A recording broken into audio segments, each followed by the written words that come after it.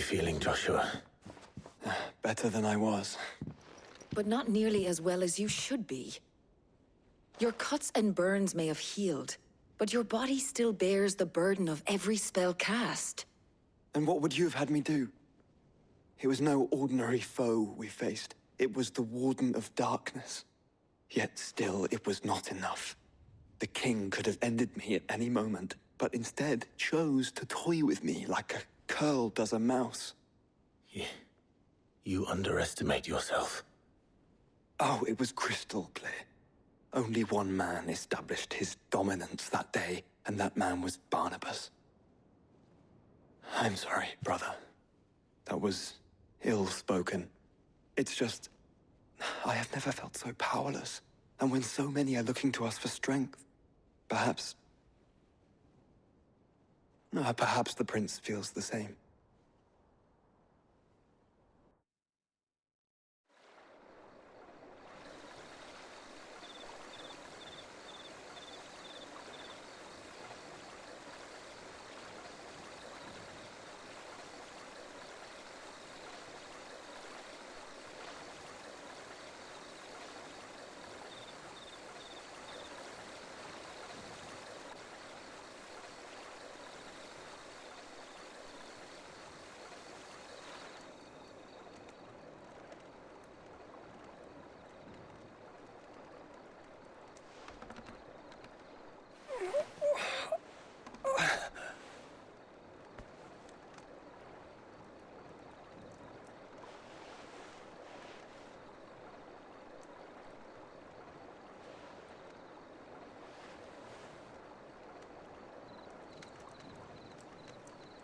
What is this place?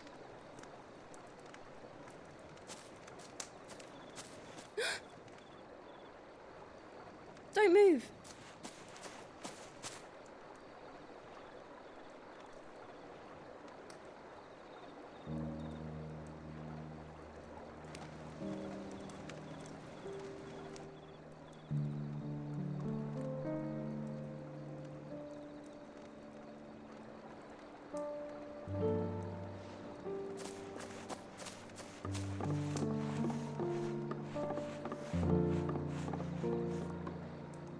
Here, it's fresh from the well.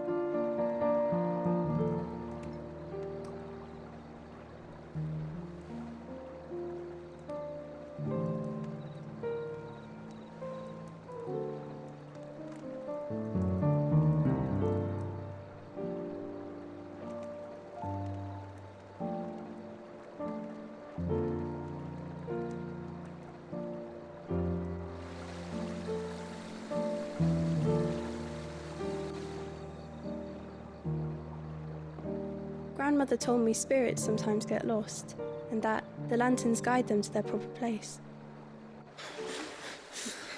I set one on the river for her when she passed away.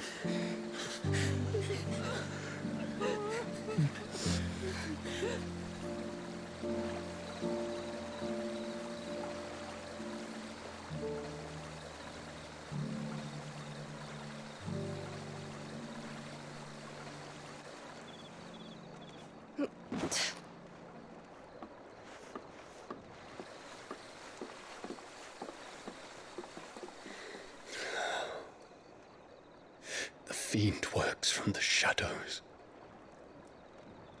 Was it you who guided my hand, then, Ultima? No, not you. This is my doing, my fault, my sin to bear. And for it, I must atone. Your hurts are healing nicely. It was my poultices that saw you well. You make them? And sell them, or try to. Earns me enough for bread, most days. Forgive me. I have nothing to... I know, but I couldn't just leave you lying there.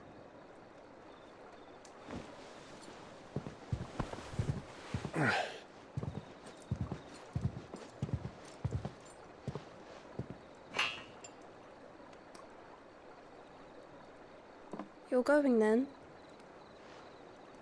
Of course. I'm healed. Thanks to you and your poultices. Will you promise to come back and visit?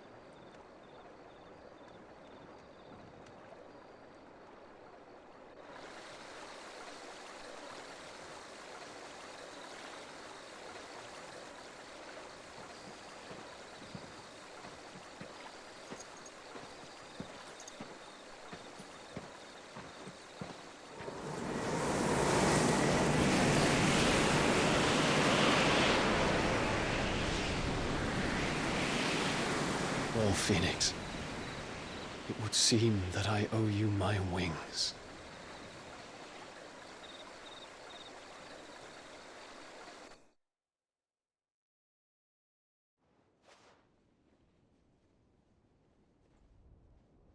Perhaps he can find an answer. You will be returning to Waloed soon, I gather. I see no reason to wait. Then neither do I.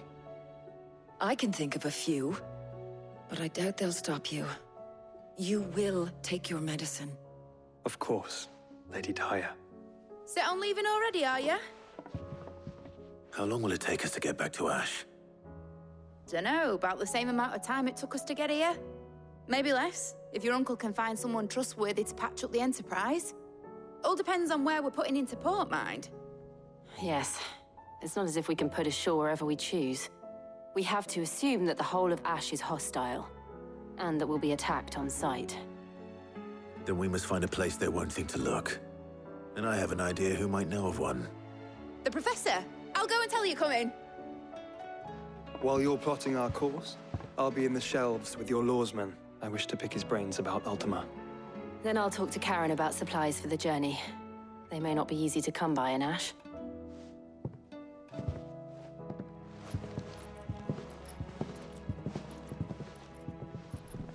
Your brother's body won't take much more of this recklessness. You know that, don't you? I do.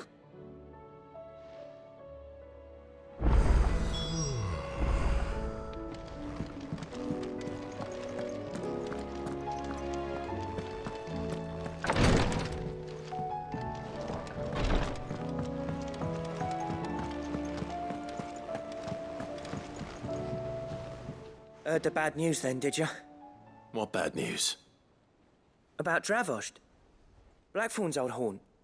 With the forge and all that. Well, anyway, the mines just down the road from there are spewing out ether like no one's business.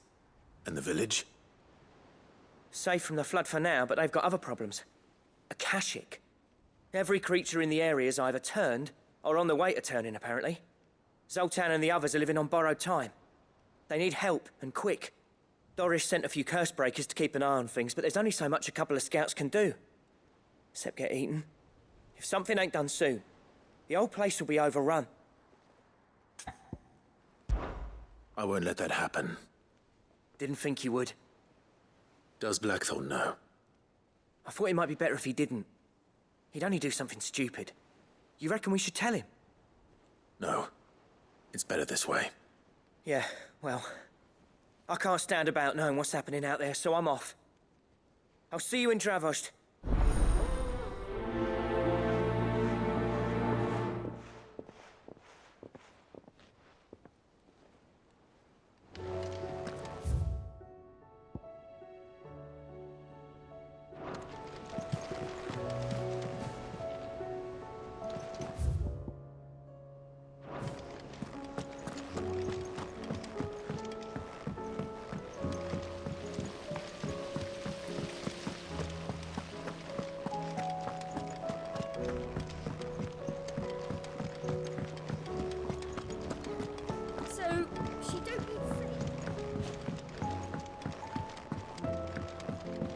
How was she?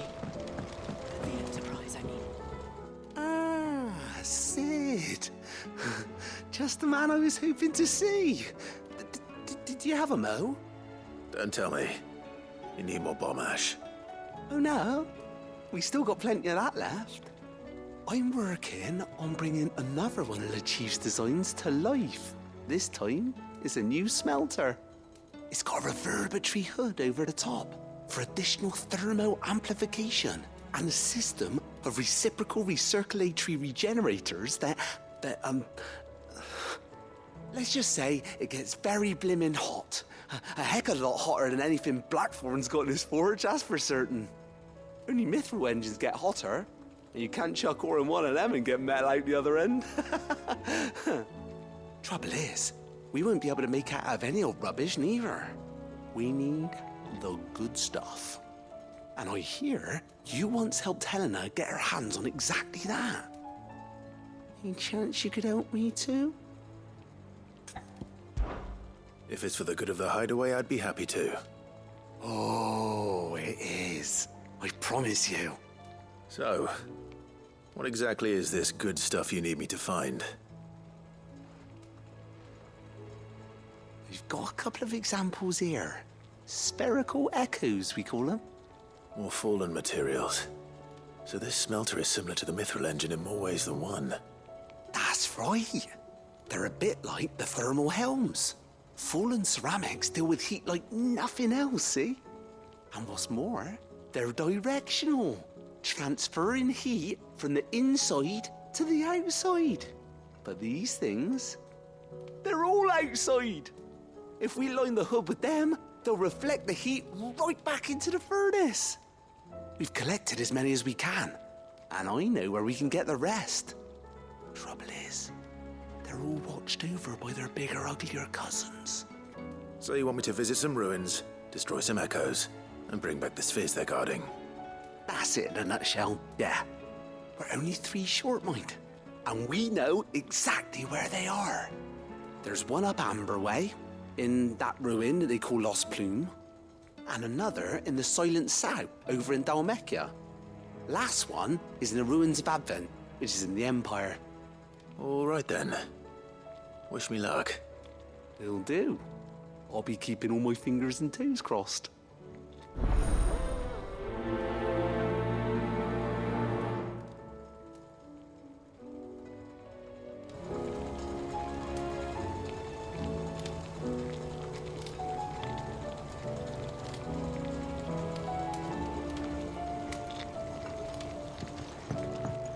How was she?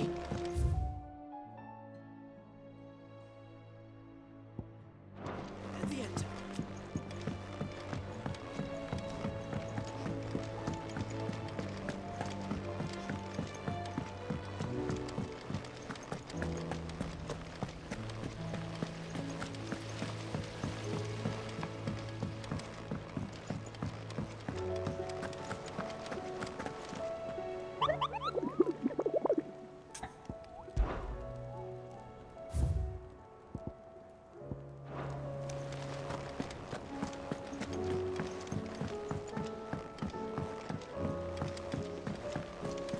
Covered in nicks and lumps, the lot of them.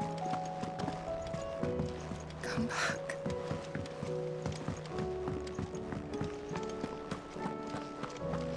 Oh, the stew's awfully thin these days.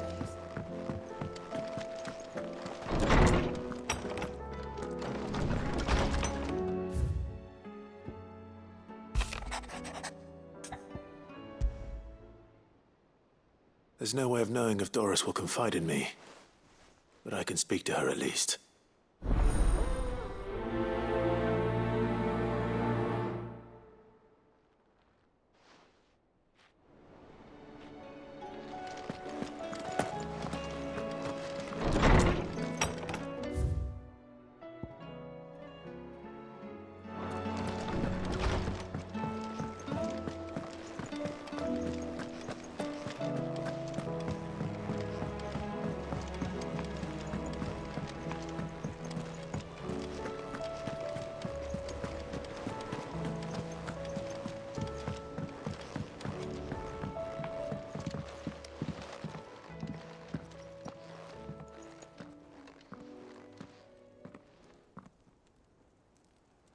Where are you? Can I help you, Sid? I'm looking for Doris. Is she here? I'm afraid not. She's at Martha's Rest on a job. My job, actually. When she heard what the mission was, she insisted on going herself. Alone. Did she? What was the mission? Following up on some new information. Once they'd settled in, the bearers you helped liberate in the Dragon's Eyrie were keen to talk about their imprisonment. And about their captor. The slaver Cole's team were tracking when they were attacked by the Beastmen. I'll go and find her. She's at Martha's Rest, you say? If she's not moved on already, yes. I hope everything's all right. Why would Doris insist on going alone? Maybe Cole was right to be worried.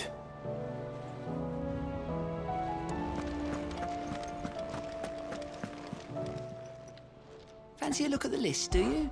Quick look.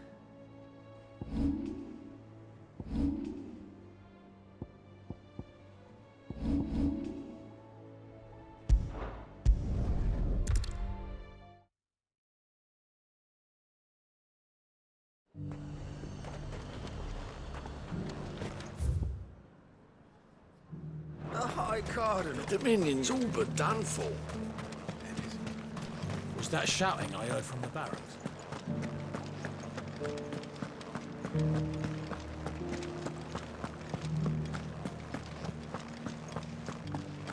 And you're just gonna fall into line?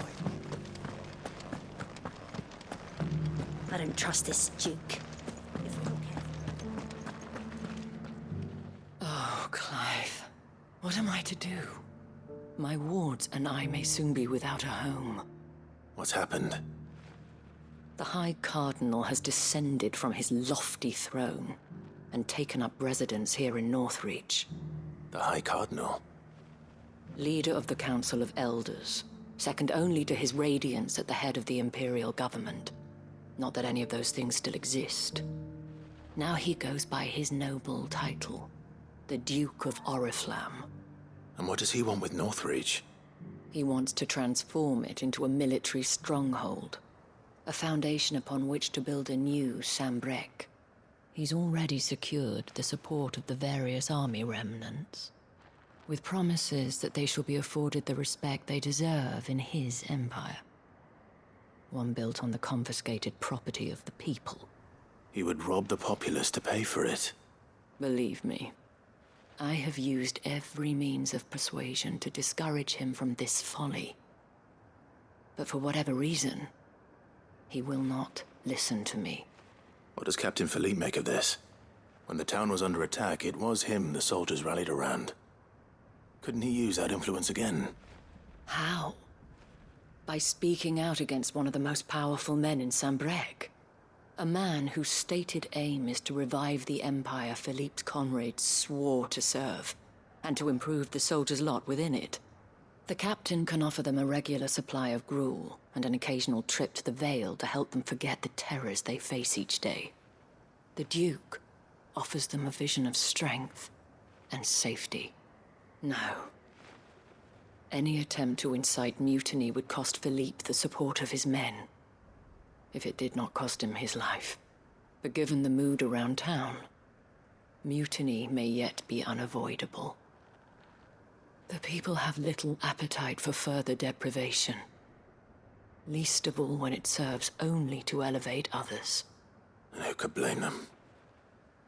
Clive, would you appeal to the Duke on my behalf? For your services to Northreach, you have the respect of the soldiers, and they will take you to his eminence if you ask them. And unlike Philippe, no bonds of loyalty prevent you from speaking your mind to the man. Well, will you try? You could hardly fare any worse than I did. I'll see what I can do. Thank you, Clive. Tell me then, where will I find this Duke of Oriflamme? In the garrison? Overseeing the troops, yes. All right. Wish me luck.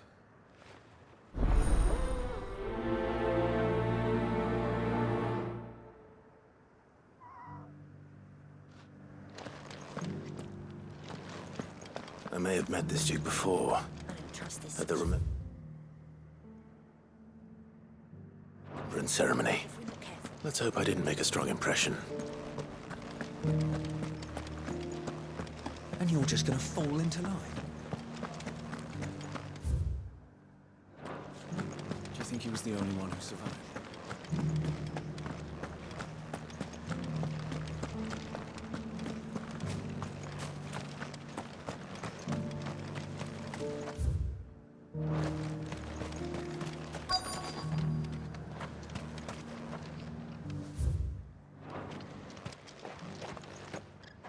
Halt! Oh, sorry about that. You're the dame's man, aren't you? You got some business with the captain? No, actually. With the Duke.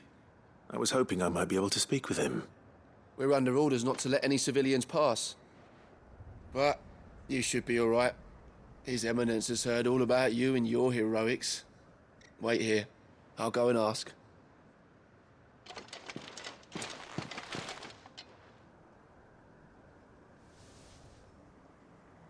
So, you are the sellsword who lent his aid to the garrison. The Empire owes you a debt, and I shall see it repaid. But tell me, is it wealth that you seek, or favor? Neither, Your Eminence. I thought only to inquire about your plan to turn Northreach into a stronghold. Ah, I see. You are worried the expanded garrison will render your services redundant. Yet you needn't be. A proud fighting man like yourself shall always have a place here. Pride of place, in fact. For too long has the contribution of the noble soldier been under-reckoned. But no more. For it is they who shall see the Holy Empire rebuilt, beginning right here in Northreach. Why here, Your Eminence? The town has been fortunate enough to escape largely unscathed from the recent troubles. Her defenses are sound, and her garrison well prepared. Which is more than can be said for Oriflamme or Twinside. The Empire wants for a capital, and I believe Northreach to be the perfect place. With Caer Norvent as her citadel. Once we have seen to the refortification of both the town and the castle, we need only build a wall around both to create a city that would be the envy of the twins. Plans are already underway for the construction. Soon enough, these thralls shall learn that they are no match for the might of Sanbreque. I fear you underestimate how dangerous these creatures are, Your Eminence. Should they return in force, you will need all the people of Northreach to come together in defense of the town. Something they may be loath to do if they've been deprived of their worldly goods. The people will do as their leaders command.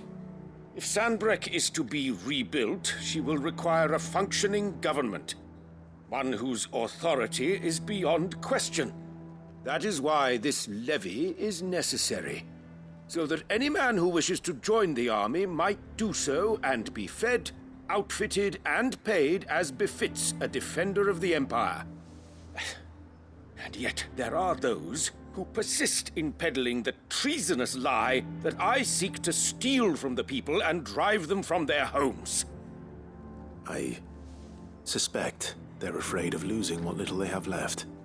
Precisely. The common folk have little and less, and you mean to deprive them of even that. You would sow the seeds of your new empire in your own salted earth. Sabine, we have discussed this. Yes, and I told you then how putting the empire before her citizens would lead only to revolt. Without an empire, there are no citizens. And in yours, there will be only beggars. Is that what Griga wills for her people? Do not take her name in vain, Sabine. I'll come back later. The citizens revolt. I wonder what the people really think of the Duke's plan. It wouldn't hurt to ask them, I suppose. Let's begin with those on the other side of the wall.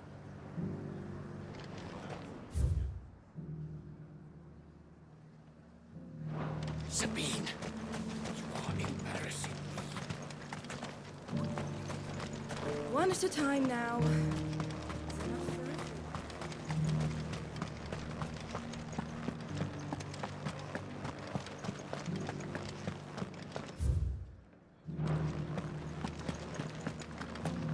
think he was the only one who survived?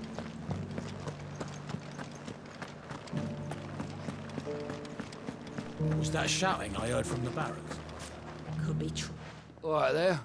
What is it you're after, sir? Just your opinion, actually. I wondered what you thought of the Duke of Oriflamme. Oh, him. Not much. None of us traders do.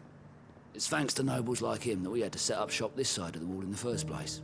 Couldn't have the rabble getting any closer to the holy capital, could they? And now he's trying to drive us out completely, threatening to take everything we got from us if we don't clear off. If the dame said she wanted him run out of town, I'd be straight through that checkpoint, tar bucket in hand.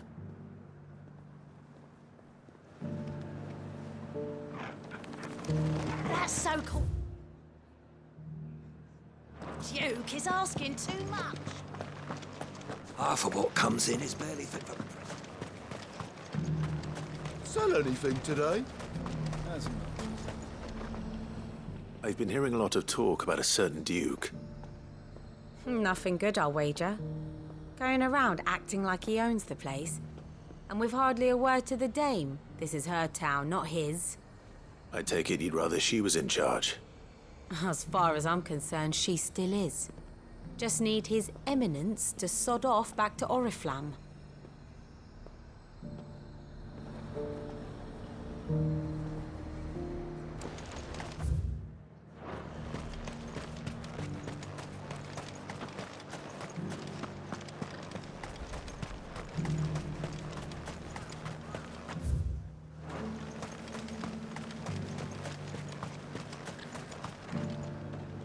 A question, if you don't mind.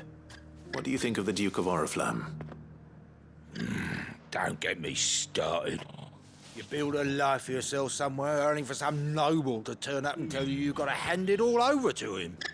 If he thinks his name and his chains give him the right to empty our purses, he's in for a rude awakening. We'll do whatever it takes to keep what's ours. Whatever it takes. Well, the people seem united enough. What about the soldiers?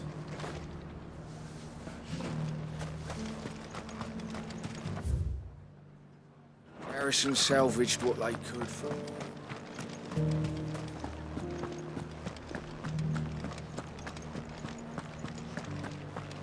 Was that shouting I heard from the barracks?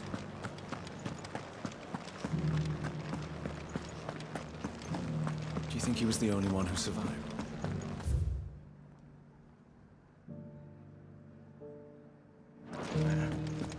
He's the only one who... And you're just gonna fall into life? Excuse me, do you have a moment? I wondered if you'd mind sharing your thoughts on the Duke of Oriflamme. Well, he's made a lot of enemies coming in the way he did. I mean, look around us. You can see the state the realm's in. The traders might not like having the screws put on them, but if they volunteered a few more of their hard-earned gil before things got bad, maybe they wouldn't have to. I think the Duke's got a point when he says rebuilding the Empire's the best way of making sure we're all protected. And if that means people who don't know one end of a sword from another have to make way for those who do, well, that's just how it goes.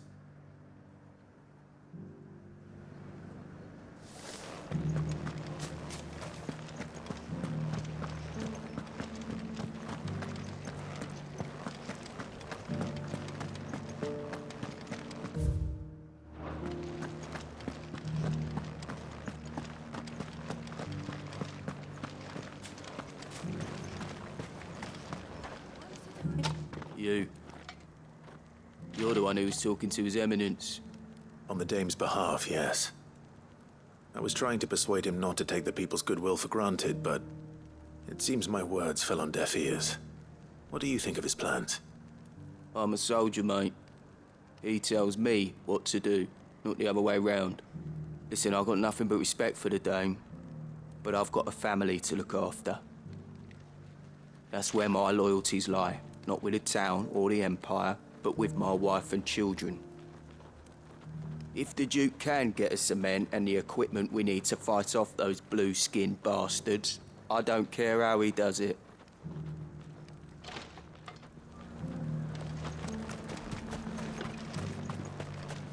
Sabine, you are embarrassing me. You're embarrassing yourself. I hear the Duke of Oriflamme plans to turn this town into some sort of fortress.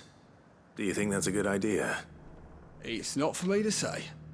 All I know is that unless the Emperor orders me otherwise, His Eminence's word is law. Look, no one likes all these taxes and tariffs, but empires don't come for free. Once Sanbreque is back on her feet, we'll all reap the benefits. Let's see what Philippe makes of all this.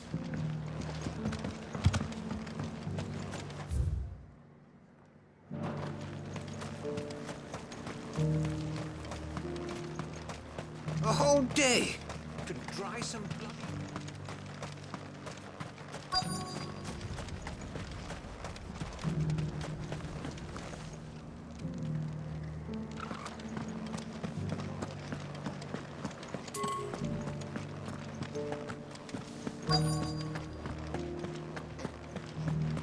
Welcome back. Wraiths give you any trouble? Captain, do you have a moment? For you? Certainly. Clive, wasn't it? Thank you for last time. How can I help you? I wanted to ask you about the Duke of Oriflamme. Do you intend to go along with his plan? But to tell you the truth, I'm in two minds. It's my sworn duty as a captain of the Imperial Army to obey his orders. But I can't say I agree with him. Philippe, I remember you saying that you became a soldier to protect the people you loved. The Dame included. That's right, I did. Well, she doesn't agree with the Duke's orders either. She thinks they could tear Northreach apart.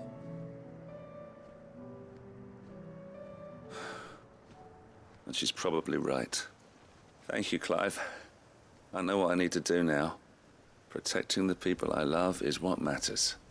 Doesn't matter how. Well, duty calls, so I better go. Thanks again.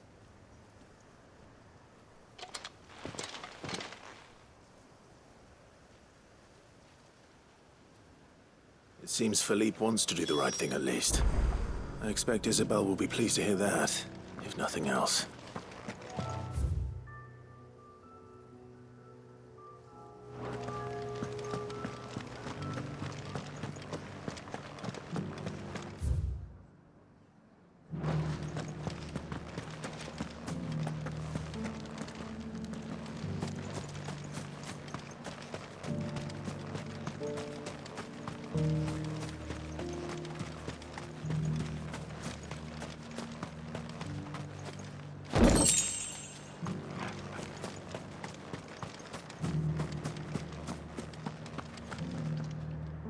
Ah, Clive.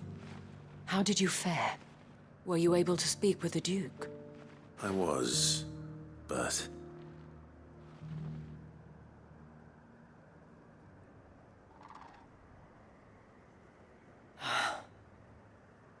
So Northreach is to be a fortress after all. Well, it will certainly help to hold back the thralls. There's no denying that. Though I doubt it will come as much consolation to the townspeople whose worldly goods are confiscated to pay for it. They deserve to be heard, Clive. To have a say in this new empire the Duke means to build. Sadly, His Eminence values their obedience more than their opinions, and hopes to reassert the authority of the state. I fear he sees the people as mere pawns on his chessboard to be sacrificed for the greater good. Needless to say, they themselves are of a different opinion, and would rather their destinies were in your hands. The soldiers, meanwhile, are content to follow their orders. And not just because of the Duke's rank, but because of his vision. I thought as much. Had I sworn to protect Sanbreque, I dare say I too would want nothing more than to see it rise from the ashes. Thank you for trying. But the battle is lost. I don't know about that. What happened to your uniform? I handed it in, along with my resignation. Told the lads I wished them well, but that I owe it to those I love to call it a day. But why? Because I realized what really matters to me. Not following some nobleman's orders for the sake of it, but protecting what I care about. Protecting Northreach. I honestly don't know when those monsters will return, but I'm certain they're not finished with us yet. And when they do come back, we need to be ready for them. We need to stand together, all of us. And with you to lead us, milady, I reckon we can do it. It was you who finally convinced me, Clive. There's no point following orders if they go against everything you believe. Indeed. All of us, standing together. That has always been Northreach's best hope, and one which still lies within our grasp. We have only to turn our attentions to the true enemy. Thank you, Philippe, for showing me what I must do. Anything for you, milady. Speaking of standing together, would you mind if I borrowed a few of the lads from the Vale to help keep watch around the town? I fear His Eminence has loftier tasks in mind for the guard. Not at all. Be my guest. Wouldn't be the first time.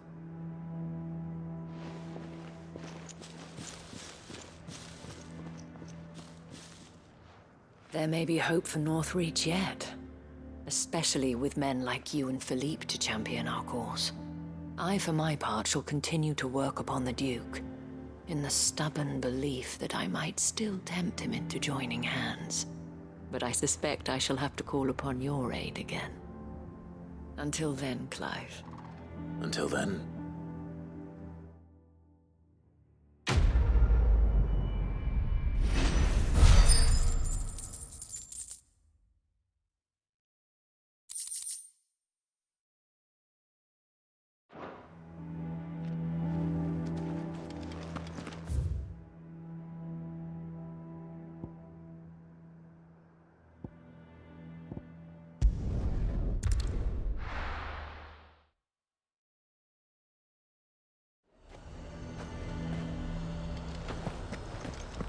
He'd have our coin, our stock and our stock.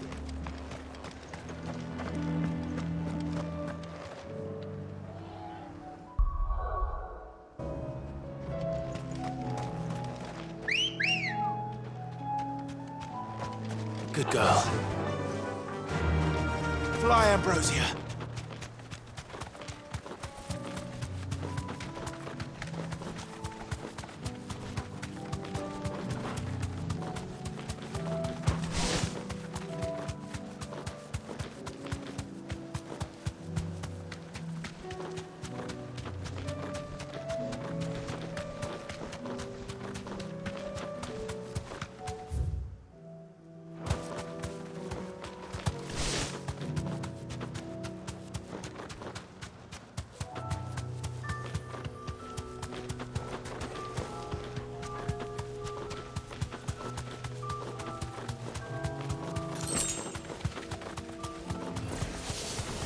I need to deal with these ones first.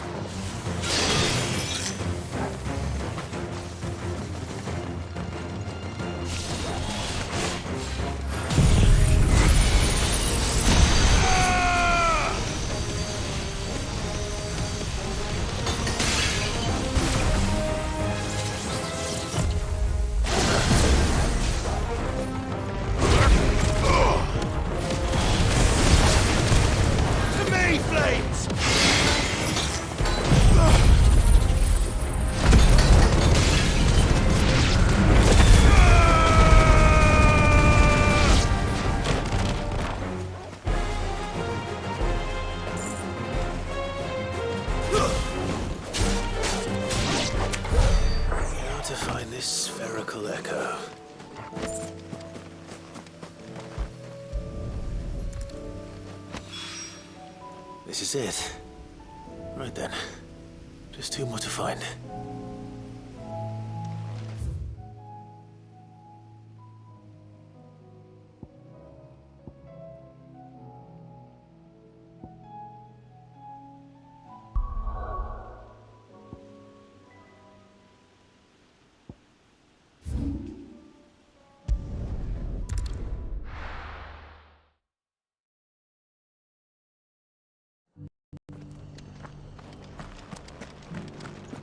Doris should be somewhere nearby. Assuming she's still here.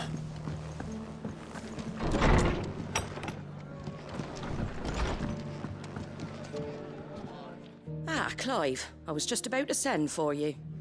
I'd like you to take something to Sir Wade up in Eastpool. Seeds for planting. Thought it was about time they started growing their own food. I'll keep providing them with whatever they need in the meantime, of course. But if Eastpool's going to survive, it's got to be able to fend for itself. As have those poor bearers. They've lived their whole lives in servitude, but now they're their own masters. Small wonder they ain't got the foggiest how to provide for themselves. So it's up to us to teach them. And if you're wondering why you, well, the wagoneers taking supplies up that way have been coming back with more and more reports of Akashic around the village of late. Sir Wade's putting a brave face on it, but I think even he's starting to worry. And if he's likely to share those concerns with anyone, it's you. All right. Thanks. Wouldn't ask if I didn't have to. There. That should be enough to keep them in Gazal Greens for a few years at least. Gazal Greens? Not the most mouth-watering crop, I'll admit. But they're hardy, they grow fast, and they fill a hole. Better that than something that'll wither away at first frost. And chocobos love 'em too, which is no small thing. When I say all of us need to pull together to get Eastpool back on its feet, I mean all of us. They ain't exactly succulent, but cook 'em right and they're just about bearable. I'll take your word for it. Anyway, Sir Wade'll know what to do with them. And if he don't, well, I'll go up there and show him myself. I'm sure you will.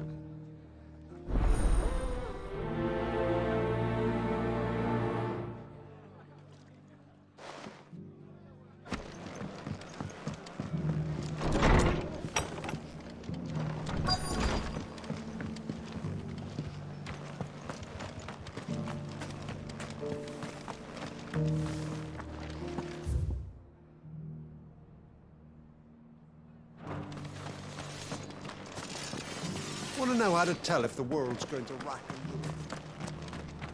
I've got greens of all Looking for shapes shelter. and sizes. Colours too.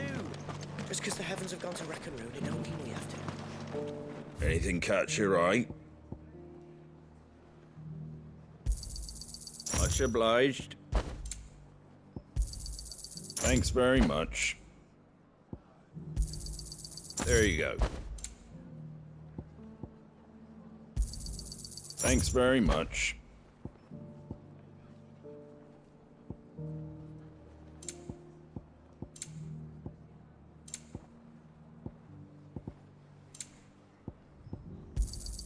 There you go. Fare thee well.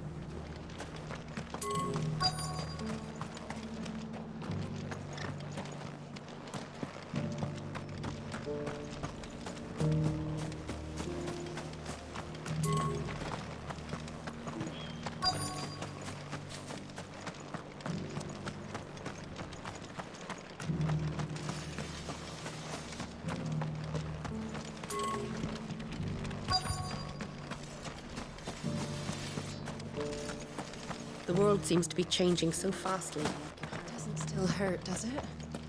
Oh. It's been a pleasure, Doris. Just like old times. I'll give your offer some thought, my lady.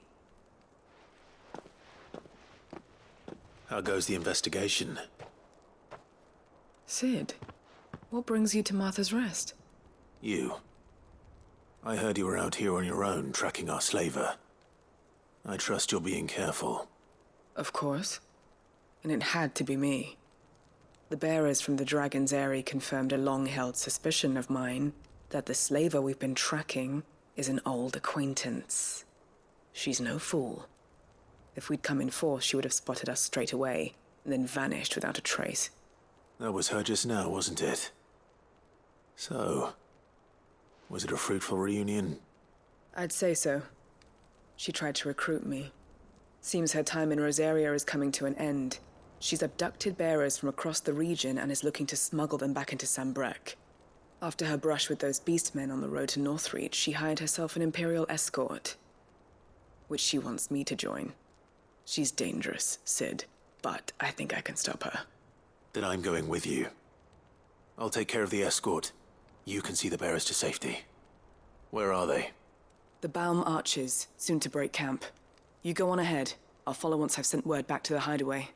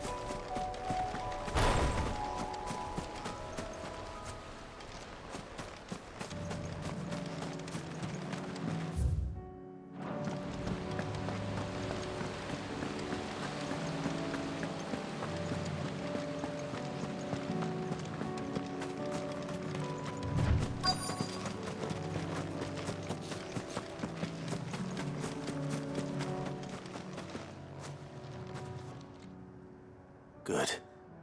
They haven't broken camp yet. How did Doris come to know a slaver, I wonder?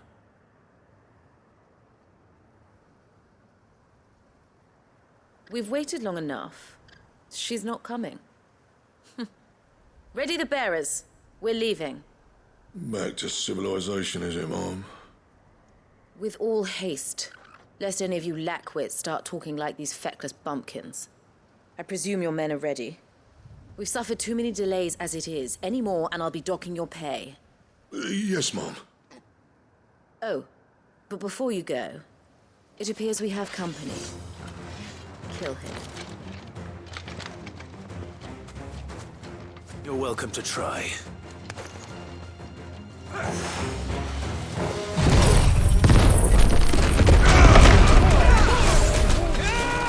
Let's try.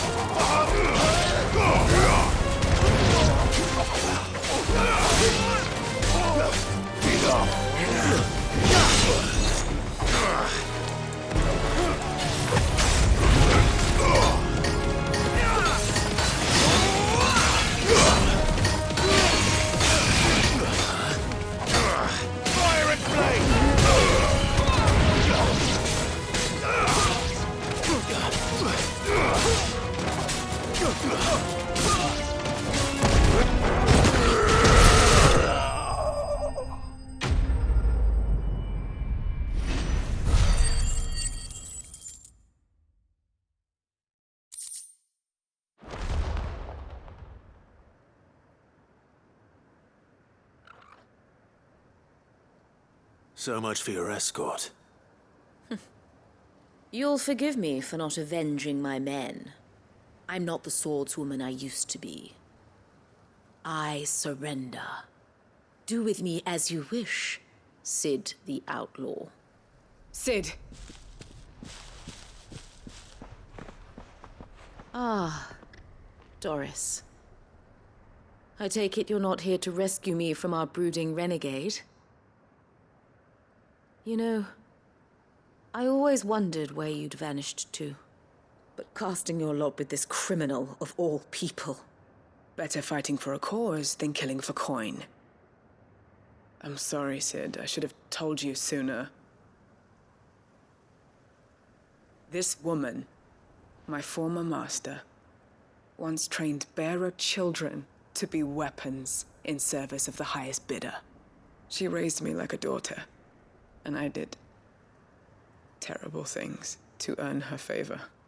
It wasn't all terrible, surely. We had our fun, too. You were always so eager to learn, and had such clever hands. All my other children took either to the blade or to the books. Always either or. But you proved yourself a master of both. That's why I kept you for my own. How about it, my little dagger? Care to swear that blade to me again? I never swore my blade to you, nor will I ever. I fight for a higher cause, to liberate the bearers of this world. Farewell, Master. Thank you for making me the weapon I am. You always were a righteous child.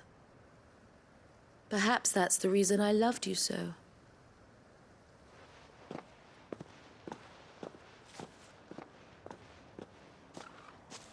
What do you want to do with her?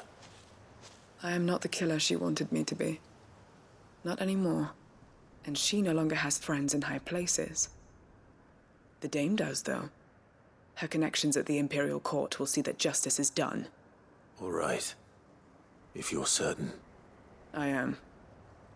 And thank you for everything. Now, I better let these bearers know that they're safe.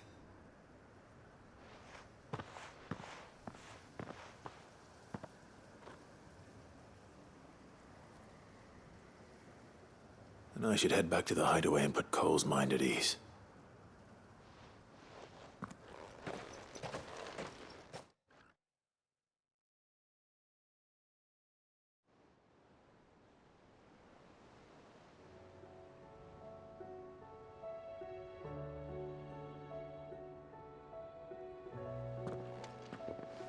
Welcome back, Sid.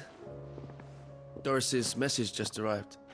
I hear you saved more bearers from being smuggled across the border. With any luck, they'll be joining us in the hideaway shortly.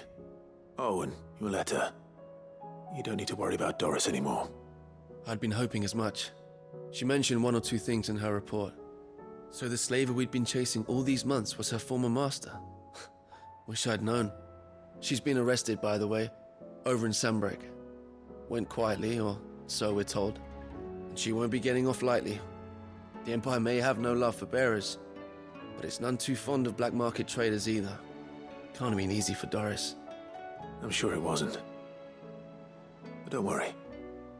She'll be all right. I hope so. Suppose you should know, eh? You had quite the past yourself before you came here, or so I understand. Anyway, thanks again, Sid. The Cursebreakers would be lost without Doris. And you, of course.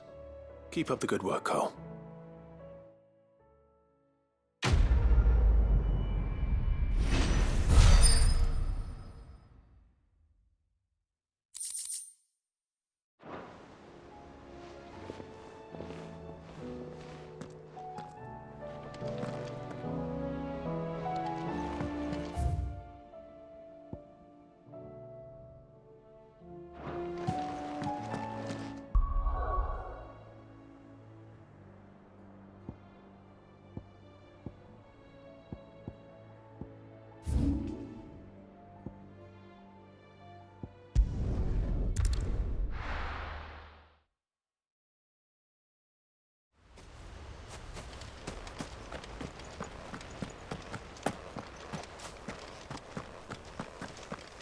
The Guardian saying we're supposed to...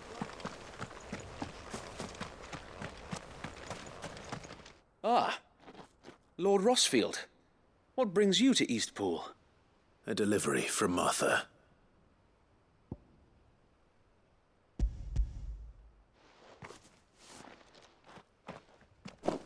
These are Gizal green seeds. Martha's keen to cut the apron strings, then, is she? I jest, of course. You see, I had thought we might be able to revive the old wheat fields, but they'd long since gone to seed, only without the seeds. Martha was hoping he might be able to show the bearers how to plant and tend these, so that they'll be able to fend for themselves. That's not a bad idea. These bearers had only recently escaped their bonds before we brought them here. They know little of freedom, of providing for themselves and their loved ones.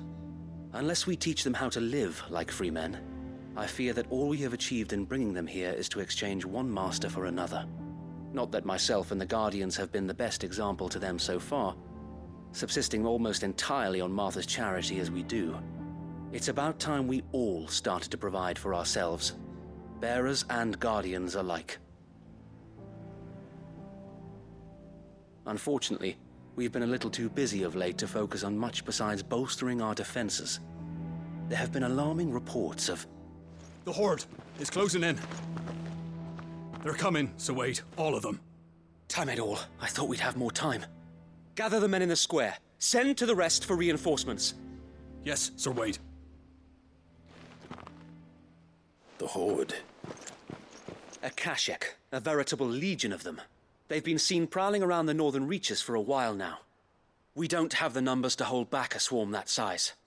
I had hoped to build a perimeter wall so that myself and the Guardians might be able to defend the village, but... Now you're out of time. Precisely. If reinforcements from the rest arrive before they do, we may just scrape through, but I fear that's rather an enormous if. What if you could call on reinforcements from Eastpool? You mean the bearers? We brought them here so they might live, not die, fighting for their lives. So wait. You said you lack men to defend the village. Are the bearers not men? Do they not wish to see Eastpool saved? Though they may not be trained soldiers like your Guardians. What help they are able to offer could still prove the difference between victory and defeat. You're right, my lord. I will appeal to them.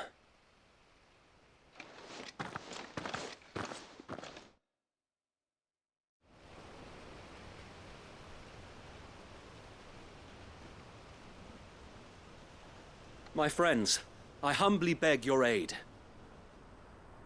We Guardians are few and our enemies many. But I swear we can defeat them with you at our side. You would send us to the slaughter, to serve as bait for those fiends so that you and your men might be spared. And to think we trusted you. Say what you will, a home is not worth dying for. But it is worth fighting for. Sir Wade fights to give you lot a chance. Just like I do. Just like Sid does. We all wanted to give you a home where you could be free. And you got one, didn't you? This place, Eastpool. This is your village. Your home. And if you don't fight to protect what's yours, you'll lose it. You know I'm right. This world wants to take everything from you. Everything. Your homes, your freedom, your very lives. So then, are you going to stand by and let that happen to you?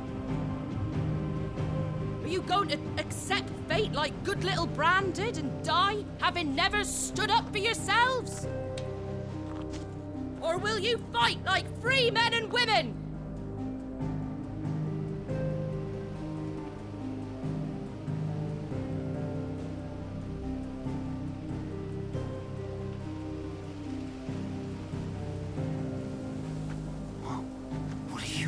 All right. Give me a sword. never dreamt I'd have a home of my own. And now that I have, I don't want to lose it. I will protect what's mine, or die trying. We all will. Free men and women, fighting together.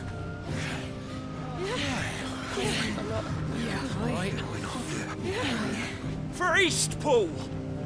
For Eastpool!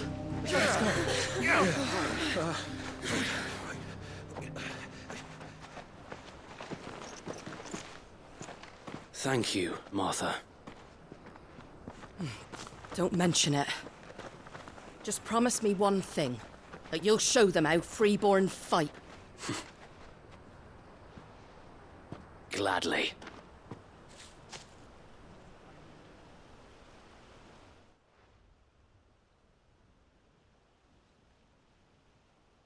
Well, if it was numbers you were lacking, you certainly won't be now. Thanks to you. Me? Oh, I just love the sound of my own voice. Lord Rossfield, my lady, we're ready. So what's the plan of action? We'll divide our forces into several small detachments, each made up of guardians, bearers, and guards from the rest. These will position themselves at strategic points around the village. Upon engaging with the Akashic, each detachment will keep the creatures occupied as best they can, steadily retreating all the while. You're going to lure them into the village? I am. We will have neither the time nor the resources to treat the wounded, so injuries must be avoided at all costs. Instead, we will focus purely on defense at first. By coordinating our withdrawal through the use of messengers drawn from among the bearers, we will aim to have the swarm converge at a point of our choosing. With luck, that point will be the village square, the perfect place for our most able warriors to surround them and fall upon them, and for you and I to finish them off. A sound plan, but one that'll require a leader with a cool head and strong nerves to coordinate the retreat. I'd say you have both in abundance, Sir Wade, but you'll be needed. Please, leave the last of the fighting to me. Ha! And let you have all the glory. Sir Wade! They're here! Then you know what you must do. We work together, everyone playing their part, each shielding the other that no man might fall, that Eastpool might live on. For Rosaria! For Rosaria! We've no time to argue, my lord. I'll do as you ask. And I will do as you ask. Suppose we'd better do our bit too then, eh? Right you are, Martha.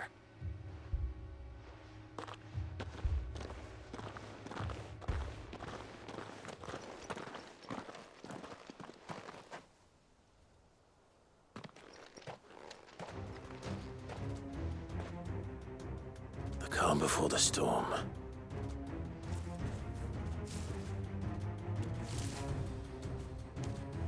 And here it comes. Not let this village fall.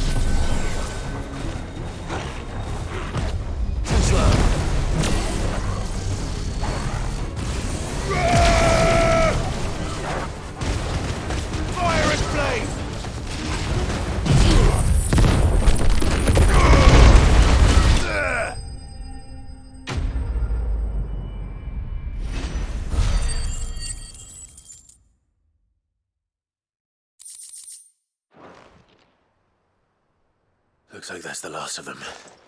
Lord Rosfield! Change of plan! What is it? Owl from the rest. An Akashic curl's been sighted on Rhiannon's ride and is headed in their direction.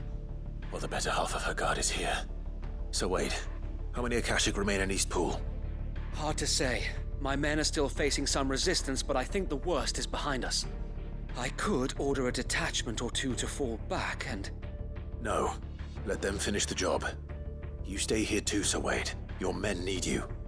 I'll go after the curl. Join me only when Eastpool is won. If you're sure, my lord. May the Founder protect you.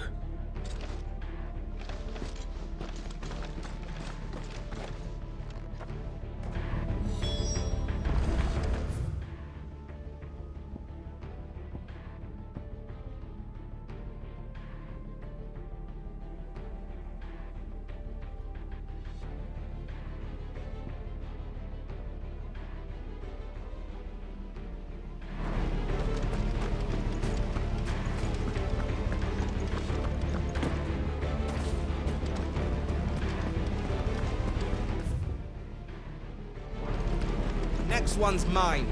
I might not know what it is.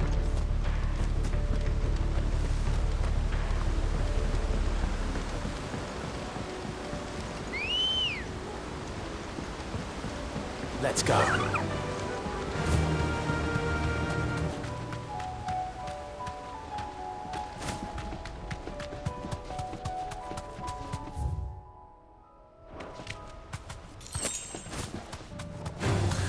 Time to fight.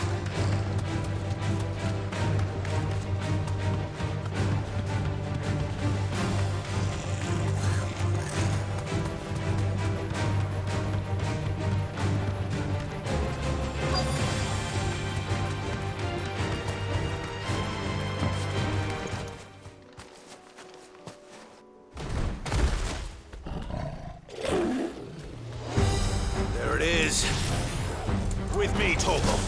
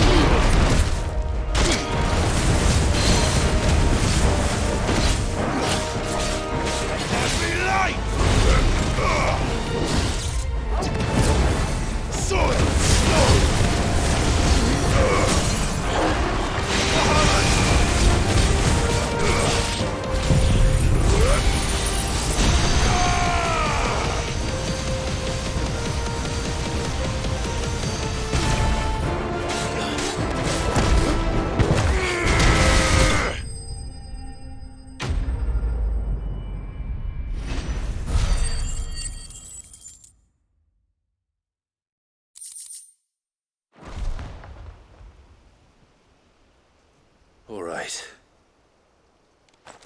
Back to Eastpool.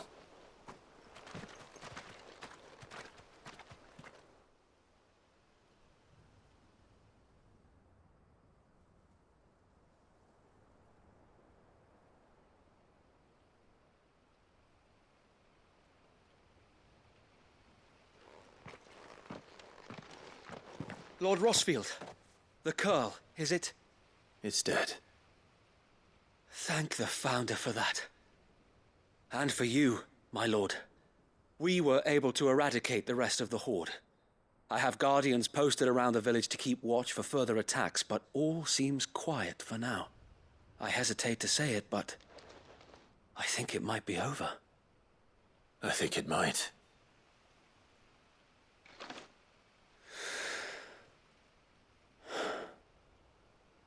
We did it.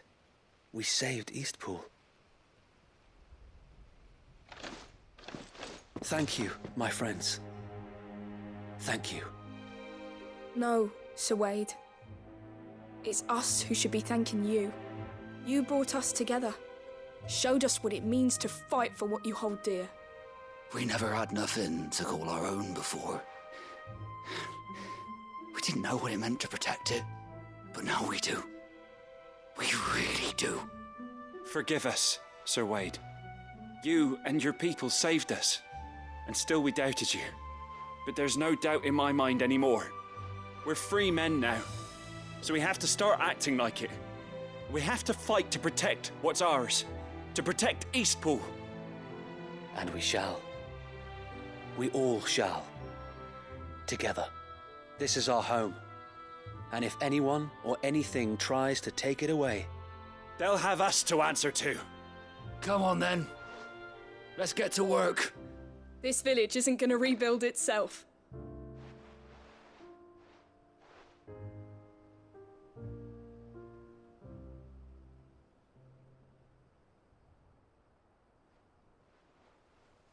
They're not slaves anymore. No. They're Rosarians. Your father took pity on the bearer's plight, and I believe if he were still with us today, this is what he would have wanted. I believe you might be right. I shall remain here, my lord, and do what I can to help rebuild the village. After all, this is my home now too. And I could hardly call myself an Eastpoolian if I didn't pull my weight. I think you'll find it's Eastpudlian, Sir Wade. But you should be proud all the same. I'll have to pull my weight too. Can't have the rest getting outclassed. Speaking of which, I ought to be getting back. Can we continue to count on your support, Martha? Of course, and I'll be counting on yours too. Us Rosarians have got to stick together, haven't we? Indeed we have. And Clive, come by the Golden Stables when you get the chance. I ain't paid you for delivering them seeds yet. All right. I will.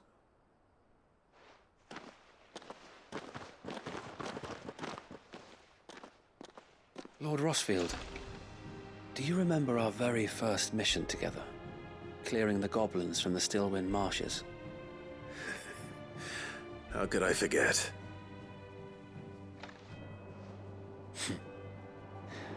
There's one sight that I shall never forget. You, facing off against that giant Morble. Not a trace of fear on your face. Since that day, there have been more than a few times when I felt like giving up. When the odds seemed so stacked in the enemy's favor, I thought I may as well just lay down my sword and surrender. But every time, I would think back to the look in your eyes that day and remember what it means to be a shield. Know that whatever trials Eastpool may face, I shall never lose courage. Thanks to you. So Wade, you have always been a true shield. I know that Eastpool, and indeed all of Rosaria, will be safe in your hands. Thank you, my lord. I know the rest of the world will be safe in yours. I'll do my best.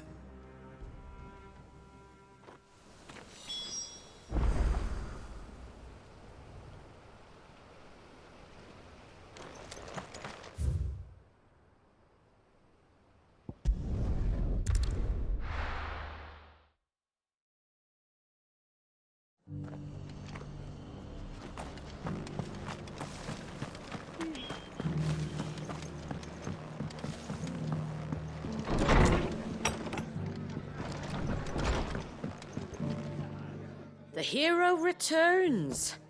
It's lucky you came by when you did, eh? Not only did my seeds get delivered, but you went and saved Eastpool and all. I just did what I could. And it's only right that you get rewarded for it. Take it before I change my mind. Thank you, Martha. So, Eastpool's finally back on its feet again. And a home to free bearers. Who'd have thought we'd see the day, eh? Well, it was your idea. I know that, but I never stopped to think what it would mean. Bearers in charge of themselves, thinking for themselves, working for themselves. Like your hideaway, but not even hidden away. Though I suppose the rest ain't much different nowadays. You know, bearers living free like that reminds me of when I first met Sid. Loath as I am to recall that particular day. I take it you didn't always see eye to eye. What happened? Well, if you really want to know, I started doing what I do long before I met Sid. In fact, that's how I met him. Or at least how he came to meet me. He showed up at the stables one day, asking questions about who'd been buying up bearers. Founder knows what he thought I was doing with them. Running a hunt, poking around in their innards. Something awful anyway. Me, I thought he was a new constable. Thought the game was up. But somehow we both managed to work out what each other was about. And before I knew it, the cheeky arse was rattling on at me about how I was doing it all wrong. After all my hard work. Told me I was giving them relief, but not freedom. That my bearers were still dying as slaves. Got right under my skin, it did. Told him if he didn't like it, he could bugger off and report me to the garrison.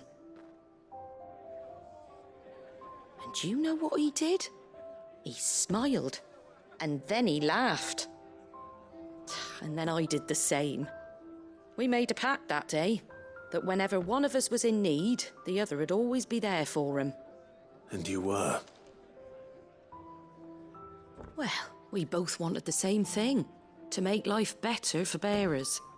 Just like your dad. Do you know I was born right around the time Elwyn became Archduke? Growing up, I saw how he tried to change things. He certainly didn't lack for ambition, that one. Indeed. But the loftier one's ambitions, the harder they are to achieve. Which is why those of us who follow in their footsteps need to finish what people like Sid and my father started. Suppose you're right, aye. And if we don't manage it, there's always them who come after us. Good thing we've got a few half-decent sorts waiting in the wings, eh? It's almost enough to give you a little bit of hope. Just a little. Anyway, enough nattering. Better get back to work. Let's see about making everyone some dinner, shall we? The least the folks who saved Eastpool deserve is a hot meal. And you and me ain't gonna save the world on an empty stomach neither. That sounds like a wonderful idea.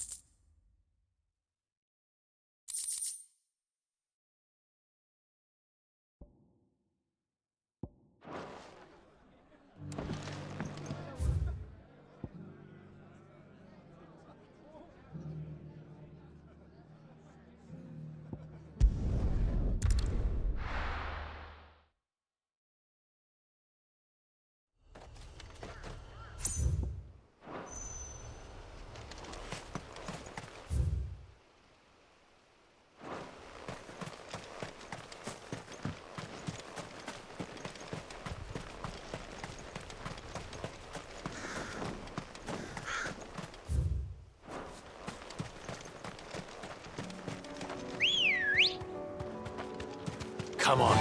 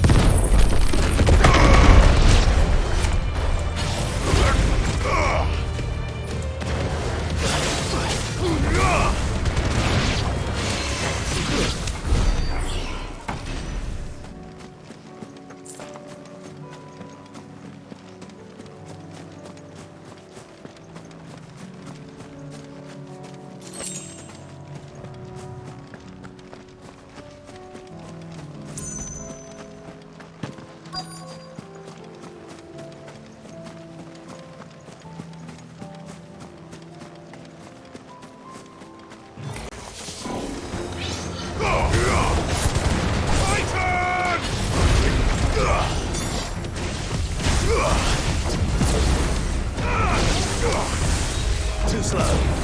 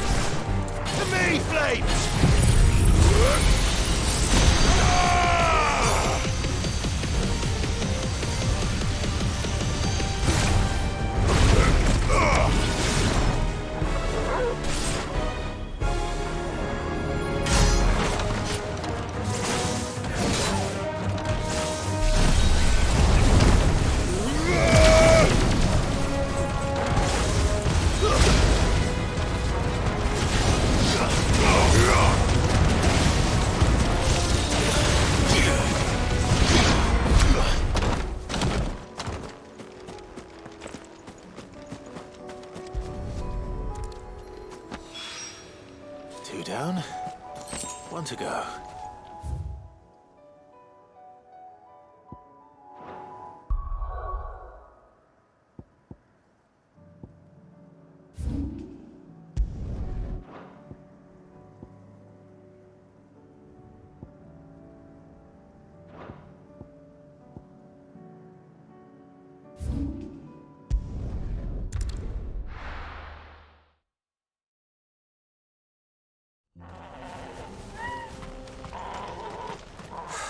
So Dravos is still standing. For now, at least. If you can swing a hammer, you can...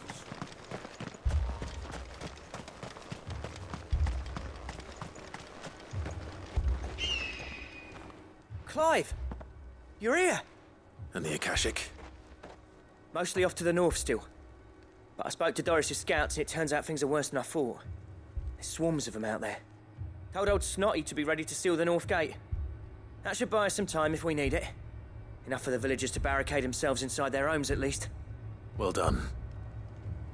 Welcome back, Sid. I'd never have guessed, you know. Not if August hadn't let slip. Who'd have thought that the savior of Dravos would turn out to be the realm's most infamous outlaw? Keen to help us out again? I am. Thought you could sneak off without me, did ya? Blackthorn. Oh, what are you doing here?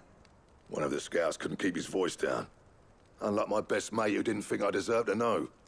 So then, how long's it been? Long enough for us two to turn into a pair of old codgers, I see. That your idea of an apology? Prick. Don't listen to him. You only did what you thought was best. For the village and that. I did, yeah. But that ain't the whole of it. Vulcan, our master, didn't leave the chiefdom to the two of us. He left it to me. The best blacksmith in Dravos, barring himself, of course. Bloody stupid tradition, in my opinion. If someone's got talent, you should let them practice their craft, not ask them to settle petty feuds and barter for grain. Our master wasted half his life that way. I wasn't about to let that happen to me. So you wasted half of mine instead? You're what Dravos needed. Under me and my precious ideals, this place wouldn't have lasted a year. So I left to devote myself to the work and spare you lot the consequences. I may be a selfish prick, but I only did what I felt I had to. What you had to do was your duty! Even if it meant we all starved? Enough. This is no time for bickering. You can finish beating each other up once Dravos is safe. Fine. I've said my piece anyway. Yeah, so have I. Sorry, Clive. I shouldn't have stuck my nose in. We're short enough on time as it is. Still, give us a mo, would you? I need to get my head straight before any of them Akashic try to bite it off.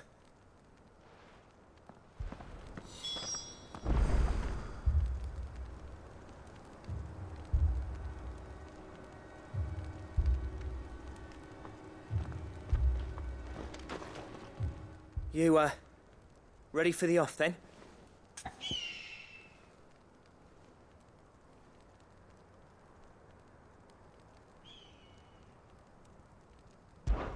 We can't afford to waste any more time. Right you are. Might be worth having one last word with the scouts, though. Don't want any nasty surprises, do we? Oh, and Blackthorn, you and Zoltan might be better off staying inside the... Akashic on the move. How close are they? Within sight of the walls, and there are more coming up from the mines. What was I saying about nasty surprises? They'll wash right over us if we stay out in the open. We're pulling back behind the gates. Good idea. Get yourselves inside, but keep your weapons handy. Understood.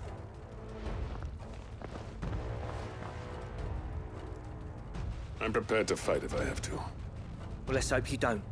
That's our job. Once the scouts are inside, order your men to barricade the gates. No heroic last stands, you hear me? No fighting at all if you can help it. August's right. I've seen what Akashic beasts can do to armor. The people here are tough and willing, but they ain't equipped to face what's coming. I'm going out there. Start work on the gate as soon as I've left. I'll give you as much time as I can. And if they kill you? You evacuate. But it won't come to that. I promise. You'd better be right. Take good care of Dravos till I get back. Leave it to me. And give those things what for, yeah?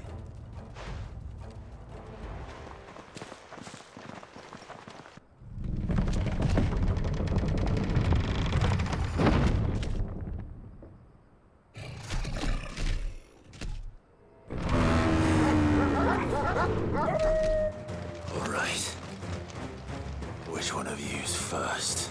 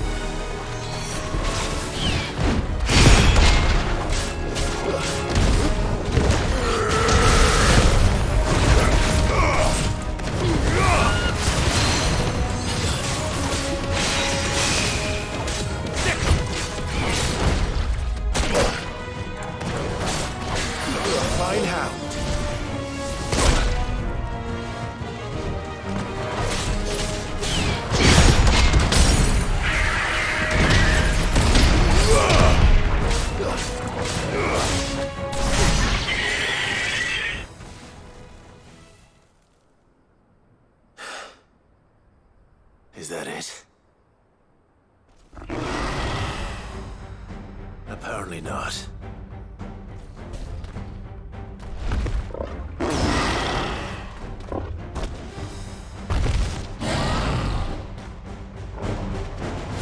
Not getting past me.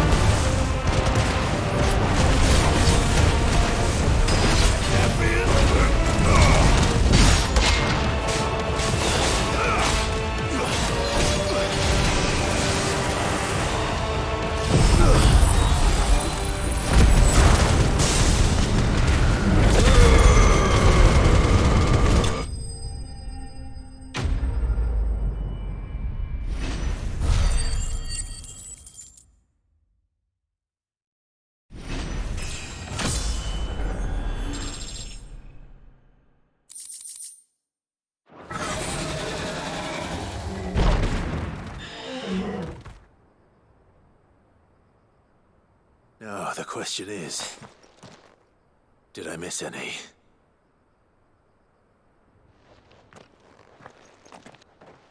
Man alive! You're still in one piece! I slew as many as I could. As many as I could, he says. The old bleeding lot, more like it. Well, almost. Only almost. Yeah, one or two did try to sneak over the wall. But we got the bastards, don't you worry. Good. Though you do know, more will come in time. In time, yeah. But we can think about them later. Let's get you back inside.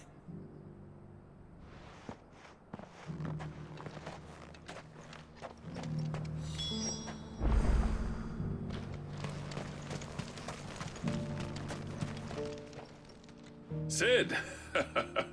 You're even more fearsome than your reputation. Enough to give those Akashic monsters nightmares.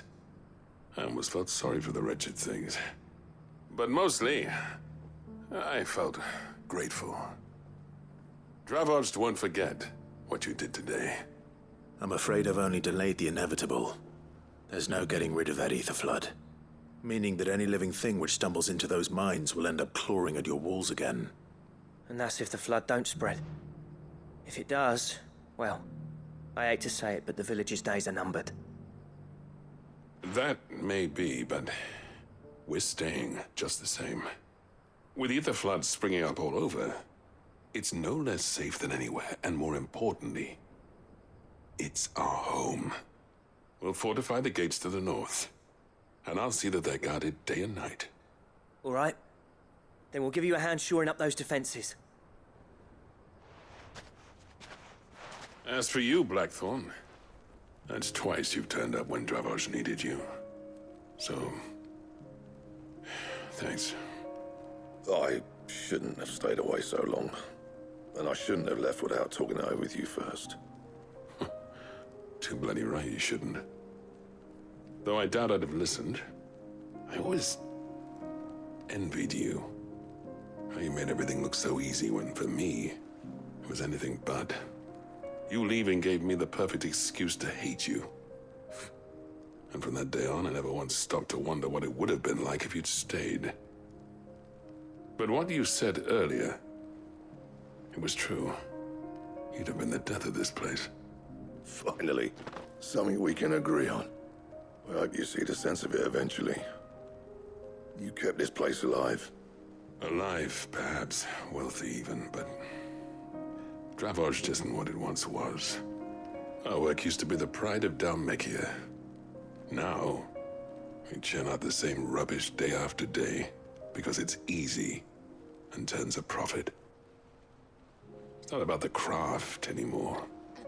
I wouldn't send my sons to war wearing the shit most of our smiths are making. I've kept working, honing my skills, trying to lead by example, but no one sees the point. The average castle apprentice has as much passion for the craft as our current lot. Come back to us, Blackthorn. Remind Dravos what a true master blacksmith looks like.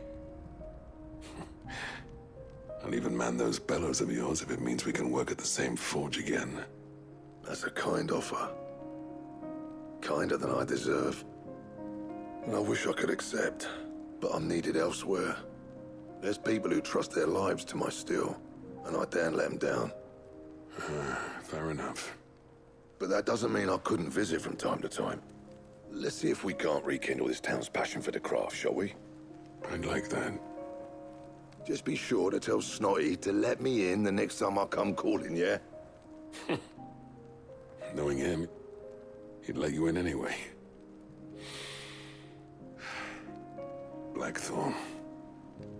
The Master Smith turned outlaw, back in my good graces. I never thought I'd see the day.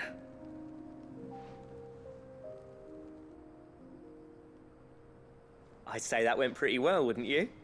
Even better than I'd hoped. Sid, I've got something for you.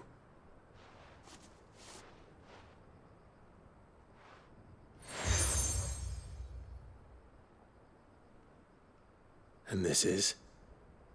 A token of our lasting gratitude. But I'm of a mind to make you a far grander gift. Designs for a certain sword have been passed down from chief to chief for generations. Now hold on, Zoltan. There's a reason no one's made that blade in centuries. There's not been a craftsman equal to the task. I'll admit your cinders make impressive steel, and I've learned to own an edge Odin will be proud of. But the engravings on that thing are enough to make a jeweler cry. And they're not just for show, either. Have you forgotten what brought you back to Dravos in the first place? A certain ring? I knew I'd never surpass you with a hammer and tongs. So I turned my hand to a different kind of metalwork. Between the two of us, I'd say we're the equal of any master craftsman ever to have graced a forge.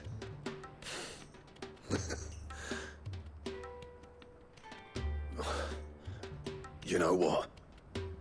I think you might be right. Clive, you wouldn't mind if Zoltan came back to the hideaway, would you? He's more than welcome, as long as he can keep our secret. Right. Zoltan, get your tools. We've got a legend to forge.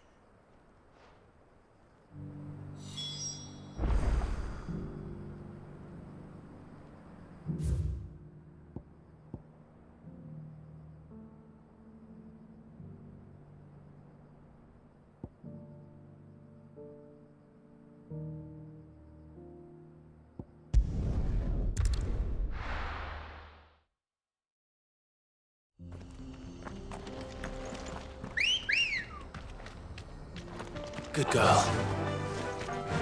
Faster!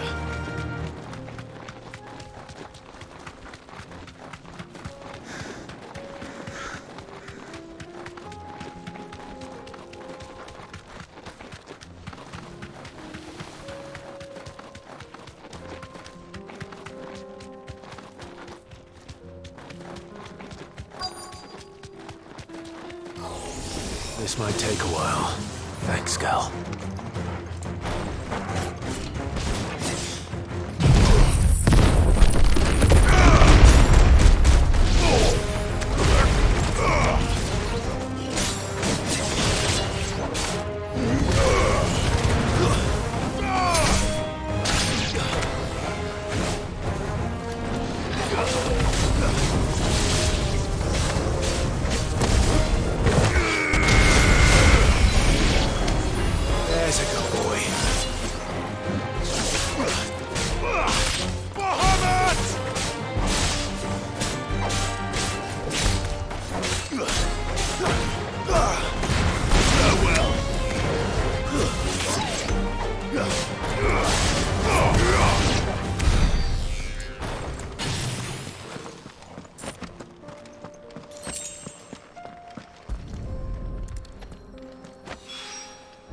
That's all of them.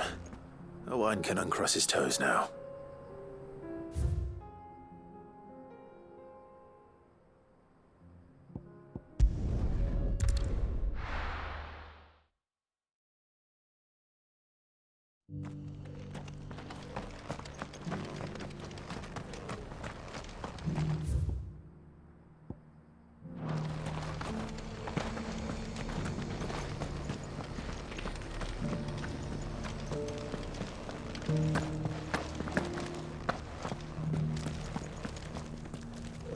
Here's the scraps you were after.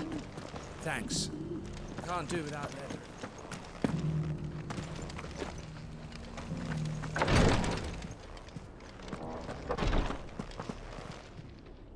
Lord Rosfield, is there aught the Undying might assist you with this day?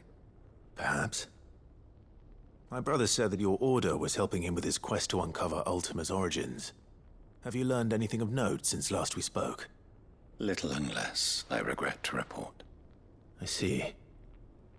Be assured, however, that we will not rest until the truth is known.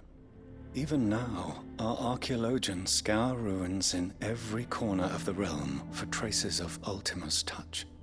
Fallen ruins, I take it. Dating back as far as Phoenix Gate. Indeed. Ultima's thralls are oft sighted among the remnants of the fallen civilization. as if protecting the secrets concealed within. Secrets we'd see unearthed. Should our methods be of interest, my lord, mayhap it would please you to observe some of our number at work. Would that be possible? Of course. A survey is being conducted not far from here. Perchance you are familiar with Kretov, a small hamlet built around a fallen airship. I was due to visit my colleagues there to collect their preliminary findings, but if you would consent to do so in my stead, I'm sure that they would be honored to relate any discoveries they have made to you directly. All right. I'll go and meet with them.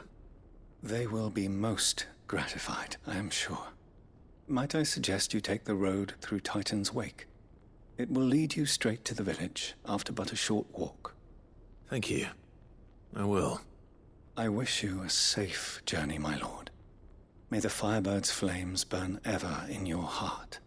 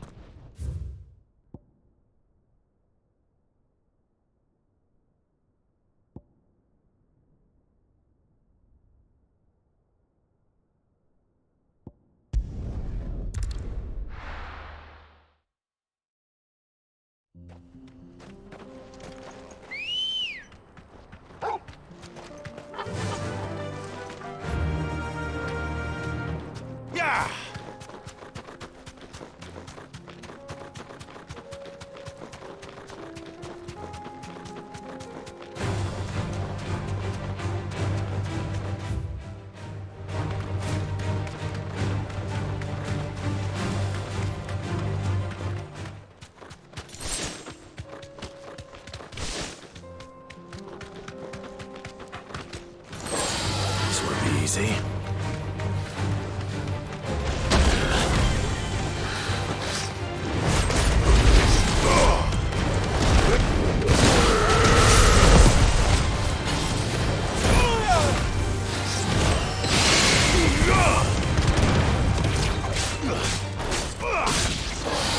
I'll be back. Nice try.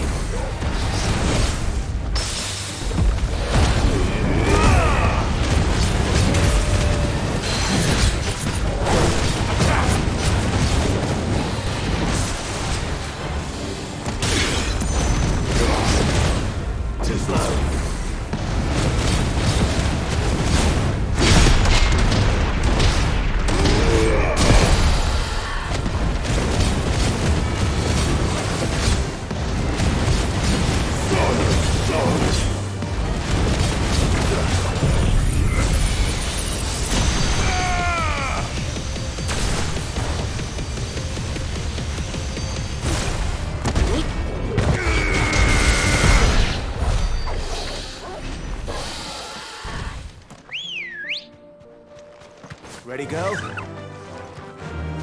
Faster!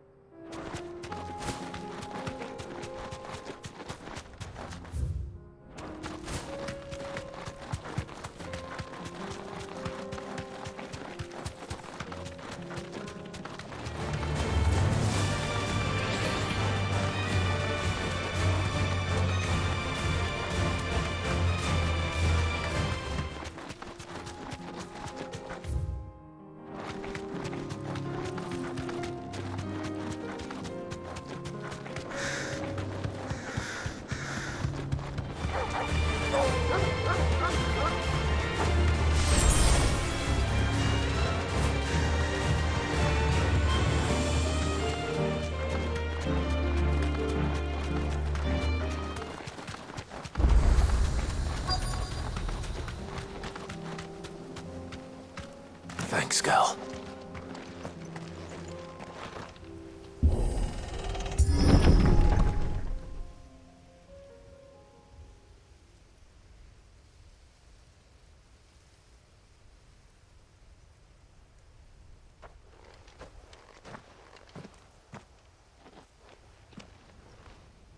Oh no.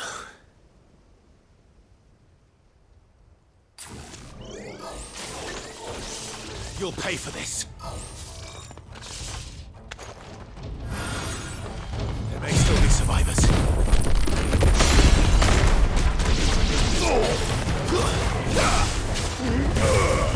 You're finished.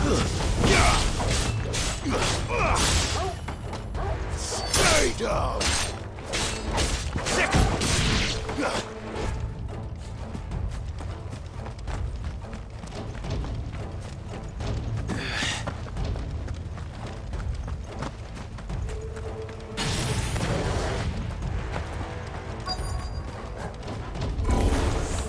Whatever that thing is, say it's their leader.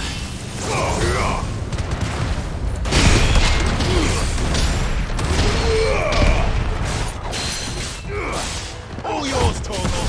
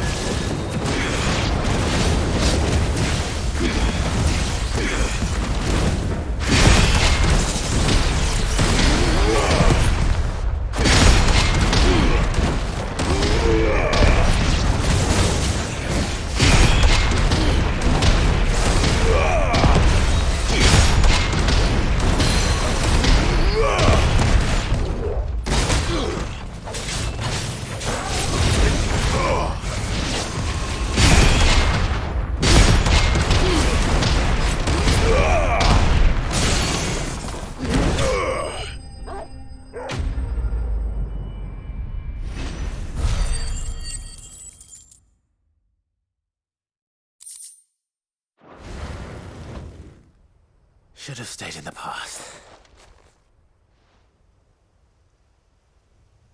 These must be Cyril's colleagues. You have our thanks, stranger. Who are you? Ah, forgive me, my lord. I did not recognize you. You are Lord Rosfield, are you not? We are archaeologians, tasked with surveying this site. When the echoes appeared, our brothers here occupied their attentions. Thanks to them, and to you, we were, for a mercy, able to see our duty to its conclusion. You call that a mercy? Your brothers might still be alive if you put their safety before your duty. Surely this survey wasn't worth dying for.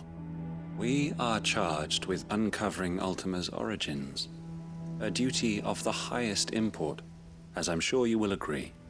And you think your dead brothers would agree with you too? I know they would.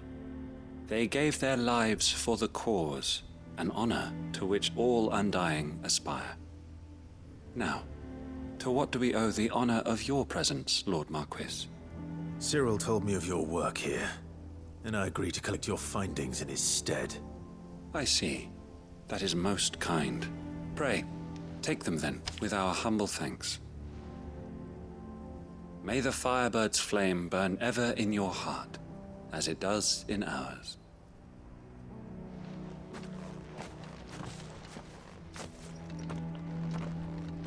It's one thing to lay down your life for another, but for a survey... I suppose I'd better get this back to Cyril.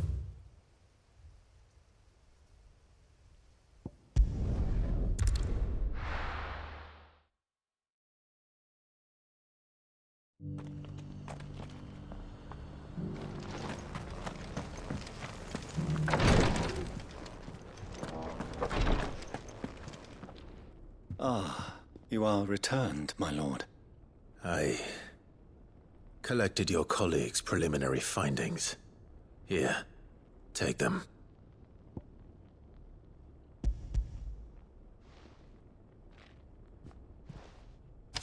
My thanks. I shall study them, and inform you forthwith if I discover aught that might aid you in your fight against Ultima. Cyril, your survey party suffered several losses in Kratov. Losses which could have been avoided, had the others not chosen to complete their work instead of saving their friends. Were these your orders? No. This was their choice. Every Undying devotes his life to the service of the Phoenix. It is our sole duty, and should we die in discharging it, so be it. Even when death is avoidable. My lord, I fear that this is not a point over which it would be fruitful to argue. The Undying have served the Phoenix for countless generations, and your opinion of our methods, however earnest, is not like to change them. We live to serve the Phoenix. Our very order exists for that purpose, and that purpose alone. Cyril, I know that you and your brethren answer only to Joshua, but allow me to offer you a word of advice. It does not further the cause of the Phoenix to have his loyal followers surrender their lives without good reason. Provide your survey parties with an escort, that they might live to do their duty for years to come. Think not only of how you can serve the Phoenix, but how Joshua would want you to serve him. Please. For all our sakes. I thank you for your advice, my lord. If you will permit me to respond, our faith in his grace, Joshua Rossfield, is absolute. And we of the Undying will do what we believe is right to fulfill our duty unto him. As first shield to the Phoenix, I am sure you understand what it means to do one's duty. I do. Then we are of the same mind. And it is my hope that we may continue to do our duty together.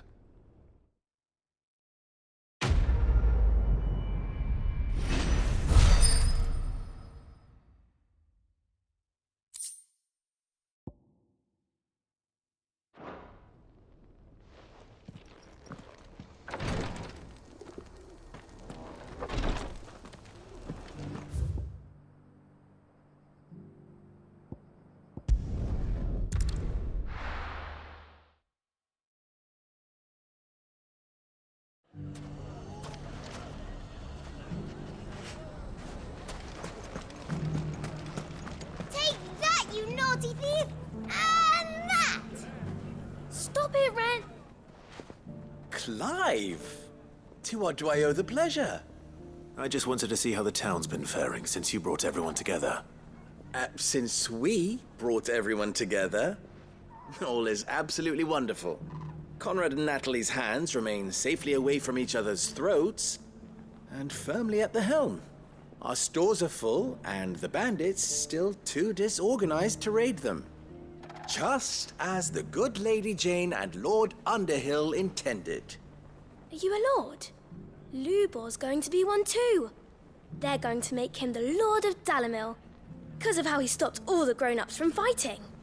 It's the mayor of Dalimil, dear child, and the vote hasn't taken place just yet. But if the people wish me to lead them, I shall. And my first act will be to build a school so that menaces like you two learn not to interrupt your elders. Speaking of menaces, there may be a rather worrying one just over the horizon.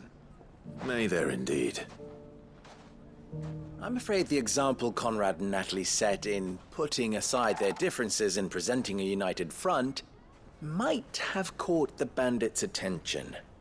And they might have elected to take a similar approach. They have formed what one could call a League of Outlaws, and they grow more organized by the day. But we'll fight them all off just like last time, no matter how many of them there are. Won't we, Lubor? Of course we will. If we continue to work together, we can overcome any challenge we choose to face. The longer we avoid facing this one, the more difficult it will be, until the only way to overcome it might be to run for the hills.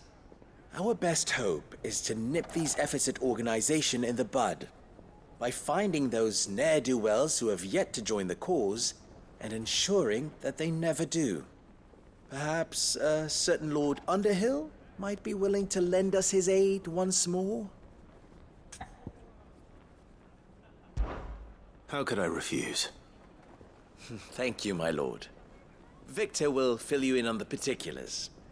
I have him stationed by the desert gate, receiving and collating reports from my scouts. Such an amenable soul. He reminds me of you.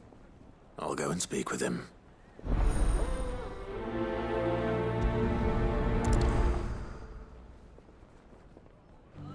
What's the difference between a lord and a mayor? That's easy. One of them swings a sword, the other forges them. A League of Outlaws. Sounds like we have some competition.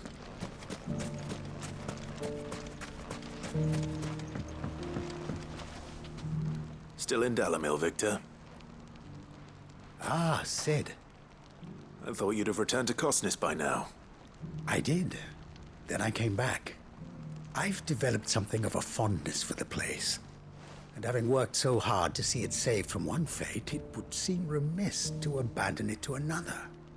A sentiment Master Lubor certainly isn't shy about exploiting. Hence my doing his bidding yet again. You're not the only one. What does he want you to do? He asked for my aid in putting down the bandits. And he said that you might be able to help me find them. Then you've come at just the right time. I was on my way to speak with Conrad about how to organize our forces. There are more camps in the vicinity than we can safely strike at once. But we must strike together, and we must strike soon at as many camps as we can. We can't give this league of theirs time to rally its forces. All right. Which camp shall I take? There's one upriver. Just out there, across the dunes. Leave it with me.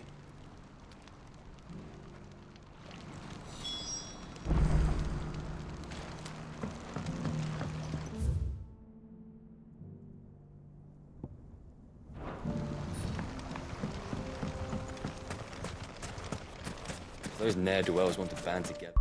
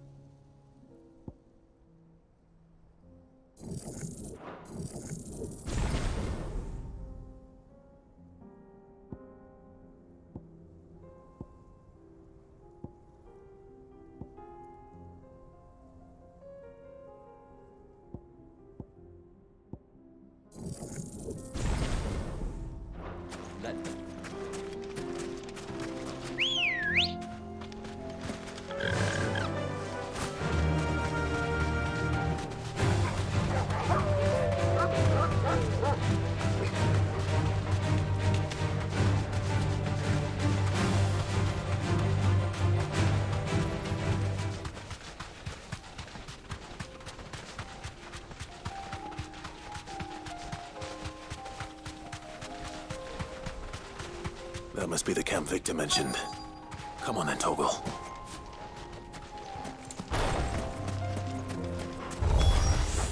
That's him! The one who killed Locke and Fingers! Take his head off!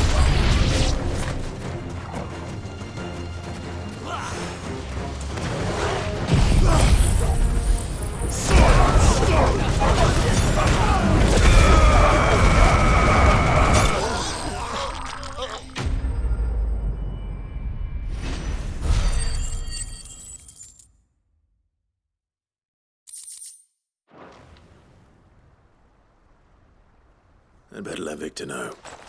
Sid, where are you? Ah, I see the bandits didn't pose you any trouble.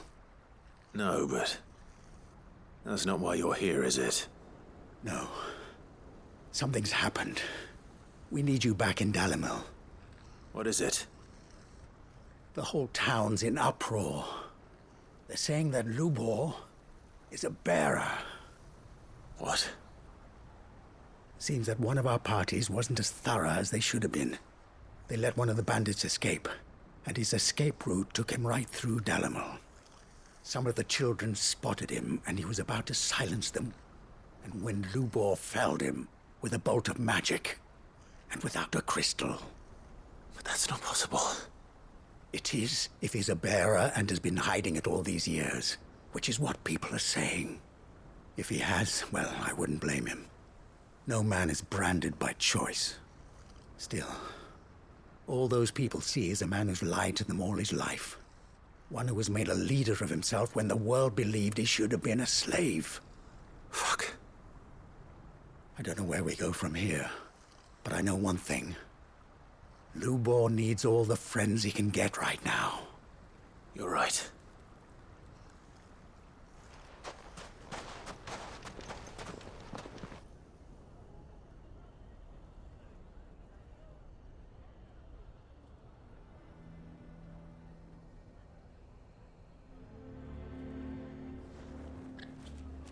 And now everyone knows. I made it a habit to keep a crystal close at hand for just such an occasion. And when that occasion arose, I forgot to reach for it. Well, it was bound to come out sooner or later. We're sorry, Lubor. We tried to keep running, but we just couldn't anymore. There's nothing to be sorry for. I rather enjoyed playing the hero for once. All that matters to me is that you two are safe. Look at him talking to his betters like it's nothing. All lies, I'll wager. Just like the ones he fed us all these years. Once people make up their minds, it's hard to change them. We need to do something, and quickly. Convince the people not to let their prejudices blind them. Convince them that nothing has changed. That their enemy lies outside these walls, not within them. You're right. We should speak to everyone. I'm glad you agree. I'll handle the townsfolk. I'm a Dalmec born and bred. They listen to me. You head to the tavern. Make Conrad and Natalie remember who Lubor really is. They know that Lubor and I are friends. I might not make for the most impartial of interlocutors. Lord Underhill of Randalar's League of Merchants, however, is a trusted and impartial mediator of note. I'll do what I can.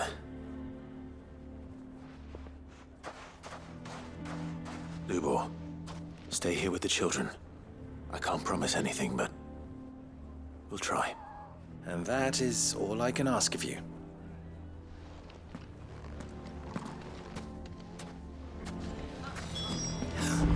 Why are you taking the bearer's side? Why do they always have to make such a... He knew all along that he was...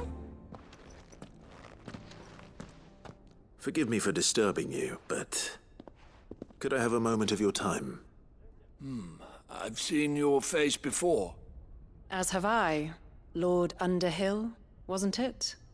Of the League of Merchants. That's right. I wanted to speak to you about Lubor. The rumors that he's a bearer. All true, I'm afraid.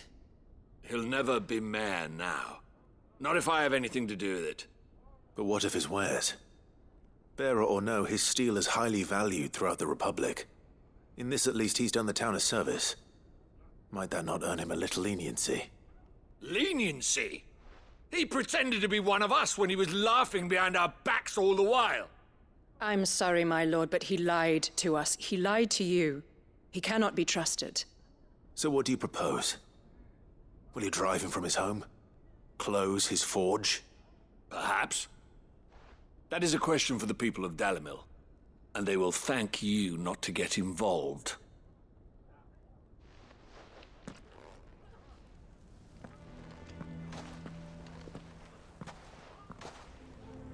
The townsfolk have made their minds up. There was nothing I could do. Nor I. Conrad and Natalie refused to consider anything but their own wounded pride. You never know. Once their anger is cooled, they might see things differently. For now, we should report back to Lubor. All right.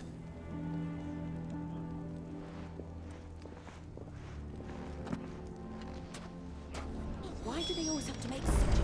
Why the hell would Victor take the bearer's side? I assume the situation is hopeless? There's still hope. But...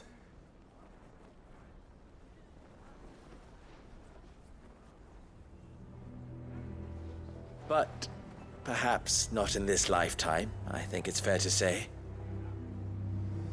You mustn't think like that, Lubor. Give them time. They'll come around. We'll talk some sense into them in the end, you'll see. No, you won't. And your efforts would be better spent elsewhere. But Lubor... Rosina would often tell me that steel does not lie, that a blade is a reflection of the smith who forged it. To yourself be true, that was her point. Rather an ironic one when you consider that her life was taken with a blade of her own making. But I do not doubt that she was always true to herself and what she believed in, right to the end. And so must I be. I must do what I know to be right, no matter what others might think of me. And now, I know what that is. I must embrace my new role of villain so that the people of Dalimil have something to unite against.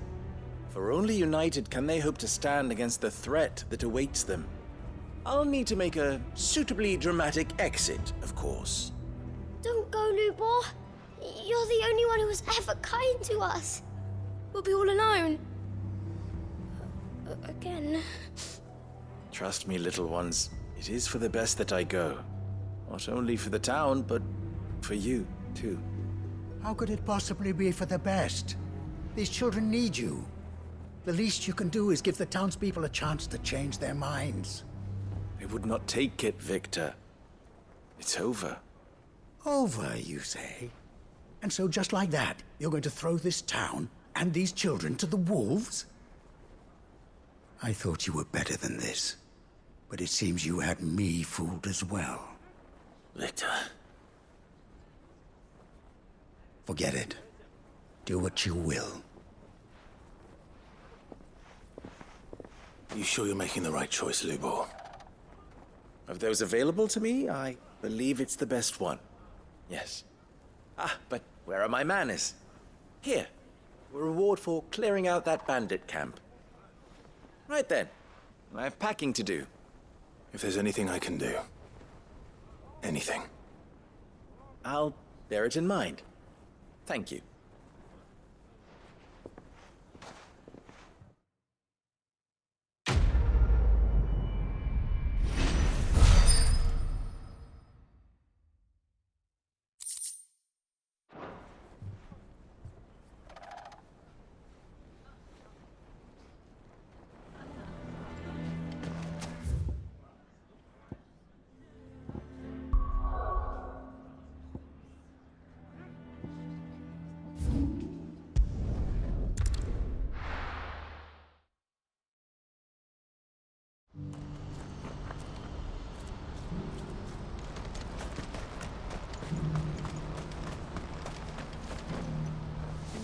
Ah, Clive.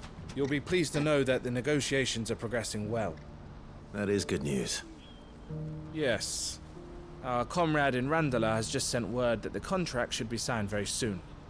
But I still have much and more to prepare. It's a huge undertaking moving this many bearers at once. You couldn't do me a quick favor, could you? What is it this time? More wild beasts? Nothing like that. I just need you to go over to the caravans and ask El how long we have until the bearers arrive. Find out exactly how much faster I need to get all these supplies moved. All right. I'll go and ask. Thanks, Clive. I owe you one.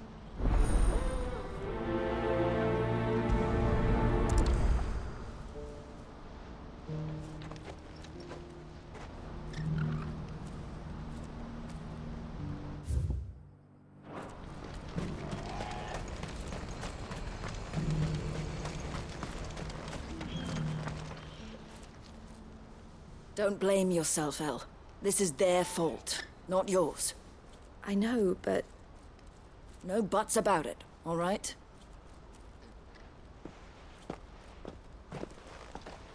Is something wrong? Vonnie came to give me a message from our intermediary. The talks with the Republican army have fallen through. They've reached an agreement with the Silver Peak Consortium instead. Though prices have fallen of late, we deliberately offered above the going rate to try and deter other bidders. But the Consortium offered double what we did, and the army jumped at the chance. You had no opportunity to make a counteroffer? None at all. And we were so close. Elle? What's happened? I saw Vonnie leaving. She didn't look happy. And with good reason.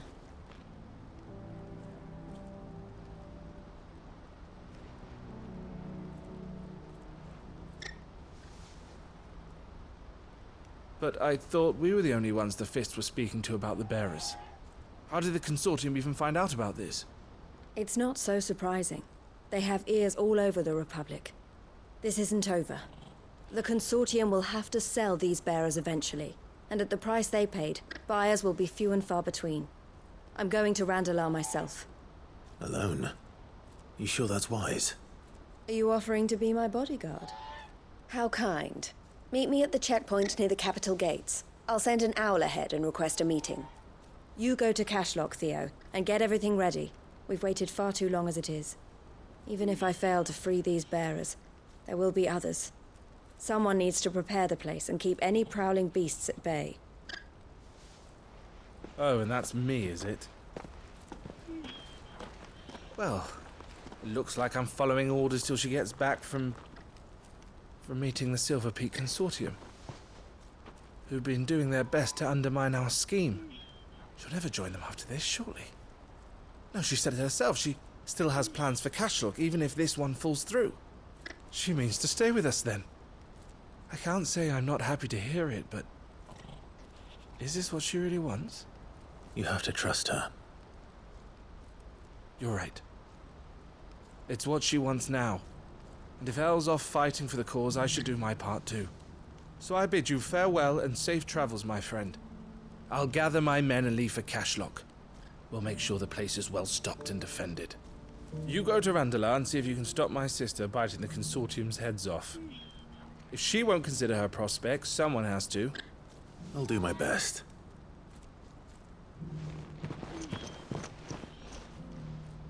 All right. To Randalar, then. And better not keep Eloise waiting.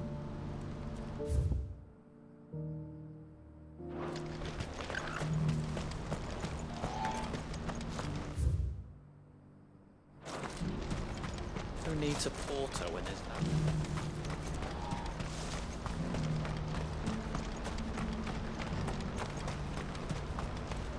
What I wouldn't give for a home. This is the end of the road. When are they gonna let us through?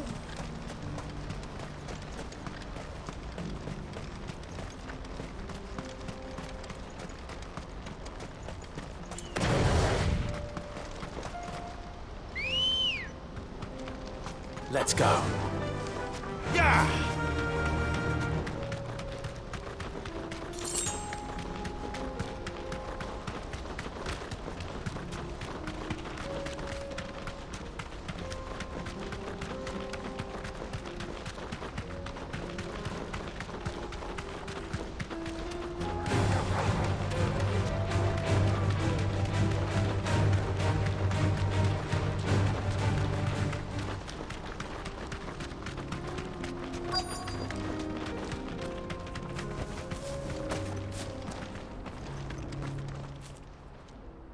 I hope I didn't keep you waiting. Did you arrange to speak with the Consortium? Here they are now. You wish to consult with me? I did. It's about the bearers you recently purchased from the Fist. We had all but finished making arrangements to buy them ourselves, and then you stepped into the fray. You misunderstand. The Consortium had an interest in purchasing them from the very first. It was only our regard for you that kept us from bidding. But your hesitancy in accepting our offer to you suggested that the regard was not mutual. and so we resumed our business. I did not hesitate. I am simply not inclined to make such decisions without first giving them due consideration. But what is done is done. Come then. How much do you want for them? Alas, you are too late yet again. We rarely take on such unconventional merchandise without a purchaser in mind. The bearers belong to him now. Who is your buyer? A trader from across the water. A most demanding fellow, if it's any consolation. He insisted the bearers be fed, dressed, even given their own bunks for the voyage over. That's what you get when you deal with continental types. I wouldn't know. Oh yes, the culture on the continent is quite different to ours. They pay good money for bearers not fit for the knacker's yard, and treat them like kings. But as long as they pay... That does sound unusual. No matter then. If they've already left our shores, there's little that can be done. Allow me to withdraw my interest. And with it, my interest in joining your organization. My associates will be sorry to hear that.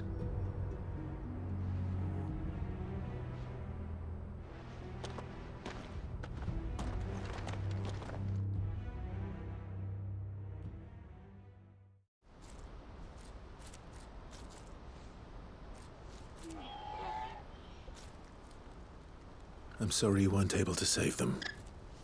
As am I. But I only have myself to blame. He was right, you see. The Silver Peak Consortium did intend to buy those bearers before I did. Their representative hinted at a possible purchase when he came to recruit me. I feigned interest in joining them in the hope he might be encouraged to tell me more. And he did just that. As soon as he left, I sent my own offer to Ragnarok. So you never... No. I entertained the Consortium's proposal solely so I could learn more about those bearers. But I was a fool to think they wouldn't find out. I knew exactly who I was dealing with. You tried. I did. And if what he said was true, the bearers are to be well treated. Which is something, at least. But they deserved more. I wanted so badly to see them freed. Eloise! Eloise! Word from Cashlock. The village is under attack. A pack of beasts have come down from the mountains, and there's a dragon at its head. Theo and the others are trying to hold them off as best they can, but the odds are against them. They need help, and fast. Theo! I'll go on ahead. Thank you, Clive. I'll gather some men and join you there. Just... make sure he's safe.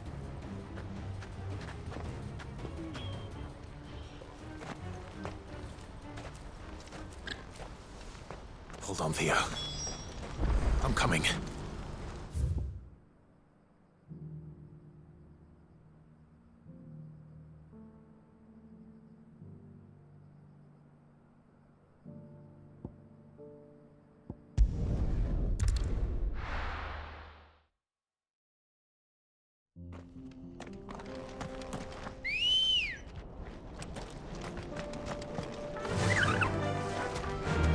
Fly, Ambrosia!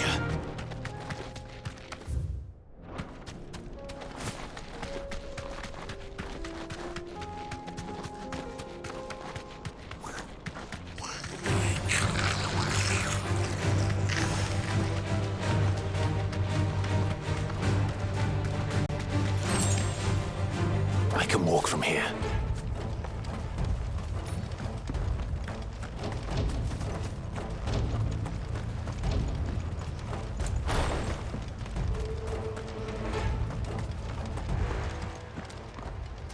Where's Theodore? Upriver! He led the dragon that way to keep it from the village, but the whole area's flooded with ether. We just have to pray he makes it out in one piece. I can do better than that. Torgal, with me.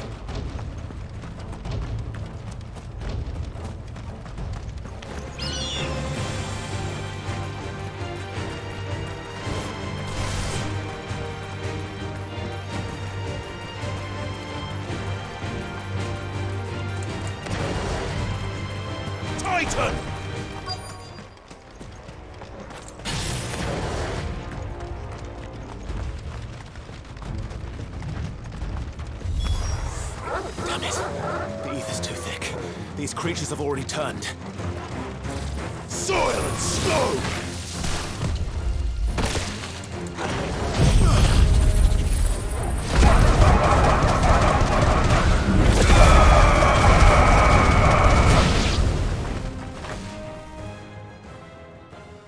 I can't waste any more time. I need to find Theodore before that dragon does.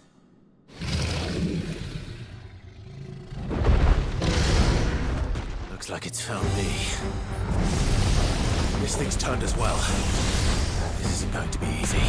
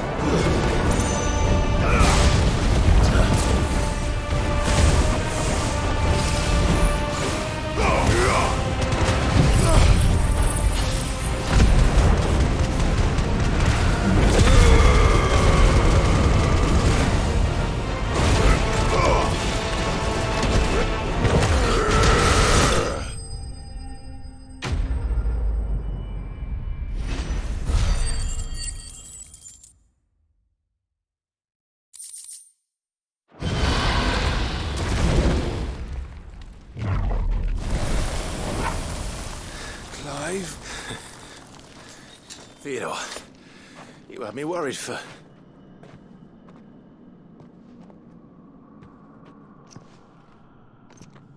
We have to get you out of here.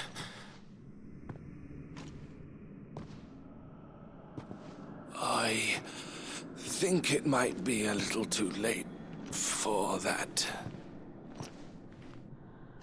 Bearer or no, there's only so much ether a man can take. And that Drake just wouldn't let me leave. You have my thanks, Sid, for finishing what I could not. For keeping Elle's dream. Theodore!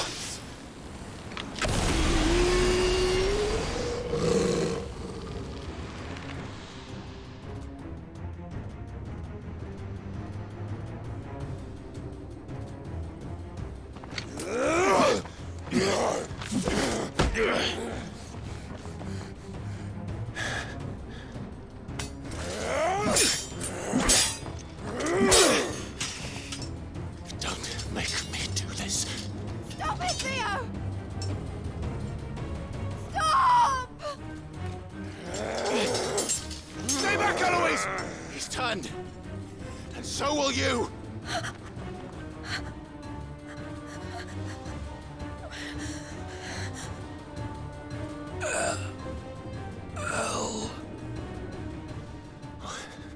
Theodore.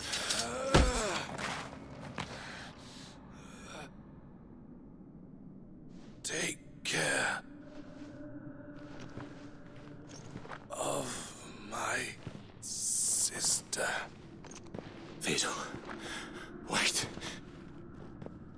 Goodbye. Oh.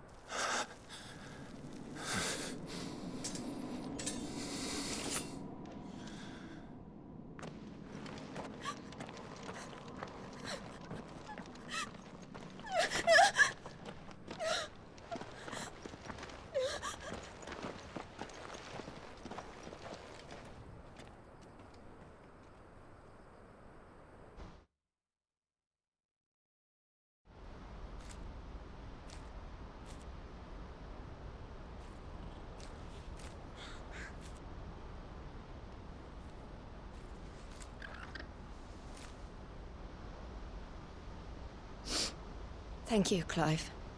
I think I'll be all right now. That was true bravery he showed.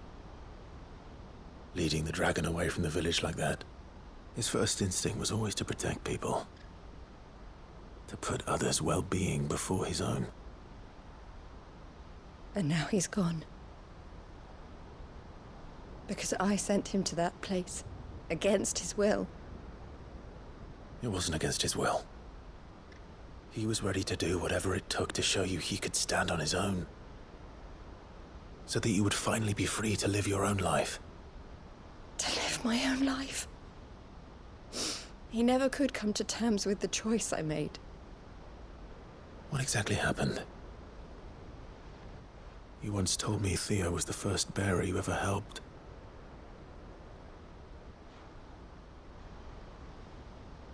We grew up in Canva. We were born to one of the great trading houses. And I was chosen to inherit the family business. I had my father's head for figures, you see.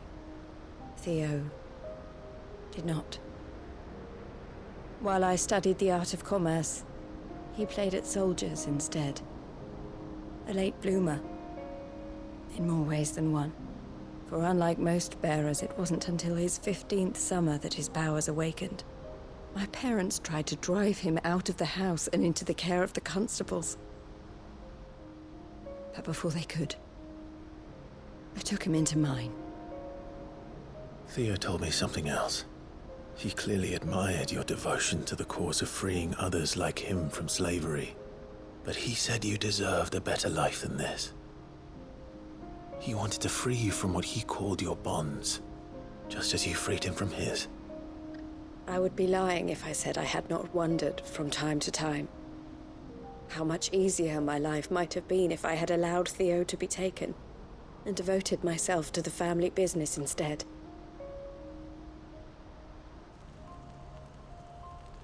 But I have never regretted the decision I made.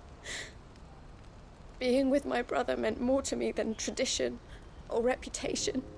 I only had to look at him to remind myself of that night and the choice I made and the fact that I would make the same choice again in a heartbeat.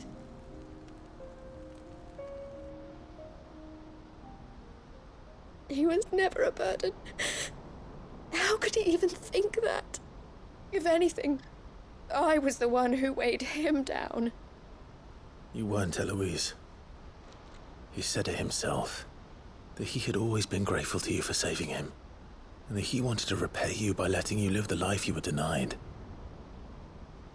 Neither you nor Theo weighed each other down. You loved one another. You did whatever was necessary to continue living your lives together, and you always would have. You're right. All I ever wanted, all I ever did, it was so we could be together. Oh, Theo, why did you have to...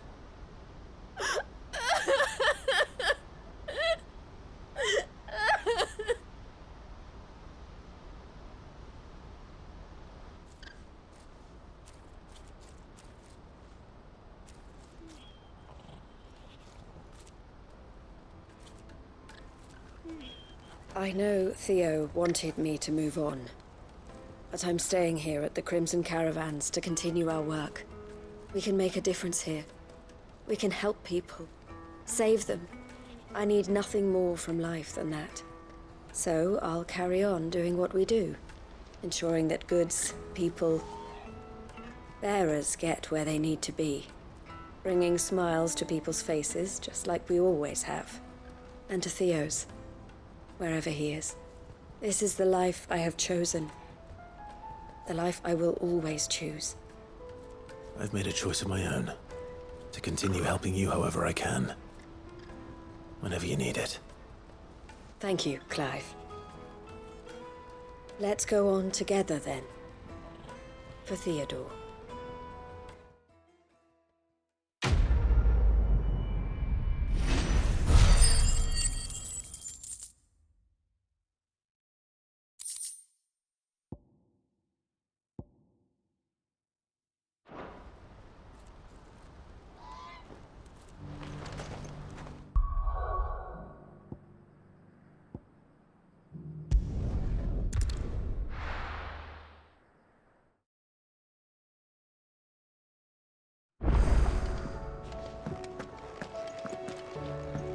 Come back.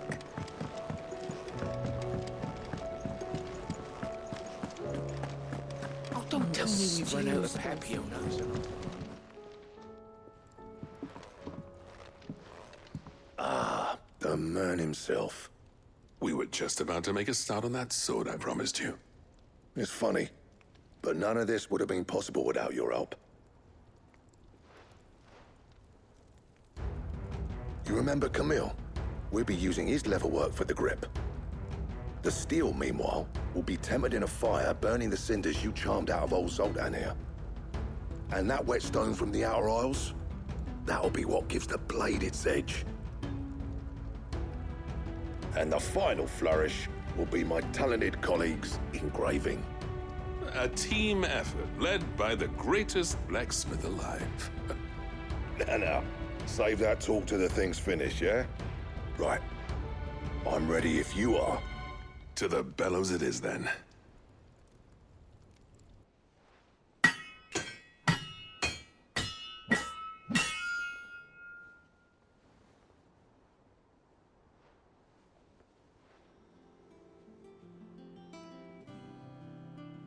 Well, bugger me. We actually did it.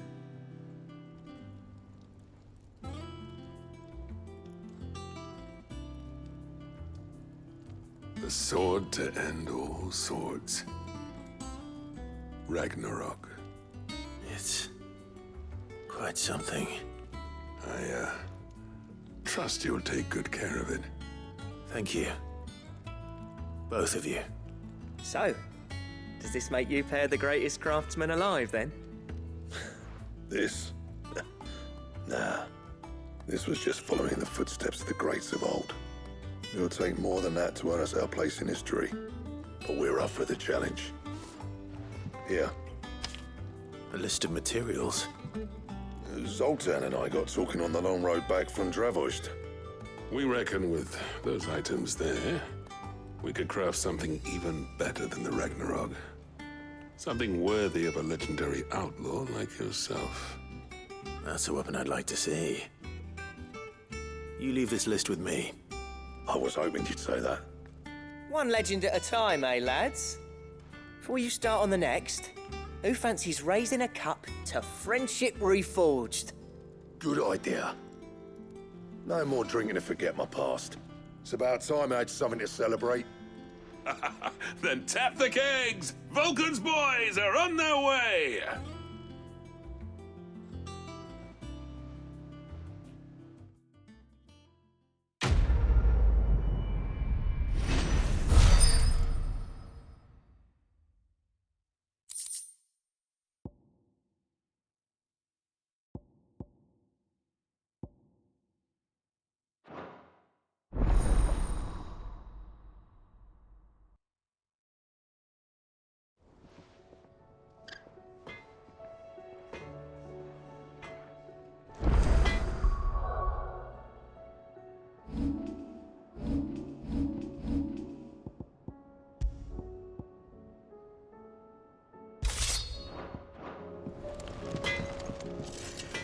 do I owe the honor? I never thought me and Zoltan would ever speak again, let alone work together. And if it hadn't been for you, we wouldn't. You've been a good friend to me, Clive. The best. What do you want?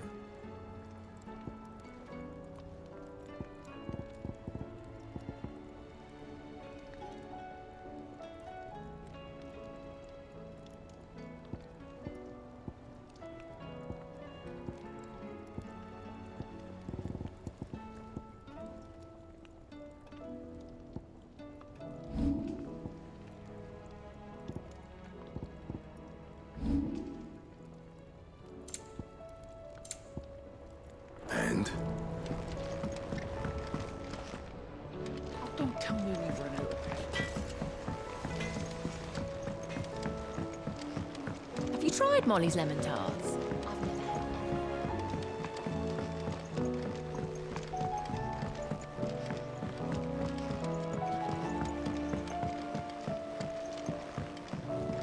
Canva lost. I'm sorry, but Miss, can we read Miss Editor's story for our lesson today?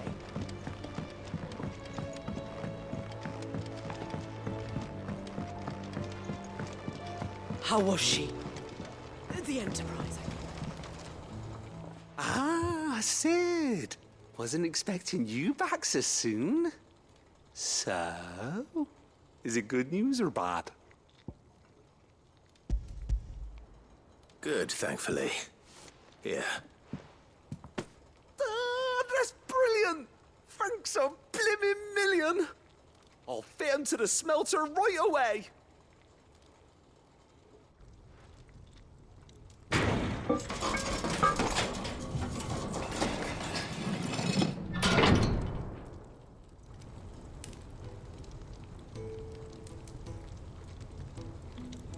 May I present to you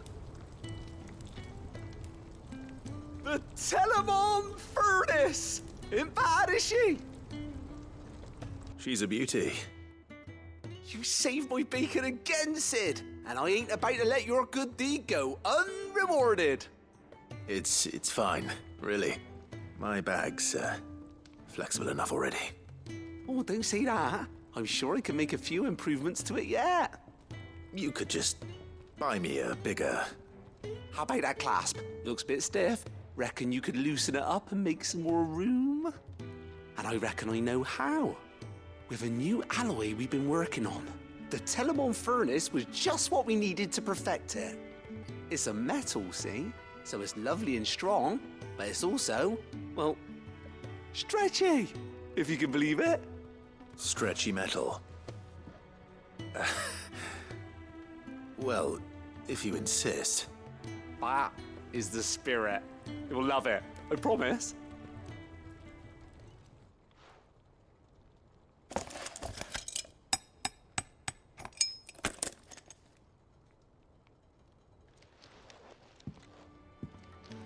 So, what do you reckon? It's actually quite ingenious. Thank you, Owain. Shh, don't mention it. You earned it. And I wanted to get some practice in using that metal anyway. Reckon we'll have all kinds of uses for it around the hideaway. Can't think of any right now, but that's our job, innit? Dreaming up new ways to make life easier around here. Maybe even out there, too. One day, the whole world's gonna know about the inventions you've helped us put together. That bag of yours will be the first of many. You mark my words. They'll hardly believe their eyes, I'm sure.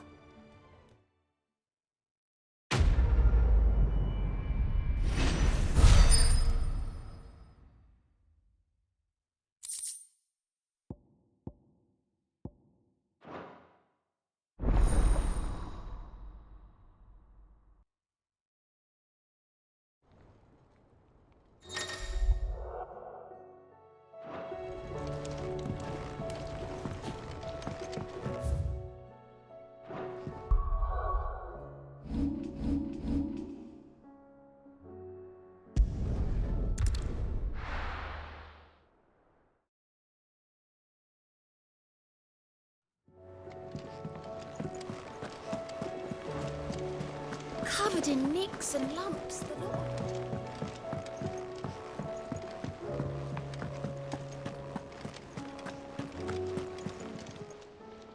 Oh, I wasn't expecting you back, son. All yours. All done?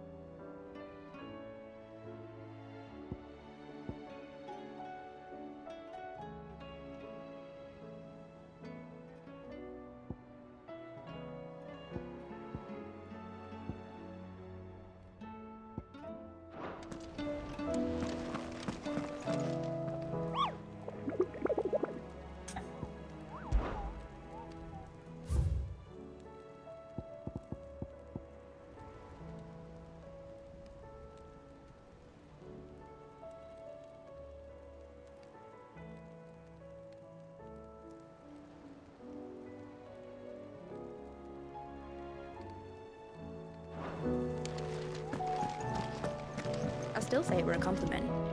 Say it all you like. Ah, Clive. I was wondering when you'd arrive. Please tell me you've come to take our young prodigy here off my hands. I'm not here for Mid. I need information on Ash. Then why not ask Molly if you can look in one of her ovens? Go on. As soon as the Enterprise is ready, we'll be setting out for Drake's Spine. And we're going to need a safe place to land. Preferably one that won't see my ship blown to shit and splinters. If it were that easy, do you think Waloed would have resisted invasion for so long? Very little is known of Ash, and the information we do have is spotty and outdated. We have the good King Barnabas to thank for that. Waloed's borders have been closed to outsiders since the day he seized the throne. If there is anywhere safe to land, you won't find it on my map. Then tell us what we will find. I'm sure you know better than we do. But no splinters! All right, if it will get you out of my hair. But interrupt me, and it's over. Understood?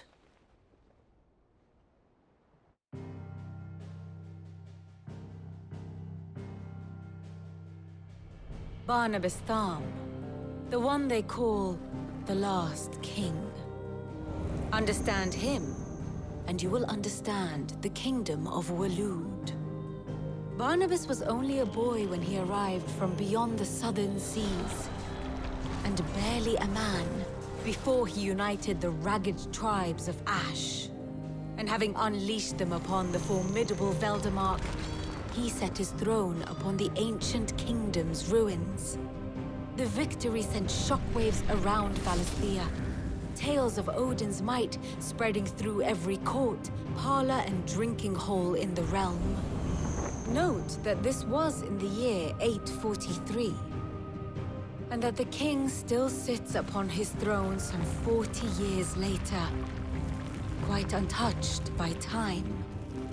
Waloed's recent inaction left many wondering if Odin had lost his appetite for war. And yet here we are. The Einherjar was committed to the fray, a bold declaration of intent.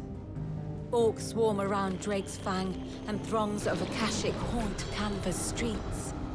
Though how precisely the havoc they wreak serves Waloed remains unclear.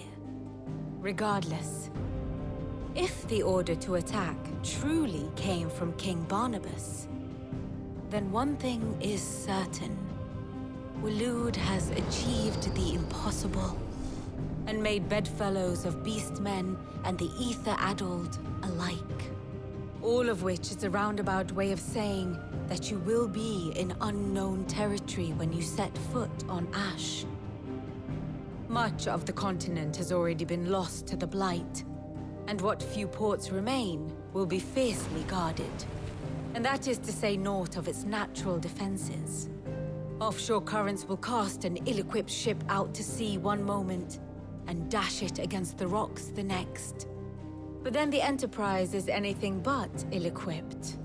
And Mid has made land there before. Now, if only there were someone with an intimate knowledge of the Shadow Coast, and where a daring gentleman might put ashore.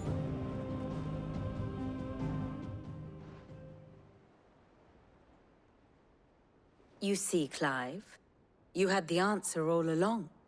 Do you think you can get us back to that beach, Mid? Picked you up from it, didn't I? Not that it were easy. The currents were a right bastard. But then, if it wasn't hard, it wouldn't be worth doing, would it? Well said. Thank you, Lady Vivian. If a few morsels of common knowledge and a sprinkling of tavern talk are worthy of your thanks, I wonder what genuine intelligence might earn me. Probably more visits. Mid, I need everyone in the ale hall now. I'll fetch Joshua from the shelves. Aye, aye, Captain.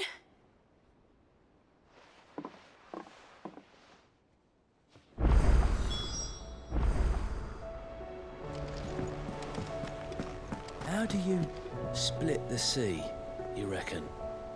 I reckon we're better off not knowing.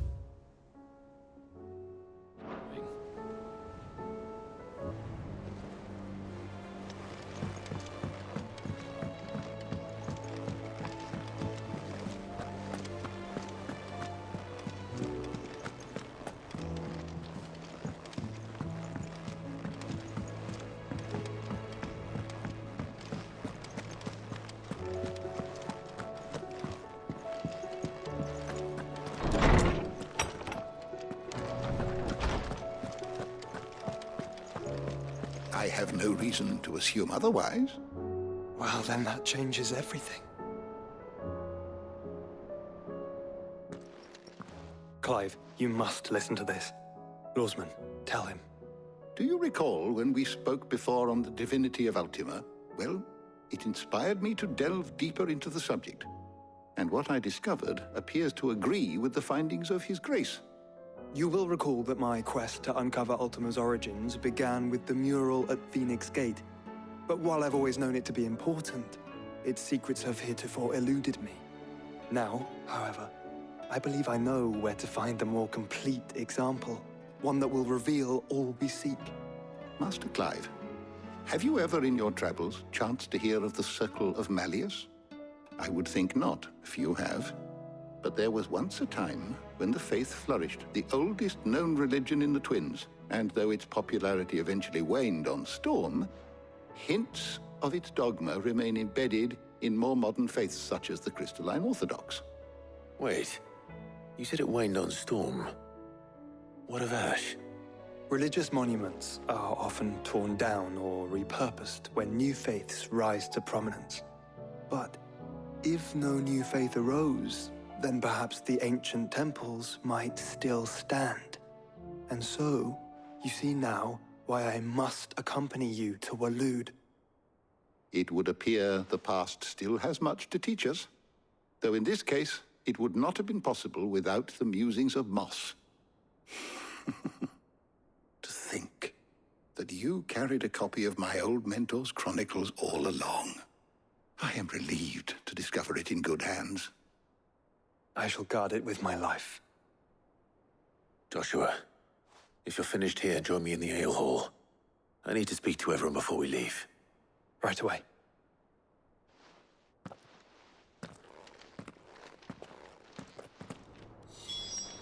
Mid said I could ride the Enterprise next. No, she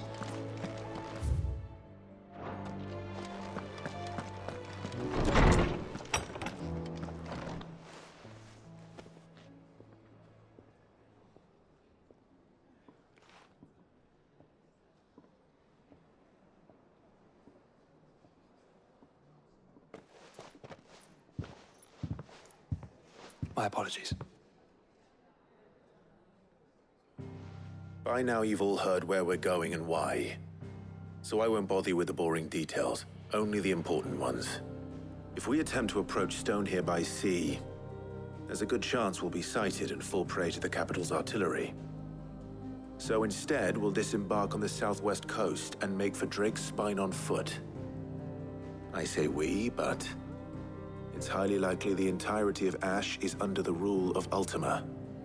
A large party would only attract unwanted attention, as well as slow our march and require supplies which may be difficult to obtain. Only Joshua and I will be going. And a scout. Preferably a good one. Gav, do you know of any? You bet your ass I do. Might still borrow some of Lady Vivian's maps, though. Just in case, like. Once you've dropped us off at the Shadow Coast, you need to retreat into neutral waters, fly merchant colors, and stay inconspicuous.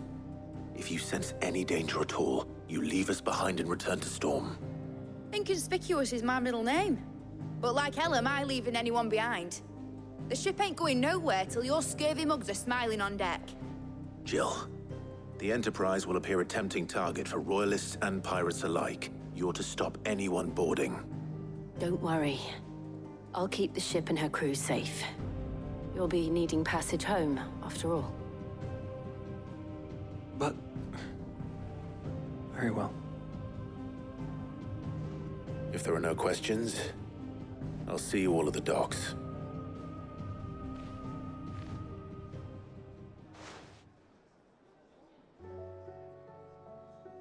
Let me know when you're leaving. I want a word before you go. Of course.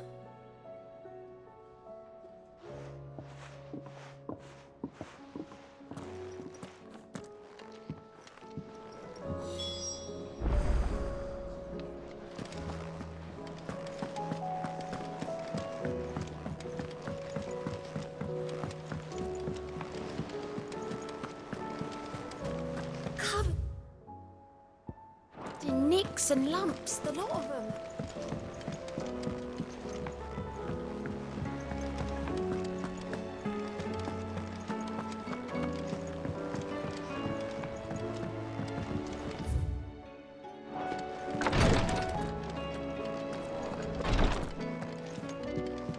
Please, Your Grace. My Lord Marquis.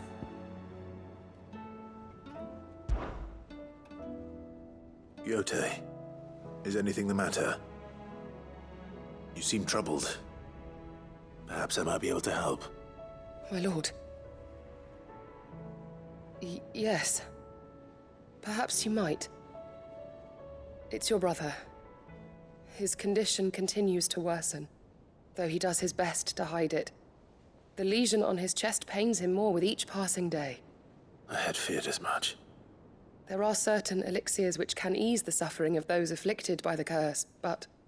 But His Grace's case is severe. The drafts I have been able to prepare for him thus far have ceased to have any real effect. So I consulted with Talia and certain of my comrades among the Undying about the possibility of finding something stronger. And thankfully, a recipe was found. The only problem being that the critical ingredient is exceptionally hard to come by, and our supplies are almost exhausted. Unless we can secure more soon, your brother's anguish will likely become unbearable. My lord, I know that I have no right to make demands of you. But would you help? For Joshua's sake. For Joshua? Anything. Thank you, my lord. So, what is this critical ingredient? A rare herb by the name of Stonehyrr. It grows only where the ether is densest. The vigor it stores in its stems helps to counteract the curse. We discovered a patch near the aqueduct in Rosaria. But alas, yet more ether has erupted from the earth there recently, leaving the whole area flooded. The search continues for a new source. One that we might reach without being turned. So it's only that you can't reach it? The Stonehyrr itself is unharmed by the flood? Well, yes, but... Then I shall go in your stead. But, my lord... You've yet to find another source, correct? So for now, the aqueduct is our best hope. Besides, I'm a dominant. The ether can't hurt me. Well, if you're sure, my lord. Stonehyrr is easily identified by its blood-red blooms. Search around the aqueduct, and you're sure to find some soon enough. I shall remain here and prepare the other ingredients.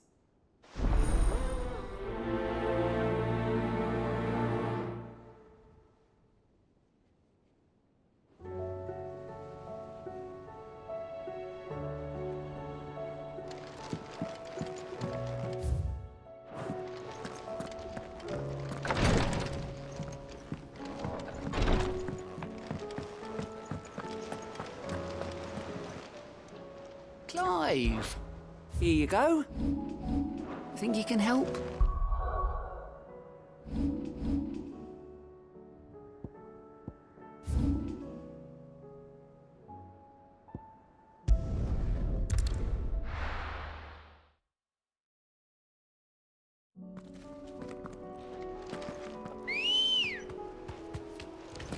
Come on.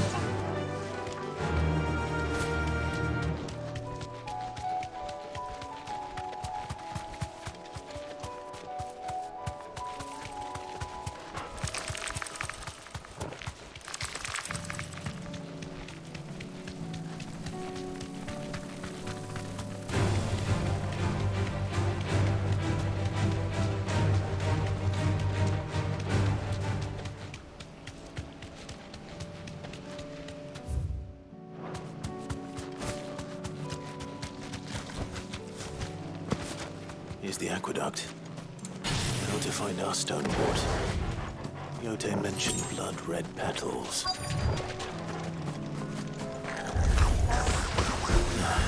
Just my luck. Well, I won't be leaking anything till they're gone. There's only one thing for it.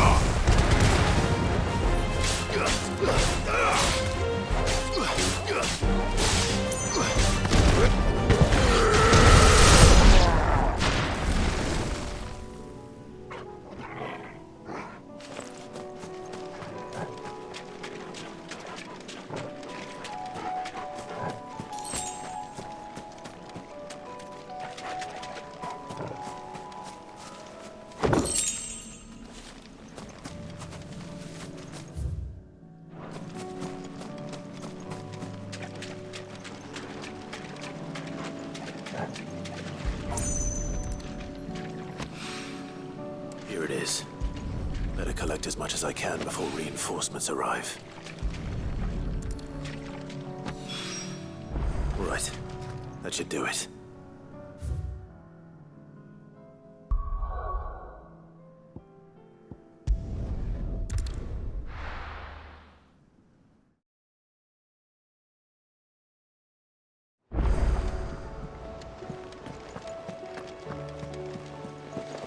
Covered in nicks and lumps.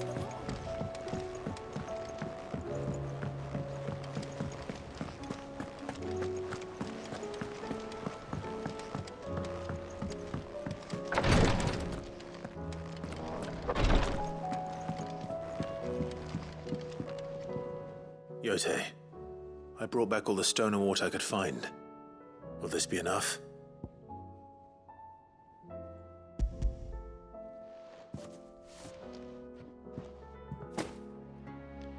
Yes, my lord. Thank you. I'm sure it will serve us until we can find another source. I'm very glad to hear it. You and His Grace are very much alike, you know. You think only of how you might help others, and never of the danger to yourselves. No more than you have minding my brother. You've risked a lot for him, and I thank you for it. I am honored that you should say so. But I beg you, my lord, do not give too much of yourself for the sake of others. We could not afford to lose you, I'll keep that in mind.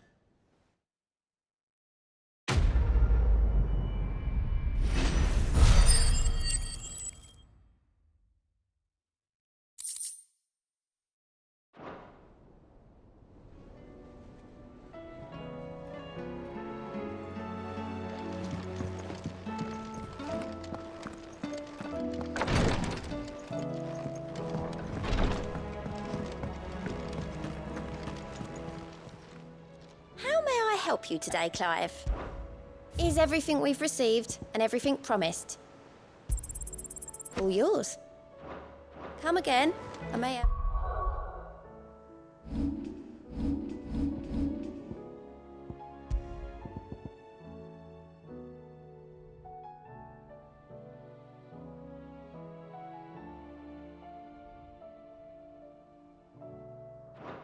More for ya. Is something wrong? Not at all. Honestly. Can't a man wish his friend farewell? Just wanted to let you know that I'll keep things in order while you're off saving the world. I'll hold you to that.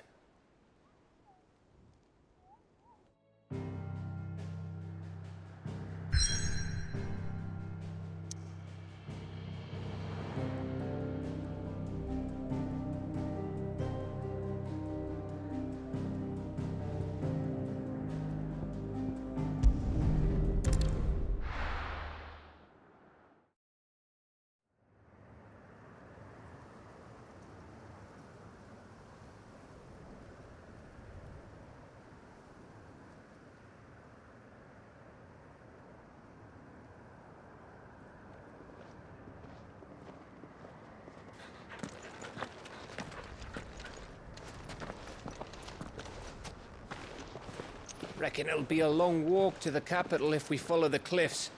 I'll scout ahead, see if I can't find us an inland route.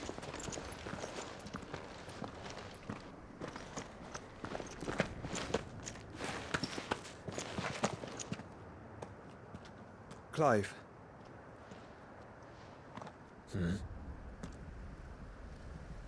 There's something I've been meaning to ask. You took her icon, didn't you?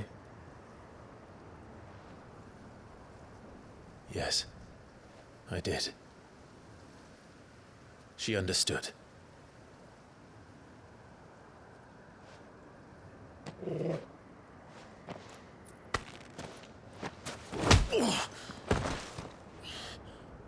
Oh, she understood. Understood that you decided to save the world all on your own, and that you'd die without her power. How dare you make her choose? You knew damn well she'd never refuse you. But I will. You can't keep pushing us away, Clive. The world is ours to save, not yours.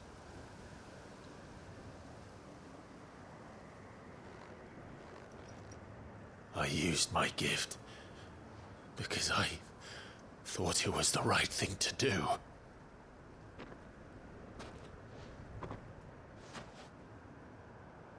And you truly believe this will save you? Will save us all? I do.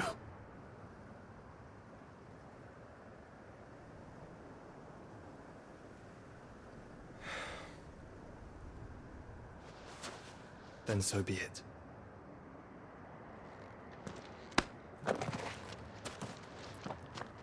Just don't forget, you're not alone.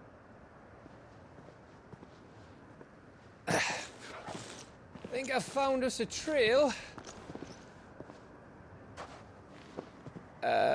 Did I miss something?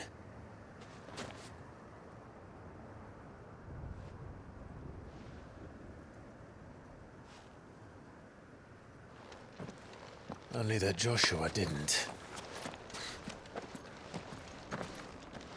I don't get it.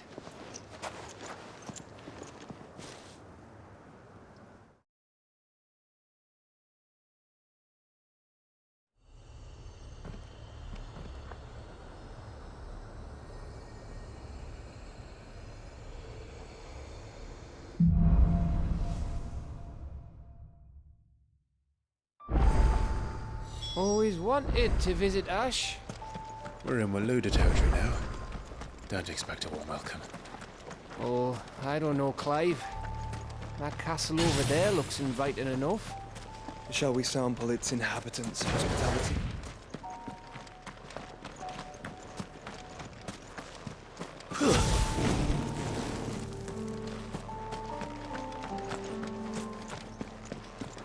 Remember what I said about warm welcomes, Gav?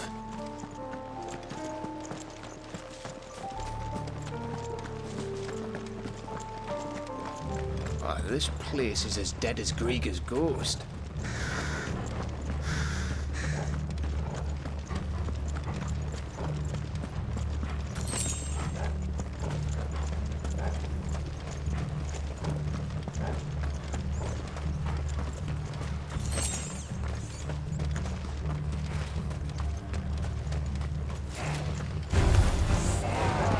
Smelled something.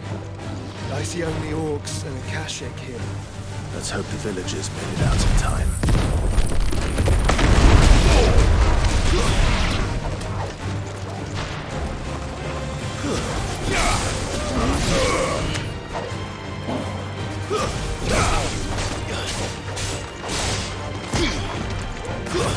Stay down!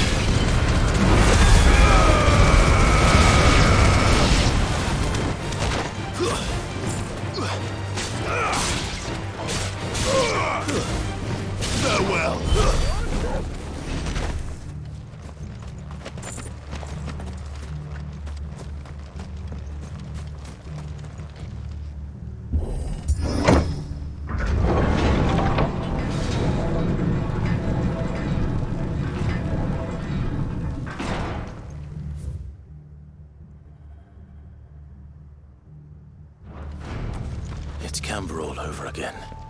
Where the hell are the royalists?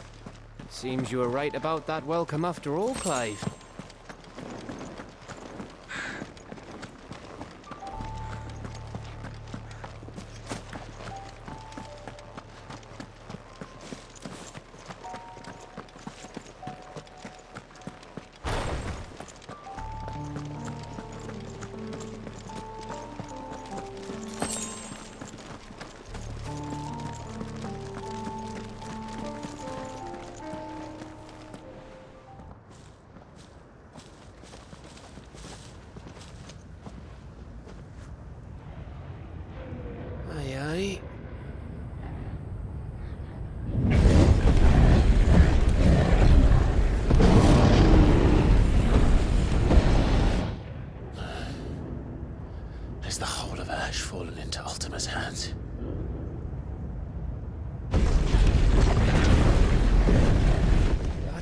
peace delegation. We should send a warning to the others. No. My uncle will have an eye on the coast. I trust he'll find a way to entertain any uninvited guests. Our mark is Drake's Spine, and there's a lot of road between us and it. We press on to Stonehyrr. Aye, you never know. It might not be a nest of slabbering monsters.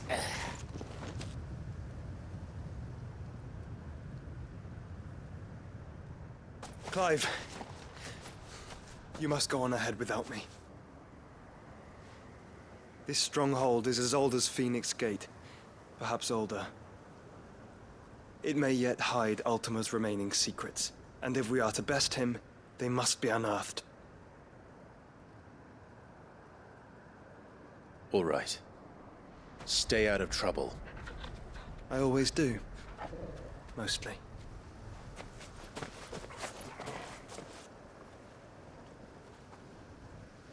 You sure about this?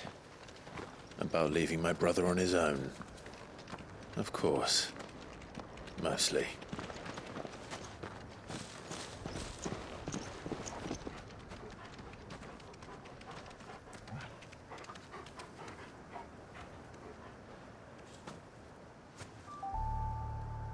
Lady Vivian's map is so old it's hard to tell which way is up.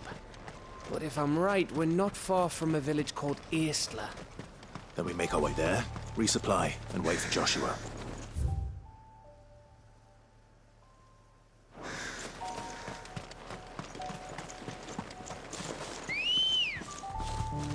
Good girl.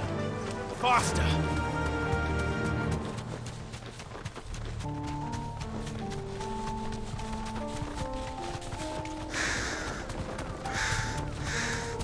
This place reeks like a morble's arsehole. Though I'm guessing it's not the smell that'll kill us.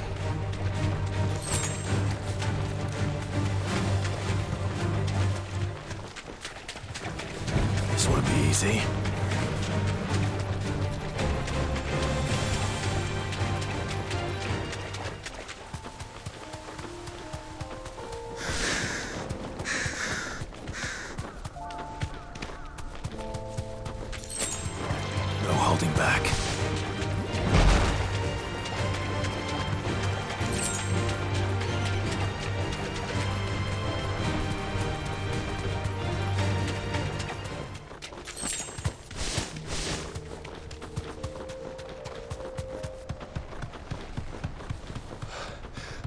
Bahamut's breath. Don't look down, Torgal.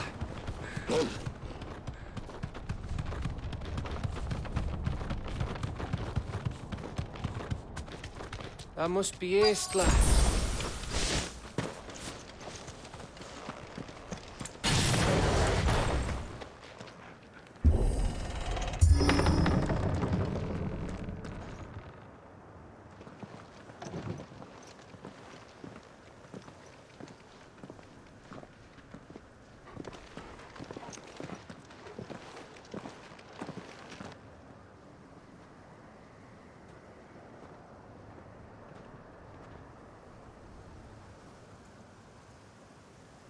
What do you think, Clive?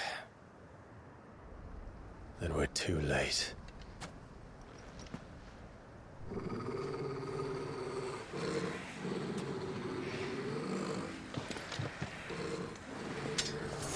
Damn it.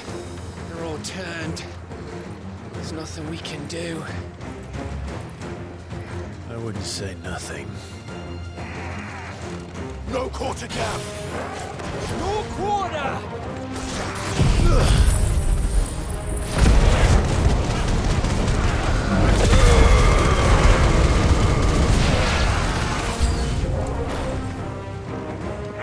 think all the villages in Ash are like this? A question for later, Gav.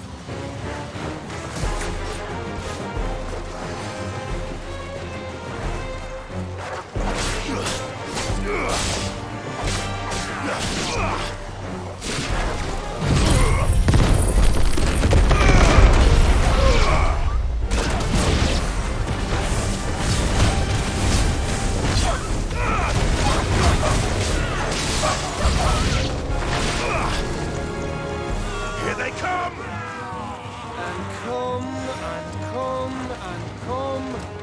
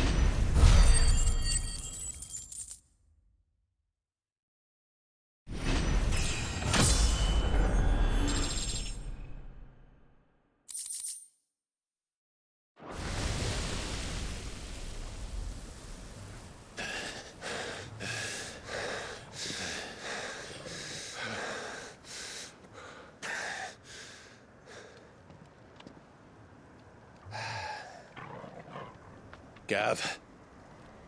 Gav! Don't tell me there's more of the bastards. Oh, fuck.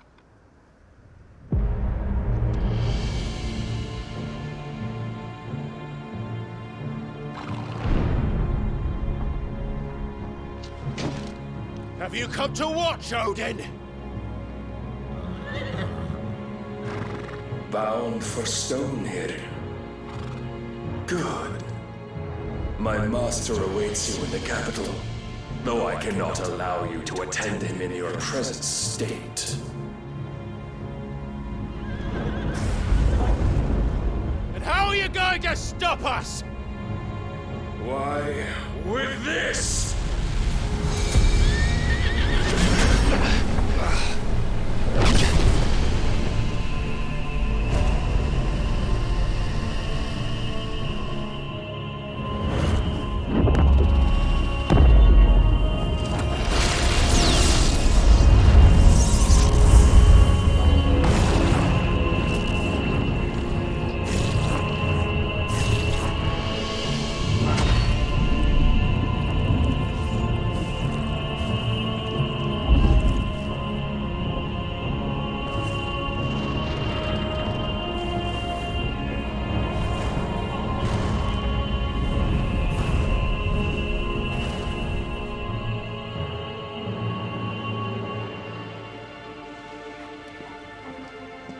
What did you do?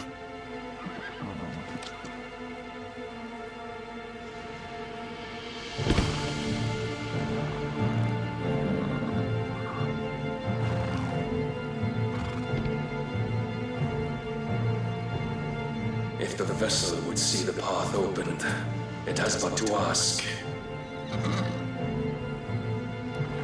I shall see that my master's prize is made presentable.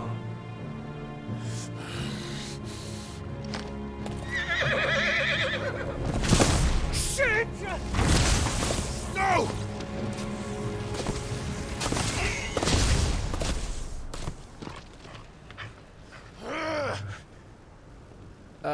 Clive, would you mind telling me what the fuck just happened?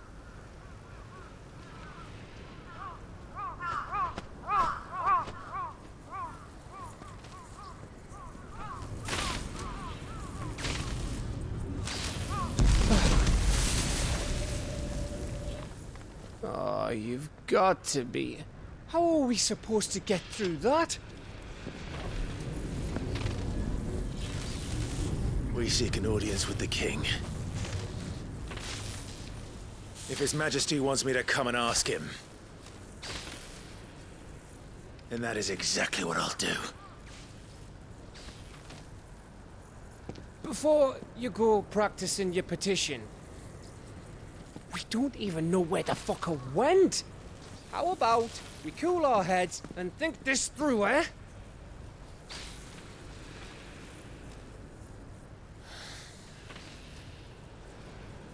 All right. Maybe there's something here we can use.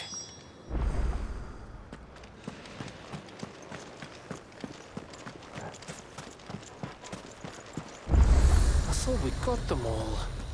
So did I.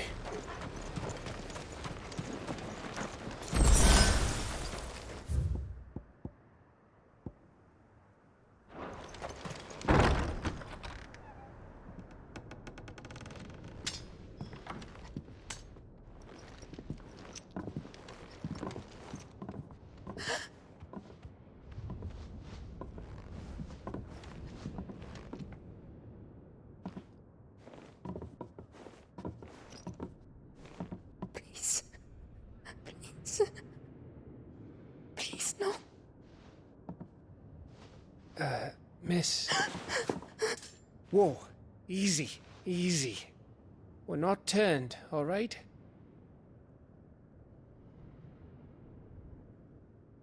Who?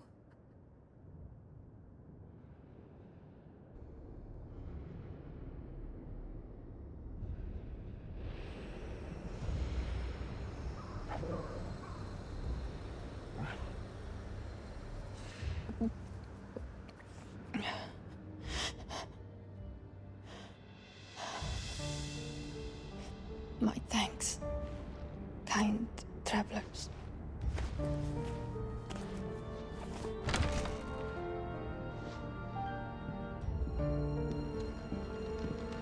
Edda, forgive me for asking, but what went on here?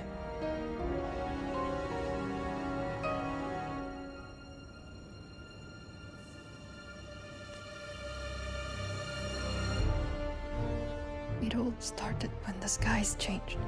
The elders said it was the Arcade. One by one, people went mad. Minds taken by the ether. Till only I remained. By then, I was too far along to run. And then the nights came. And I didn't know what to do.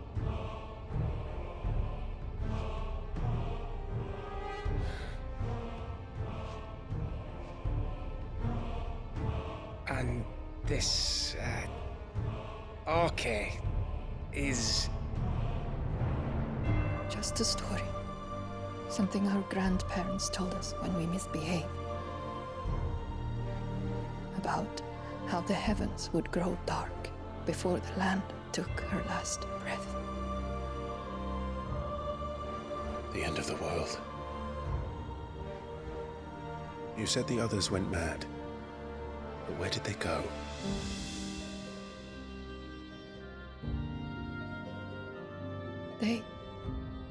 They all left. Drawn east to the tower, to Reverie. The elders, the healer, the blacksmith, my husband.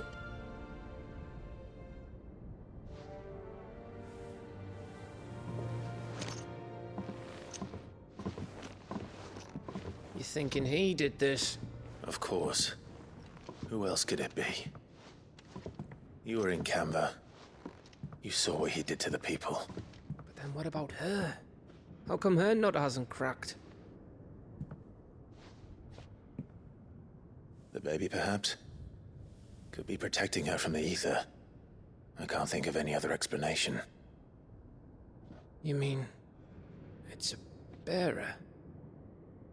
It won't matter what it is once Ultima's magic takes hold. Time's running out.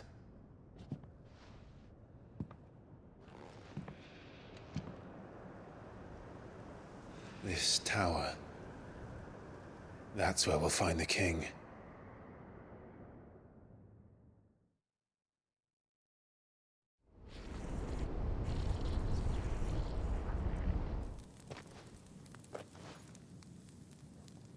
I knew it. It's the same as Phoenix Gate.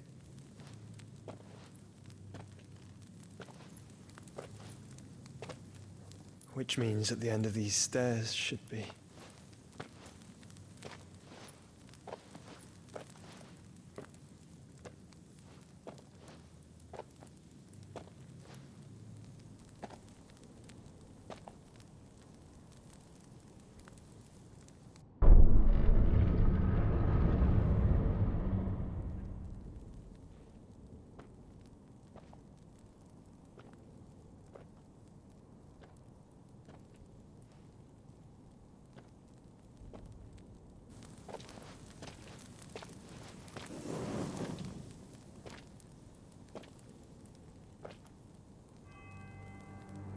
The mural is complete.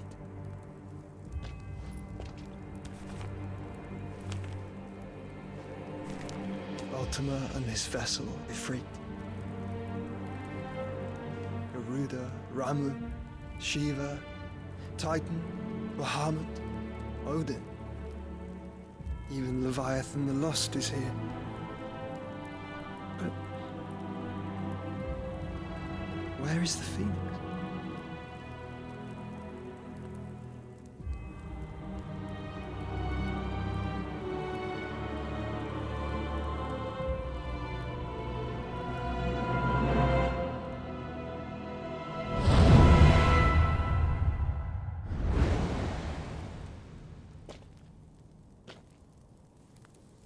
By the Founder.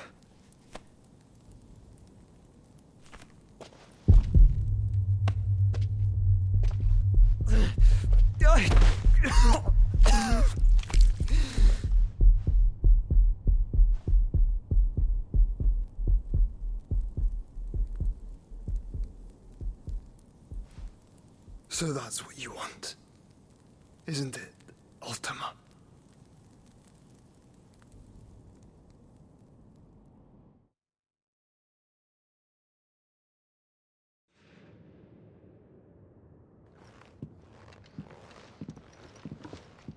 So that's how it's gonna be then? I'm not asking, Gav. I need you to stay with Edda. What? I must do this alone. If I don't return, you're to find Joshua and make for the Enterprise. Understood? Aye.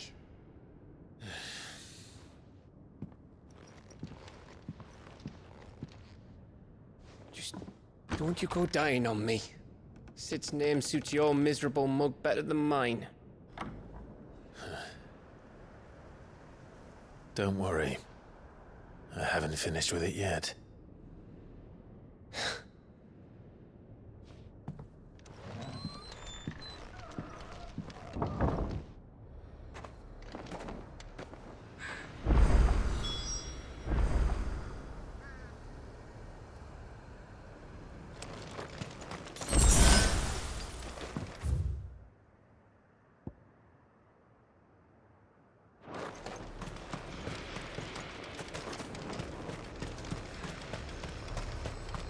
If Barnabas is controlling the Akashic, then wherever he goes, they'll follow. And so will I.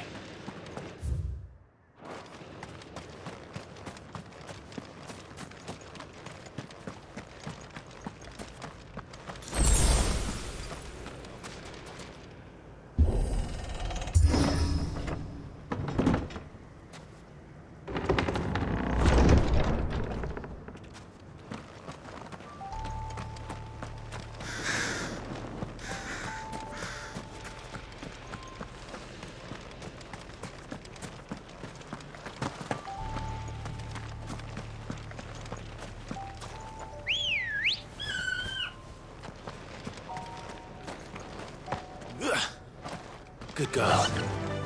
Run like the wind.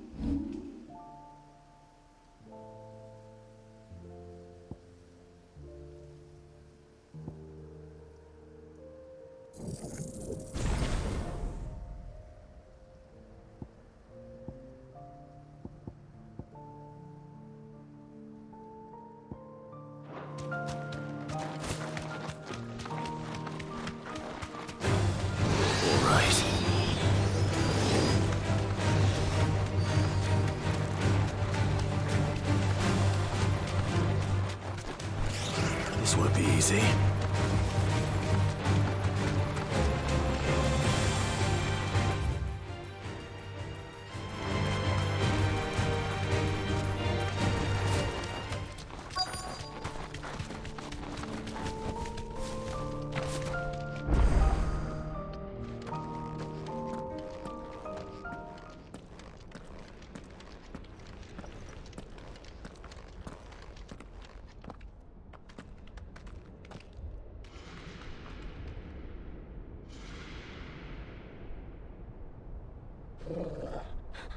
This is it, boy.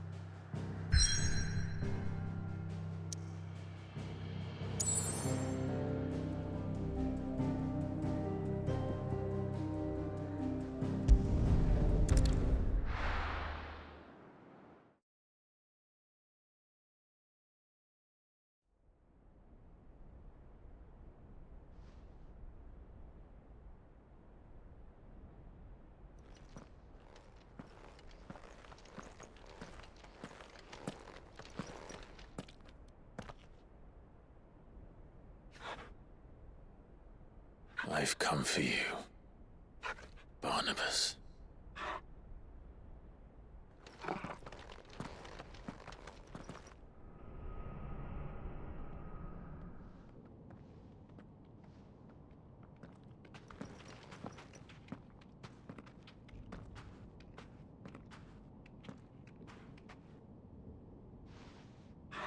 Stay close, Torgal.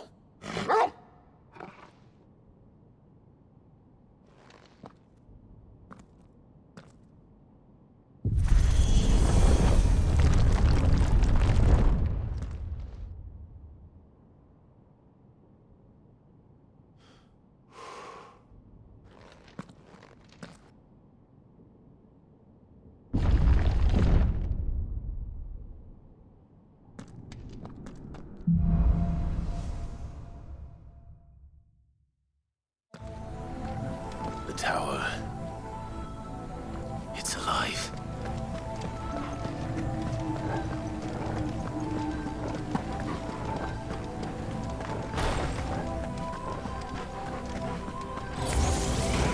More echoes of the fallen. They seem to feed on ether.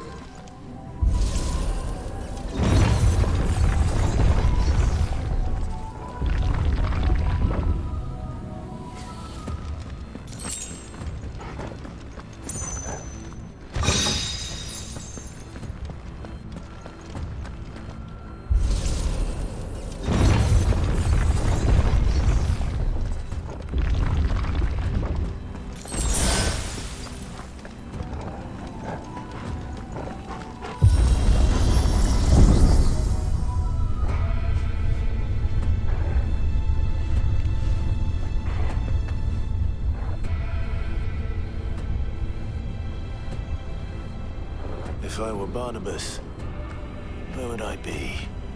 The top. So I could look down on the world.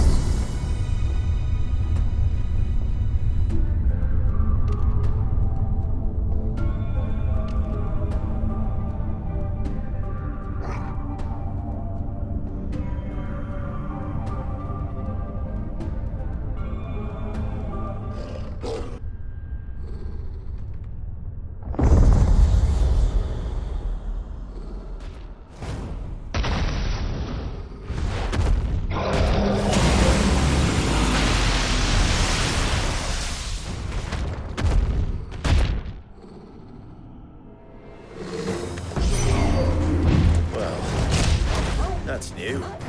Though I expected it before I called the rest.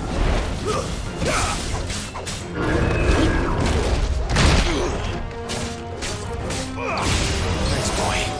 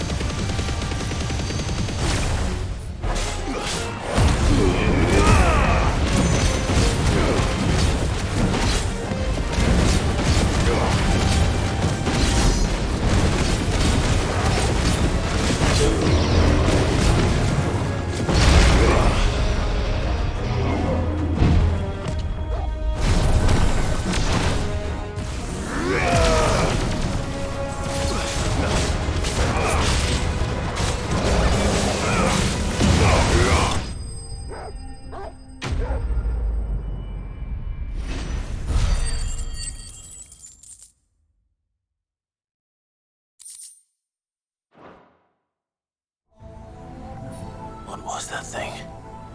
Hopefully there aren't any more.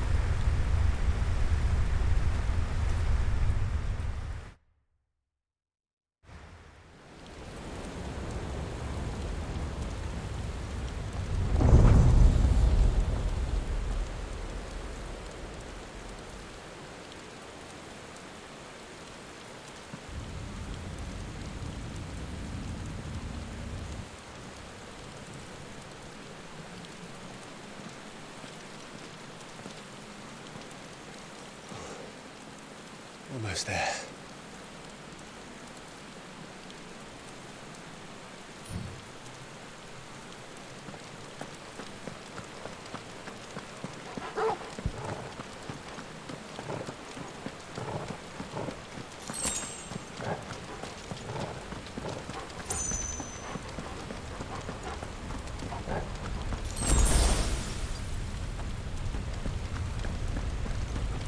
He's here. I can feel him.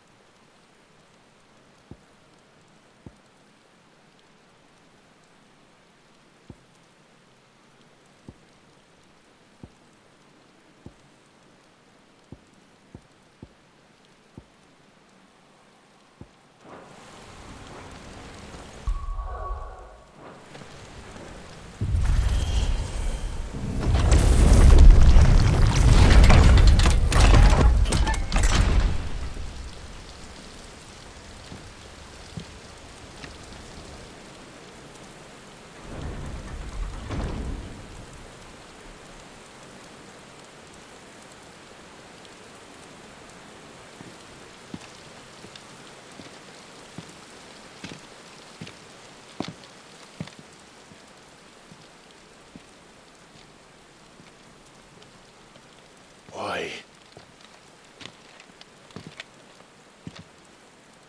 The blade must ever feed if her edge is to remain keen. Butcher. What care you for these worthless creatures? They are nothing.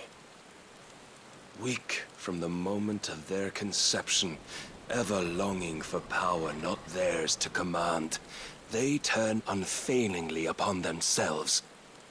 Like sheep, they roam in filthy flocks, eager to trample those few gifted a fleece of gold. Or that they might feel contentment with their pitiful existence. Prejudice and persecution, severance and strife, every earthly wrong springs from the malice in men's hearts. Malice born of the pain and suffering that is free will. Its corruption is gnawed at your being from the very moment of your birth. You're wrong. It is no corruption. It is who I am. Every choice I make, right or wrong, gives me reason to carry on. And carry on I shall. Not as a puppet, but as a man. Which are you? There was a time I too thought those the only choices. What? Long ago, God granted man the gift of magic. And with that gift did he build great civilizations. Yet over time, man lost sight of the gift's true meaning, stepping from the path of shared prosperity to one of avarice. He abandoned his creator for sword and flame, and through his folly, beckoned the blight. Yet, there were those few who refused to turn their eyes from the heavens, and they prayed to God that he might lead them back to righteousness. And the Lord, he did answer. Before the worthy shall the gates of paradise open. And so did I spread my arms to the ether, and cast my soul upon its gentle waters. I gave myself unto him.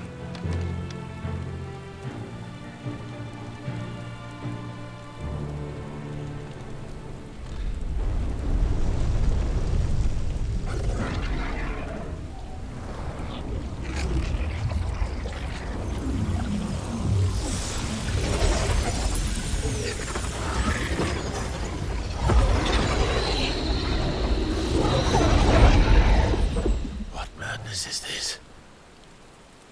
My worth proven, the Lord charged me thus. If your kind are to find salvation, they must be made to serve. You see, paradise lies but a single step away. Could we only take it? Could we only leave our transgressions behind? For none save the pure of heart and mind may set foot in the new world. I will save us. But it all begins and ends with you. You are the key, Mythos. And with this humble offering, shall I prove my faith once more. So you forsook your kingdom. You forsook yourself to serve. Tell me, how is that living?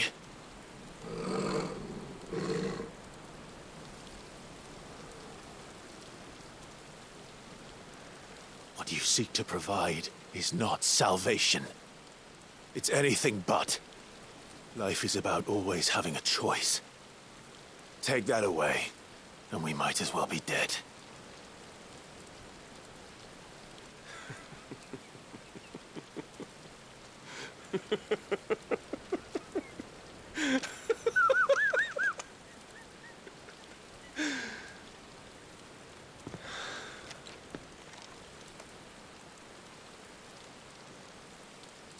Very well.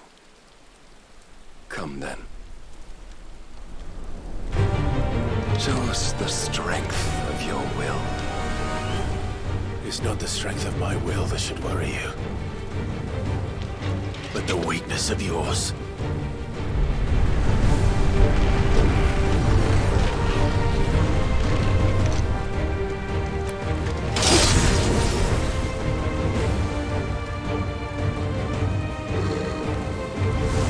If you think your will the stronger, prove it. By this day's end, you shall know the truth.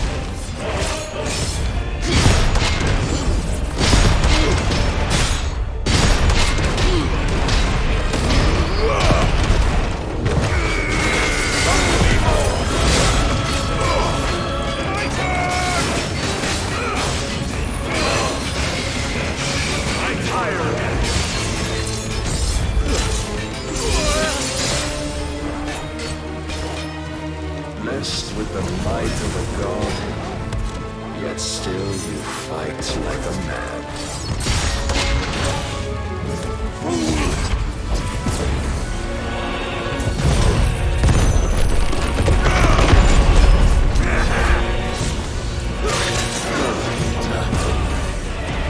Must I show you?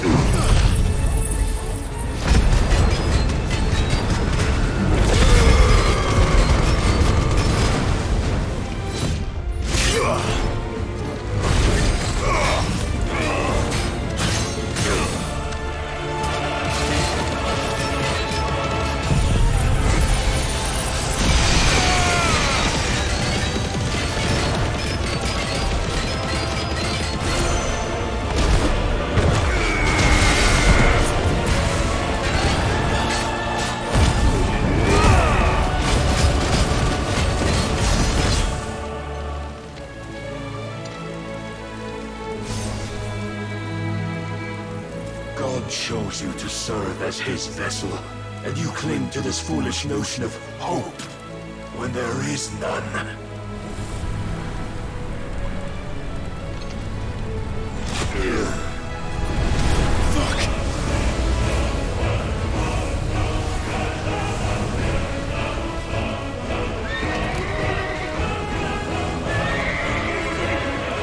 Desperate, are we?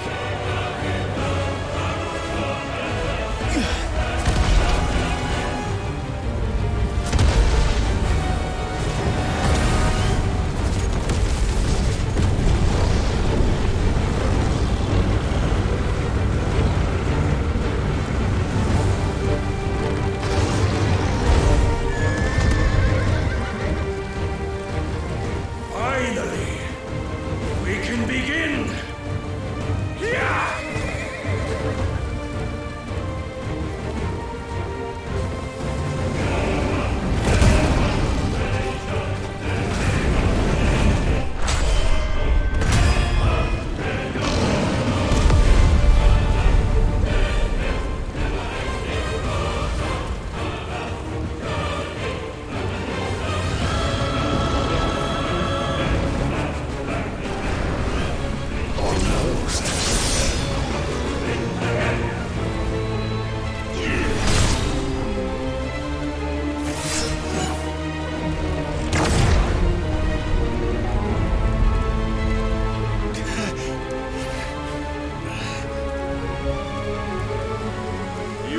Shown the path. Now you must follow it. Free yourself, Mythos. You will not defeat me otherwise. We'll see. Perhaps you still require persuasion.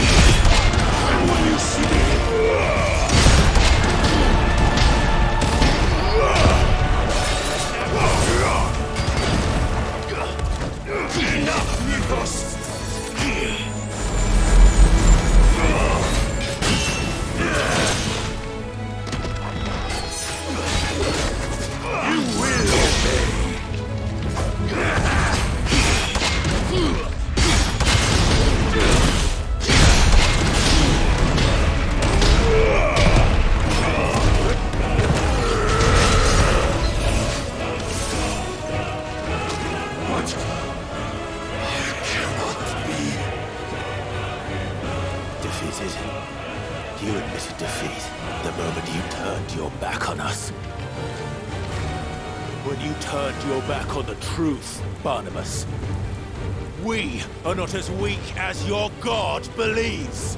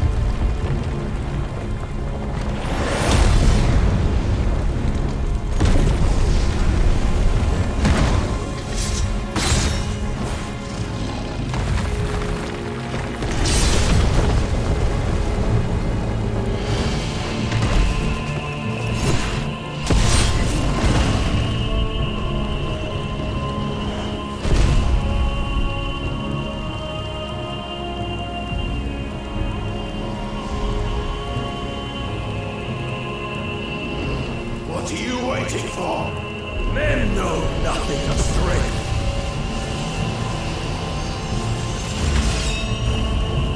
But you will.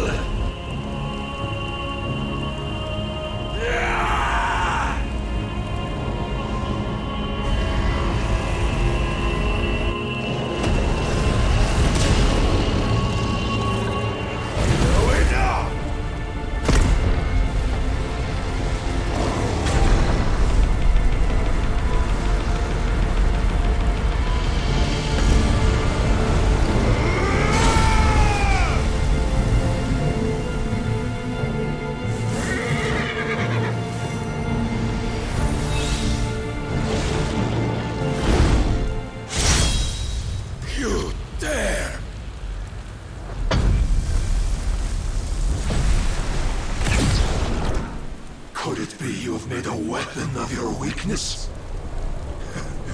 My apologies.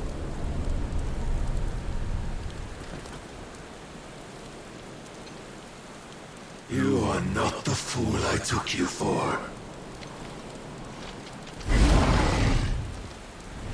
And so it ends. No!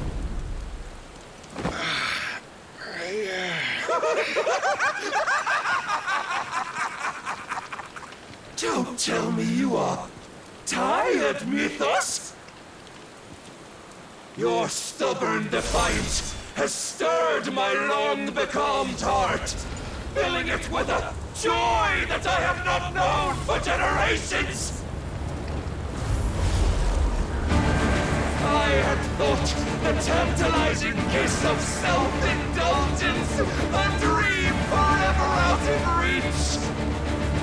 And now that its sweet ruin courses through my veins, I shall not be quick to relinquish it. Show me your work, Mythos, that I might revel in it!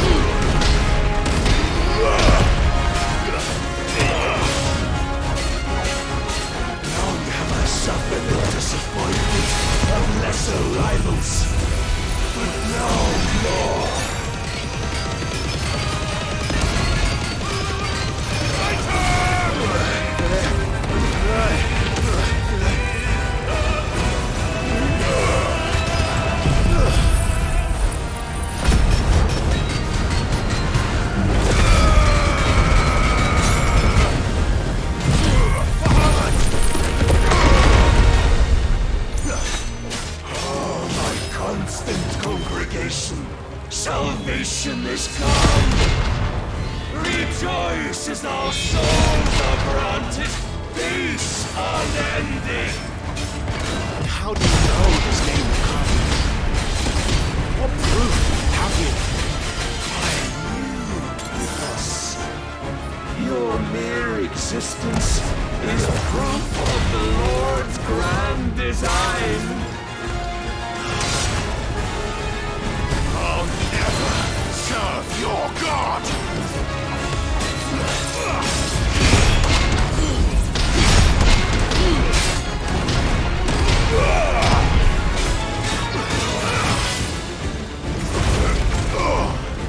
Then you will never know this power.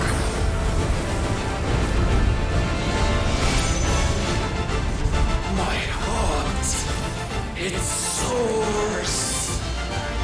As it did the day I won Ash.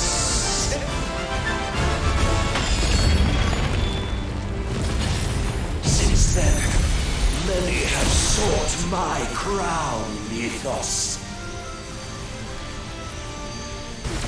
but none could wrest it from my head. Titan!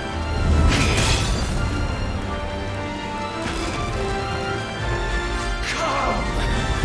Have you the strength? Have you the will?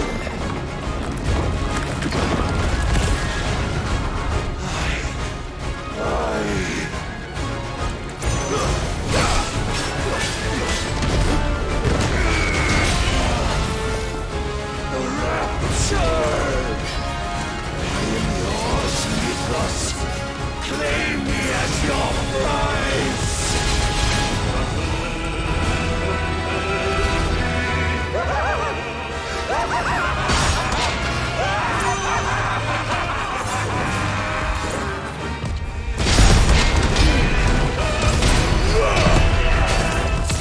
Too slow.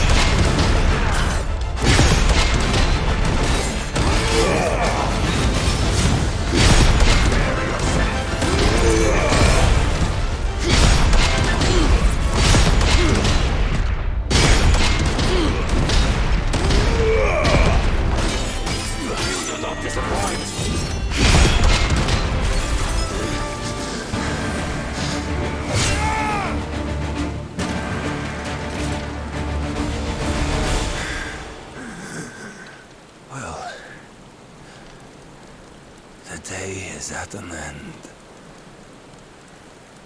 And we both know the truth. It is I who stand victorious. My will that prevailed. Your will? No. It was his. Clive Rossfield.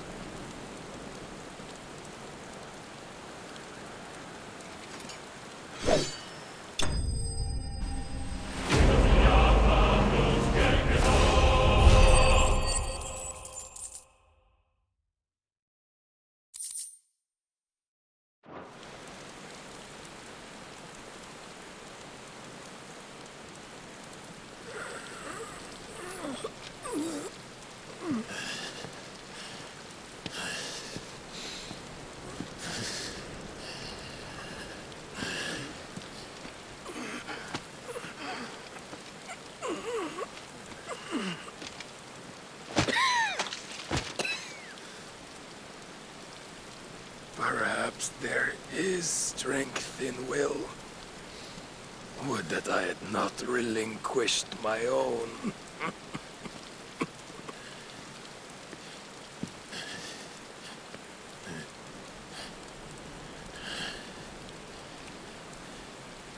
You relinquished nothing.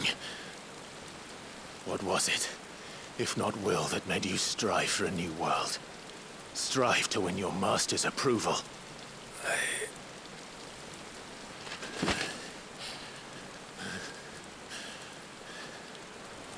You were shown a fantasy, and you chose to believe it.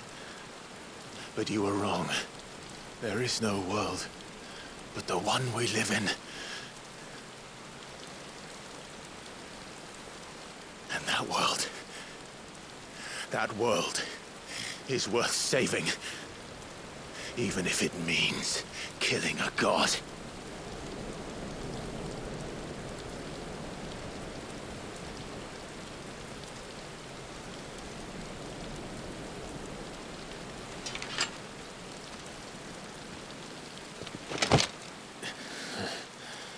Bold words.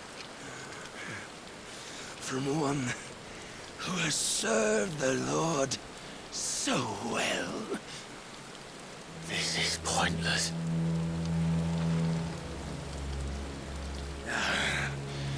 But I almost forgot. I promised that I would make you presentable. Did I not?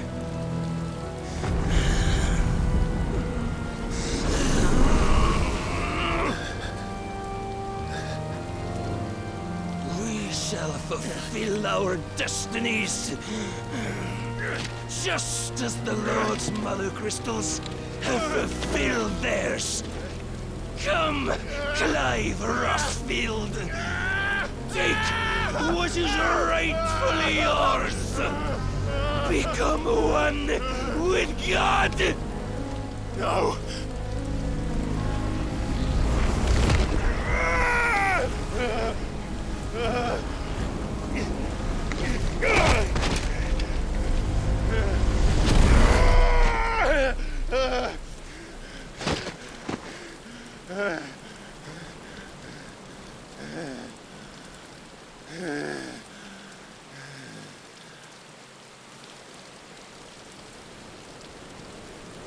At long last, salvation.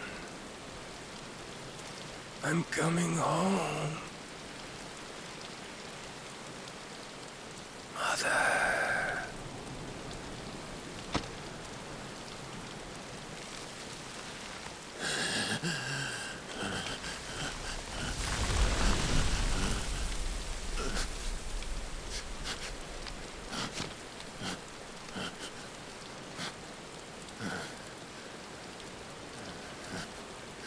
Tell me, how does it feel?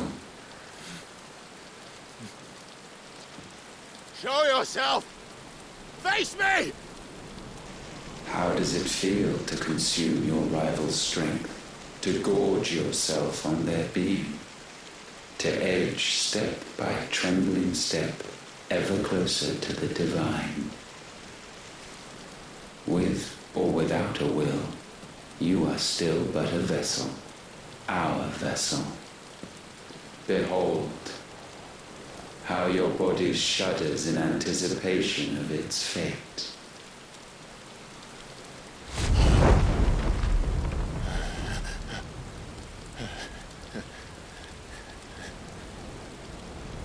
Oh, it's not yours yet.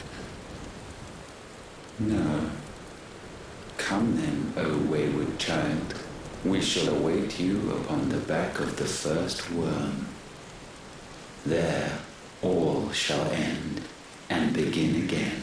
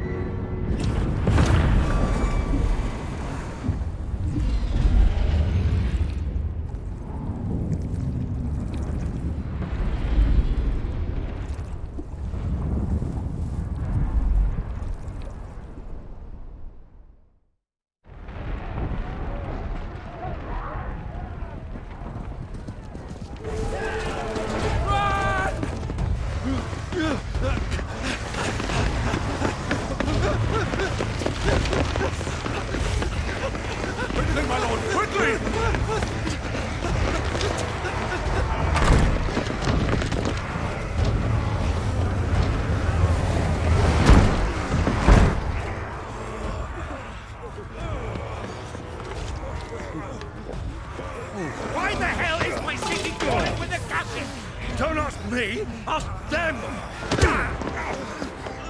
Since when was Eugen Hamel one to hide when there was a fight to be had? Since they stripped me of my rank and banished me from the battlefield. Now I'm stuck wiping the backsides of this lot while the city burns and my wife tails off with a man half my age! And then you turn up! What the hell are you doing here anyway?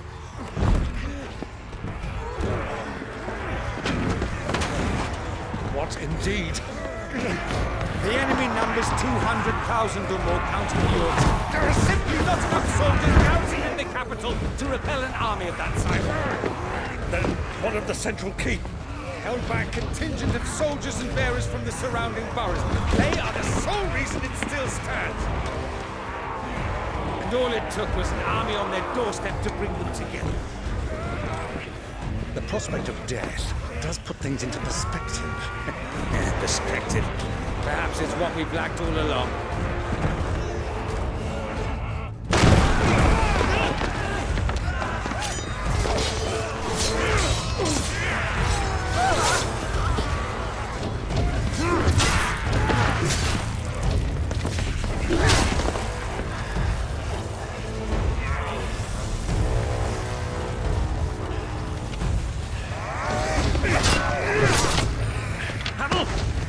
Lend me some of your best men, preferably all of them. My best men? Does it look like I'm able? I admit this might not be the most convenient time, but my nephew's in trouble, and I may have already promised him more help. Your nephew, the outlaw? My soldiers have better things to do than die for nothing. And you and he are of the same mind. I fights for the opposite! He fights for a world in which we shouldn't have to live and die for nothing! And he fights today to give us all a chance of a better tomorrow! Be that as it may, a handful of men cannot stand against a kingdom!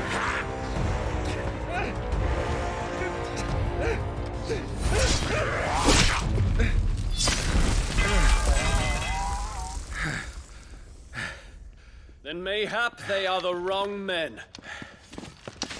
Well, I'll be damned. Our numbers are few, but I shall rally as many of my dragoons as I'm able.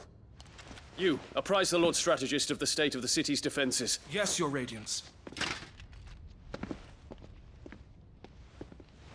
And you would fight alongside us? I owe the Phoenix a debt.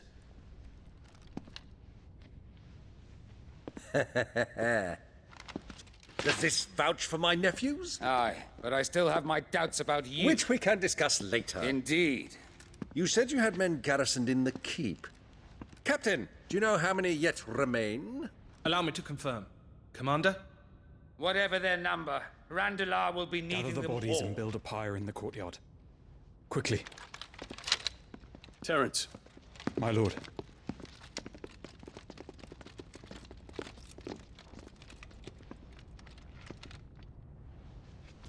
You will find a girl there. A girl? We are in the middle of a war. I owe her my life, and I always pay my debts. You are to see that she is provided for. Dion, I cannot leave. But you shall.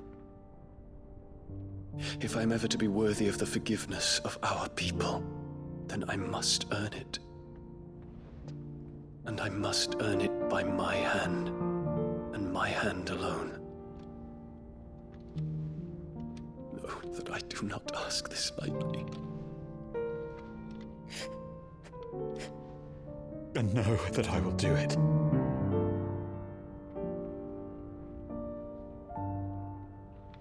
Farewell, Terence.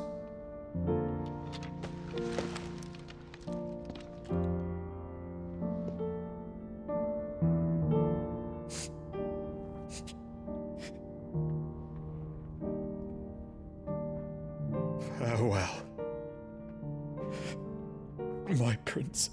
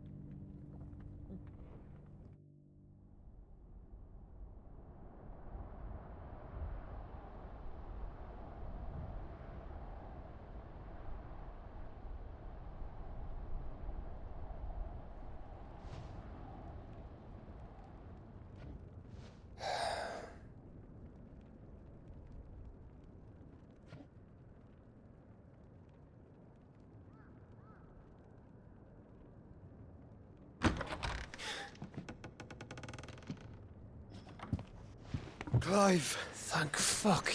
You alright? I am. But I'm a damn sight better for seeing you, Joshua. And Barnabas. The king is dead.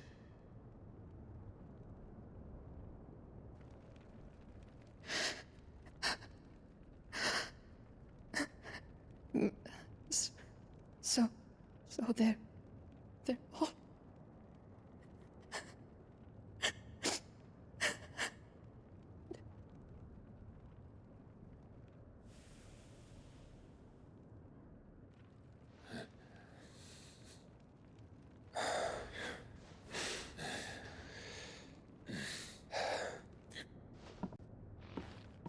They are, but so is their killer. He can't hurt anyone anymore. You're safe.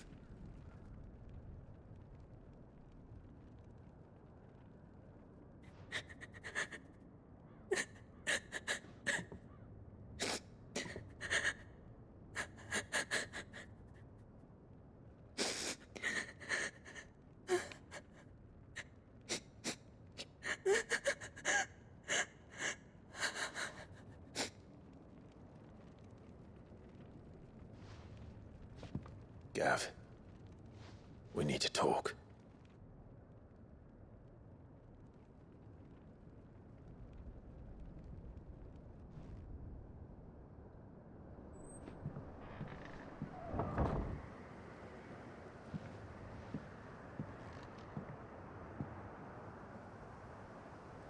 I'm sorry, Clive. You know I want nothing more than to go with you. I do. But I'm glad you're heading back to the Enterprise nonetheless. And not just for Edda's sake. Our people need to know what happened here. You can count on me. As can she, I hope. Thank you, my lords.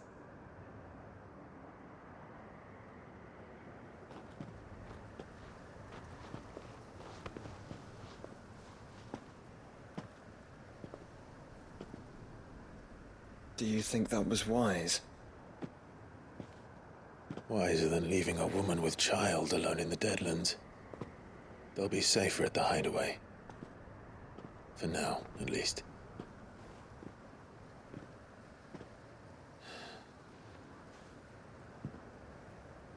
This land is overrun with Akashic.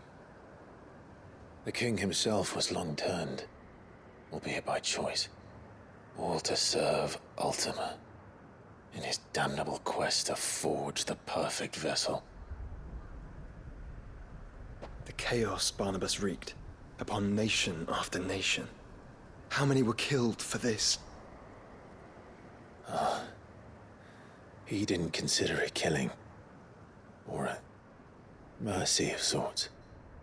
A way to end their suffering. He truly wanted to save mankind, and ultimately use that. As he uses us. But why us? What are we? What are we? We are dominance. That is our fate. But that doesn't mean we have to accept it, which is why we fight. For the right to deny it. Is that not so? It is. For our sins.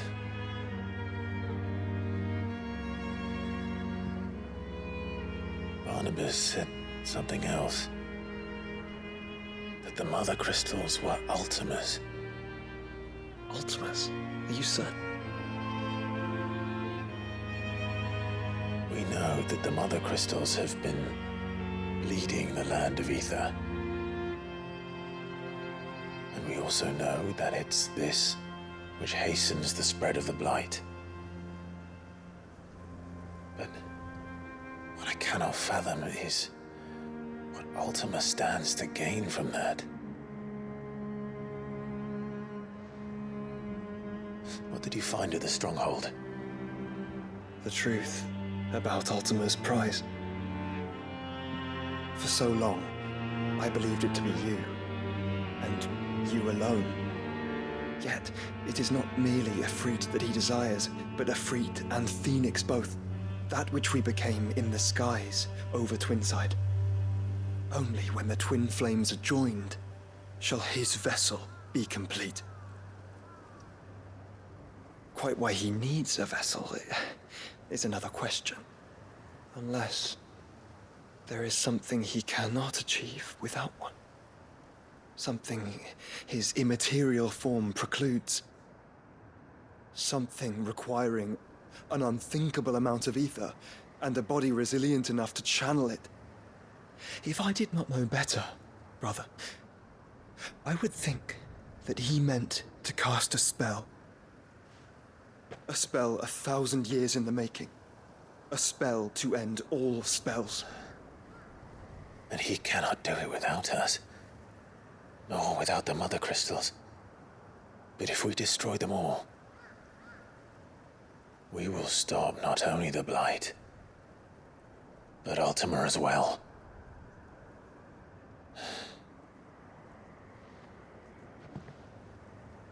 We stick to the plan then. Only this time, we face him together. Well, it's a long walk to Stonehyrr. Let's not keep Ultima waiting.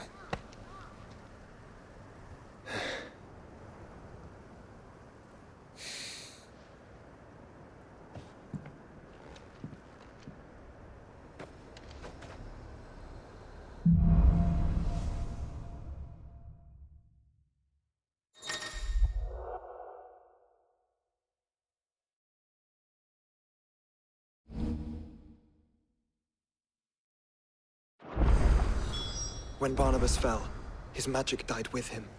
The road to Stonehyrr is barred to us no longer.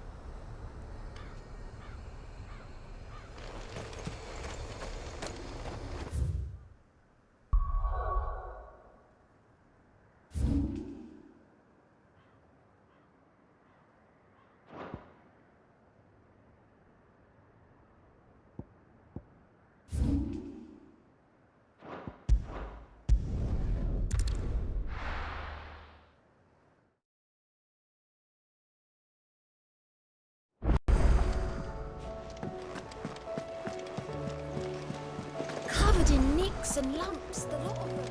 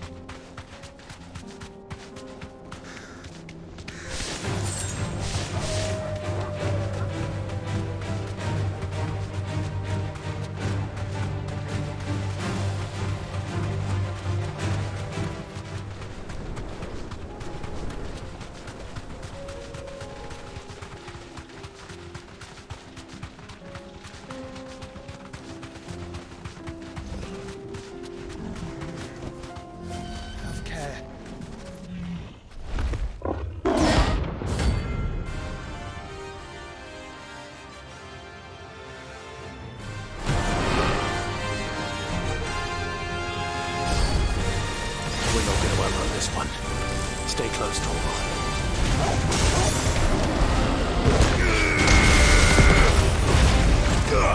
Titan!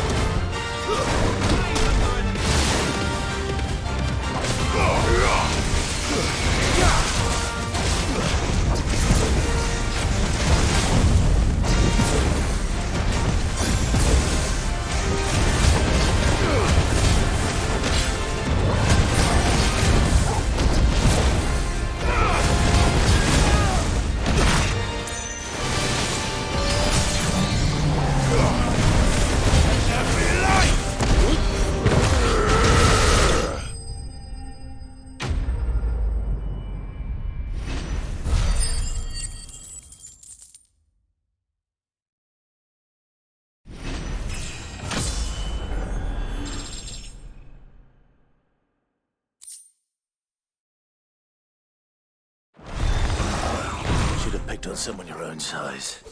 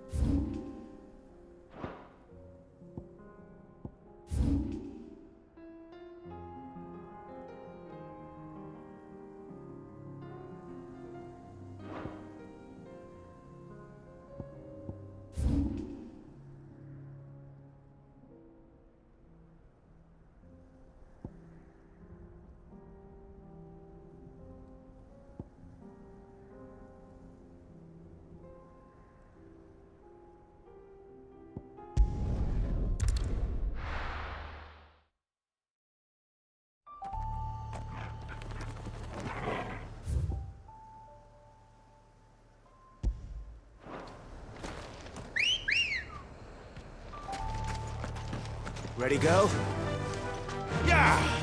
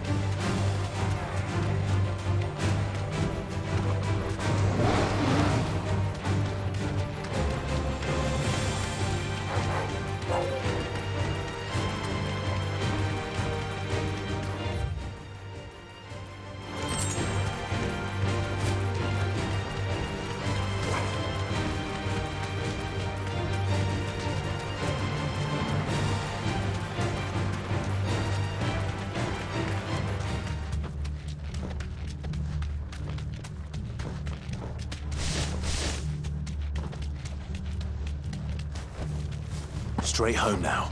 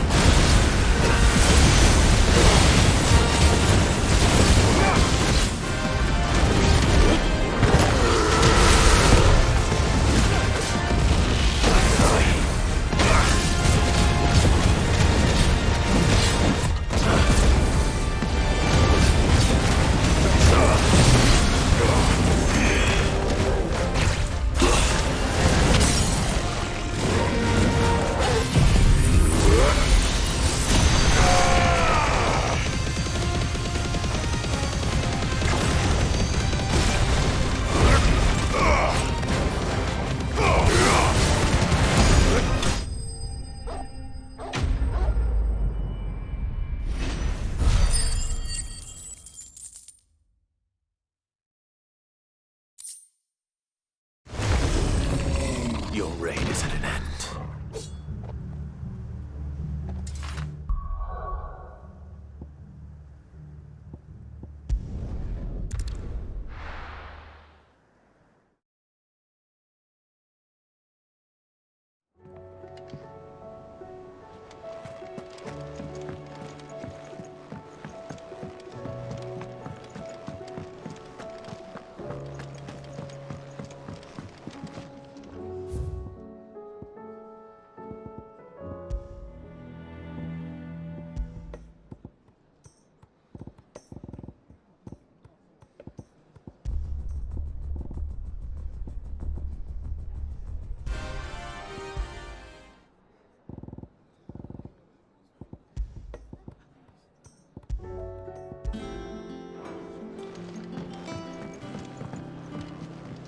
Welcome back, Sid. That's what we like to hear. Knock 'em back, everyone. Sid's buying.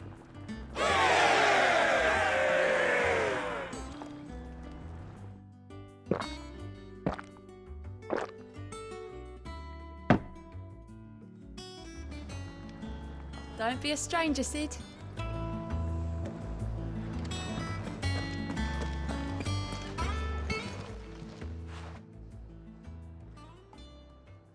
Let me tell you a story, Clive. All right. Them rumours Wetlegs were spreading.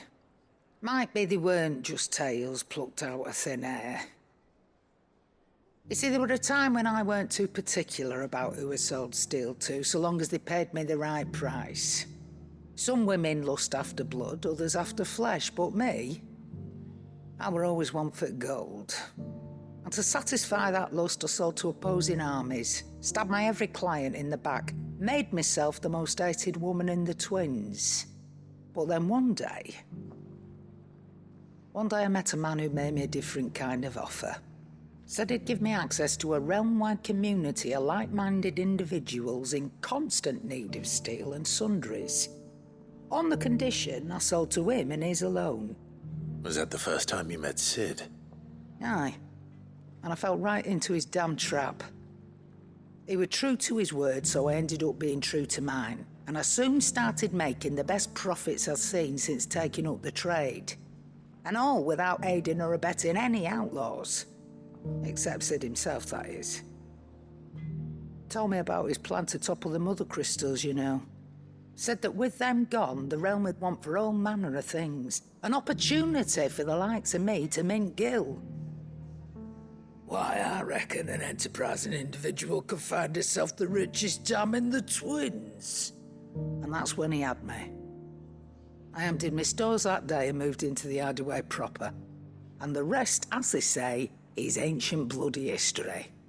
A dozen years on, and I'm still not the richest dam. Not for lack of trying, mind. But I can say that I have never been happier. You've all shown me there are some things more precious than gil. That there are. So don't you go messing it all up, or you'll have me to answer to.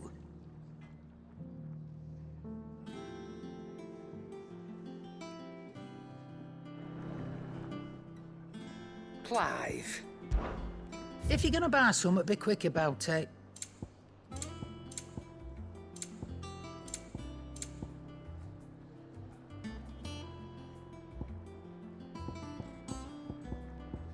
Sorry, sold out. You're rubbing me blind, you know. You'll not find a better price than that. It'd better all be here. You'll not find a better price than that. It'd better all be here. Finished, are you? The stews. Trouble with your gear, or something falling, do you?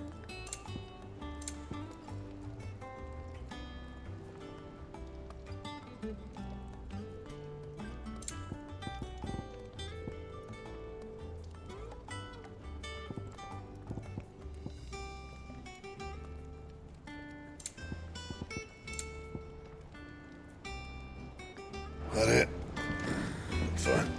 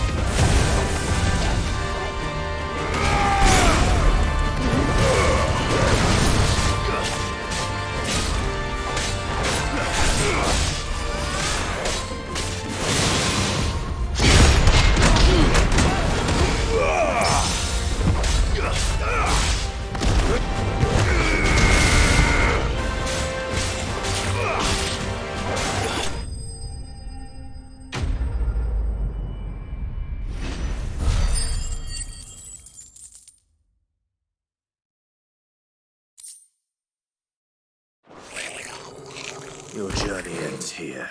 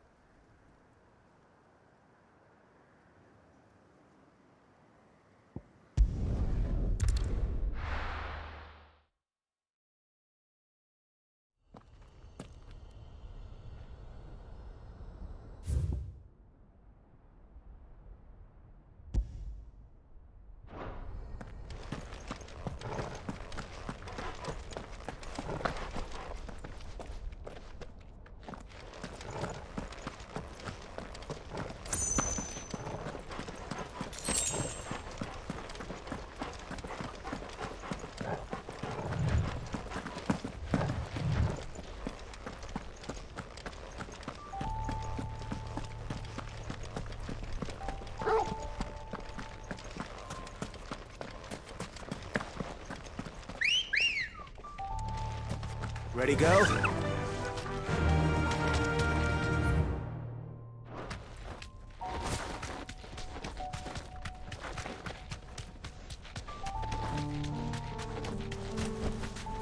You deserve a rest.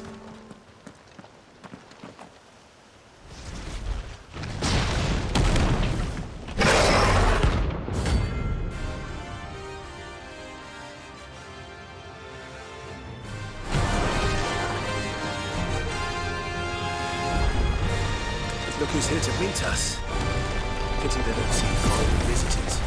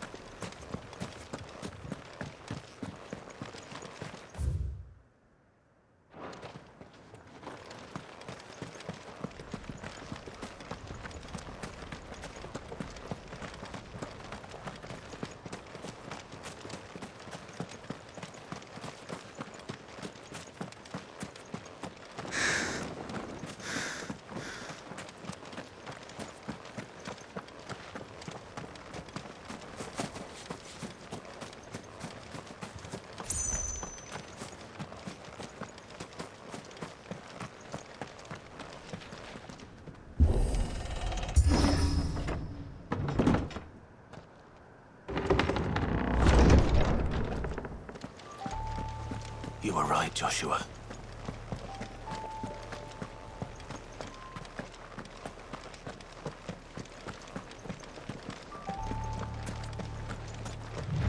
Bodies up ahead.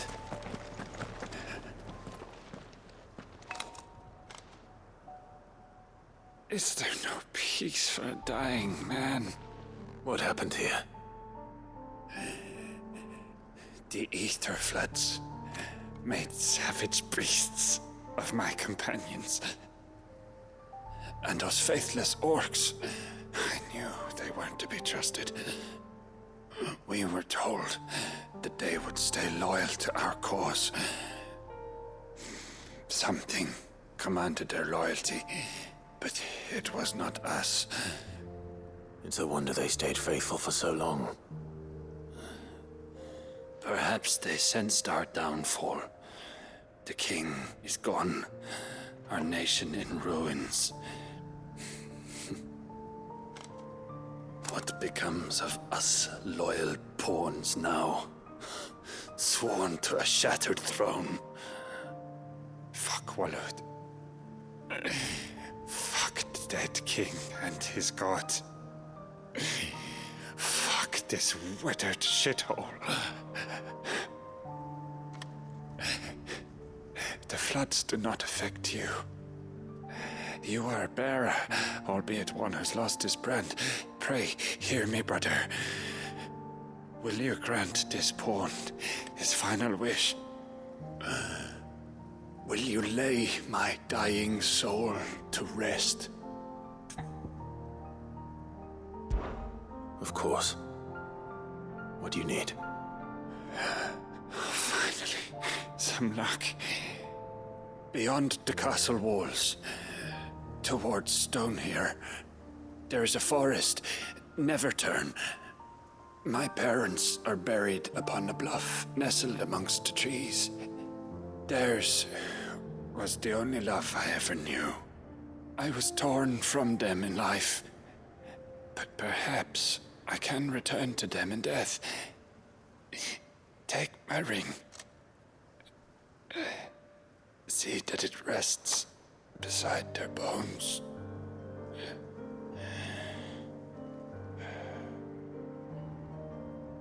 May you find peace at last.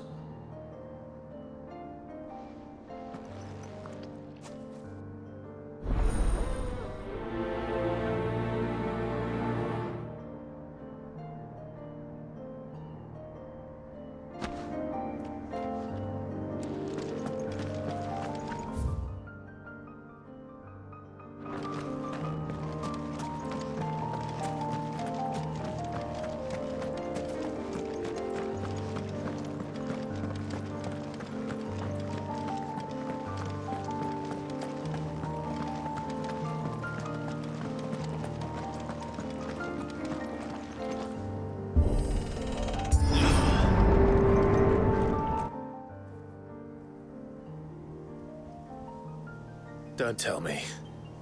The only way to the capital is through that gate, just as you surmise. There's an army down there, Joshua. Yes, but I don't see any dominance.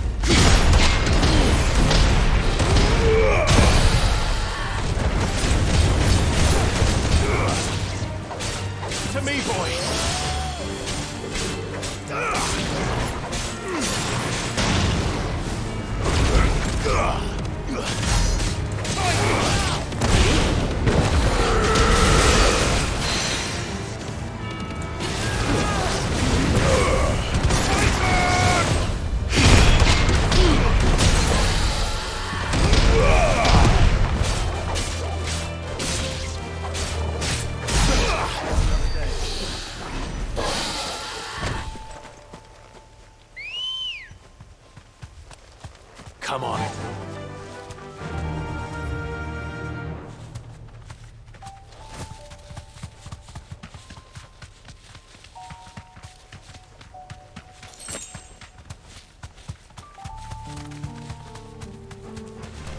Time to fight.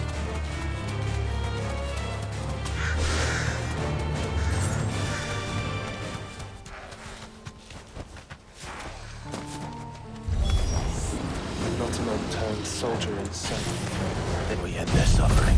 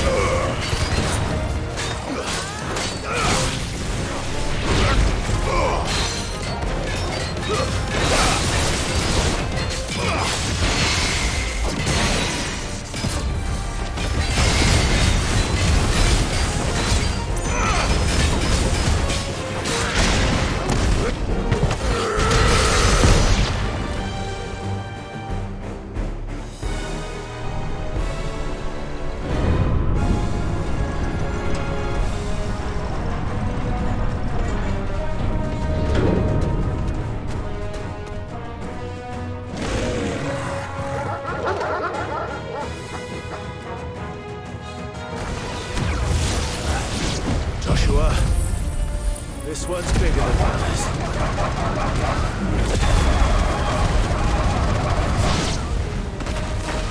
And Nina, by the look of it.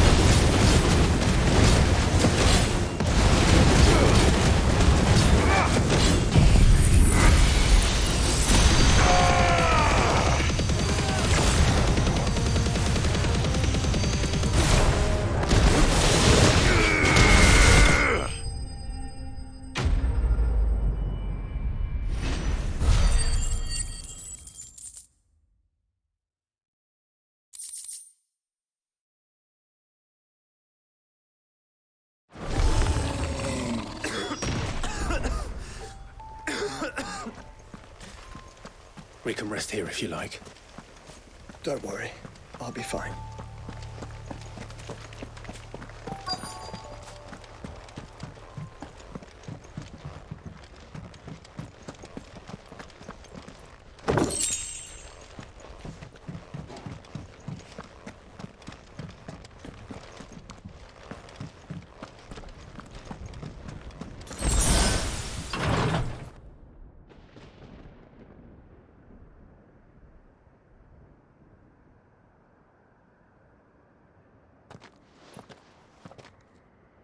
Look, Clive.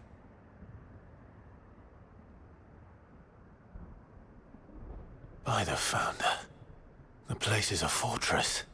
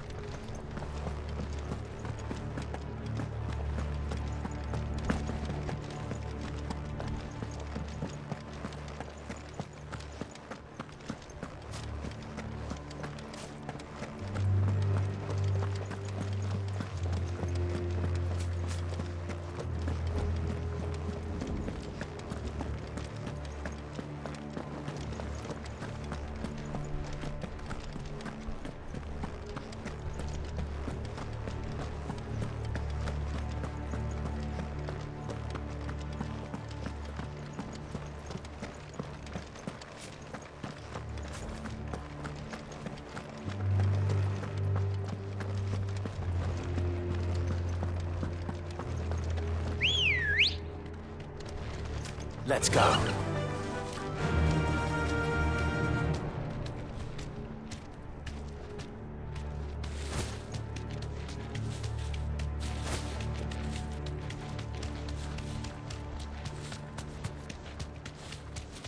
No villagers. No knights. Not even any bodies. One could almost believe the whole kingdom had turned to Kashyyyk.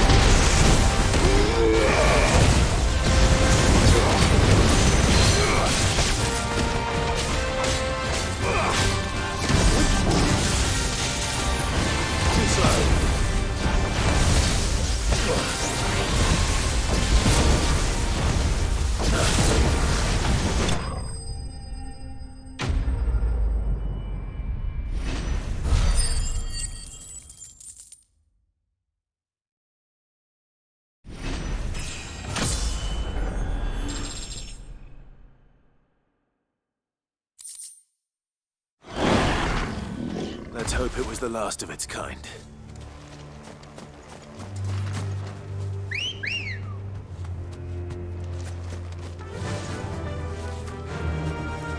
Run like the wind.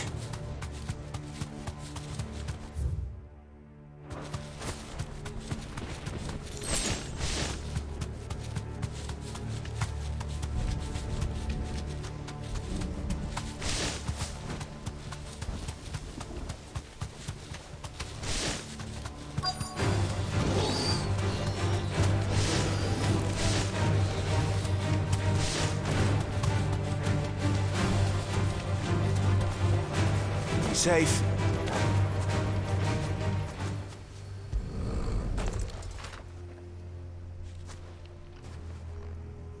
He'll be able to see all the way to Stonehyrr.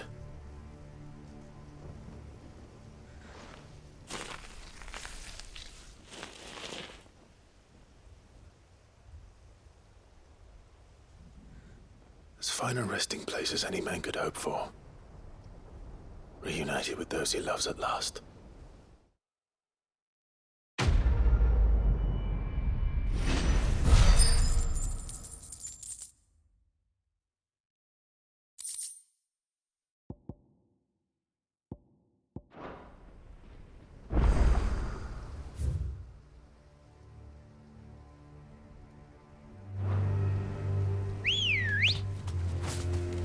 Good girl.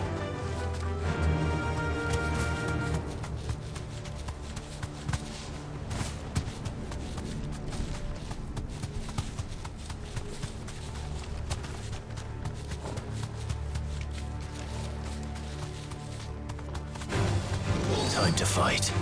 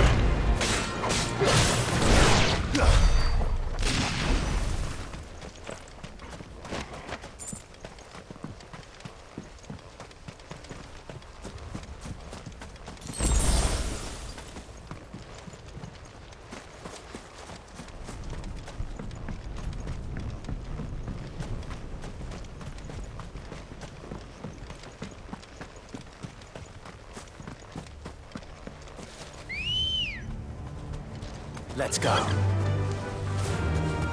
Does it bother you that we haven't heard a single human sound?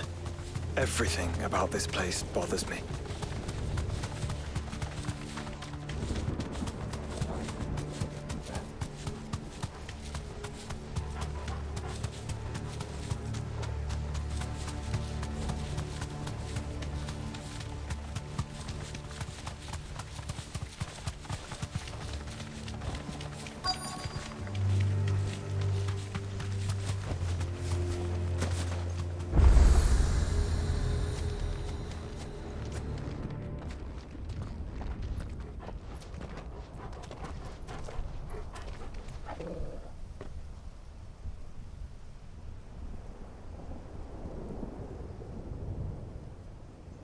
The calm before the storm. There's only one way into that city. Across the bridge. Through the main gate.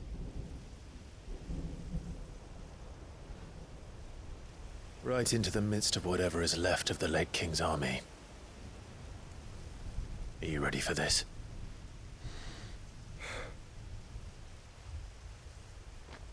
As ready as I'll ever be.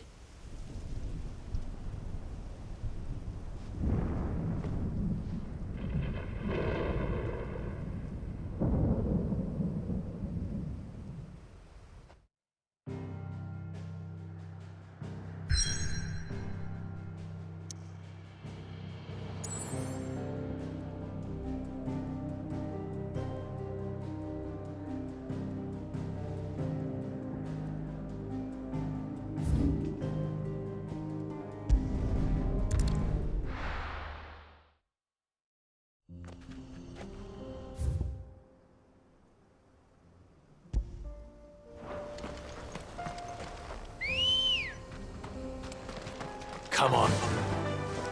Faster!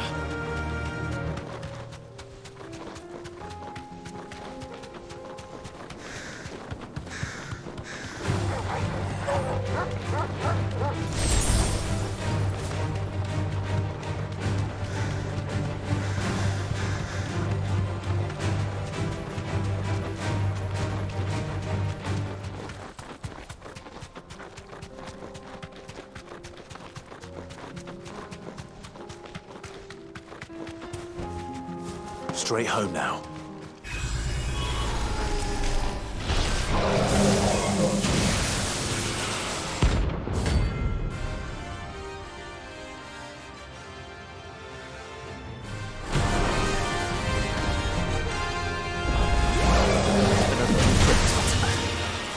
If it's me you want, I'm right here.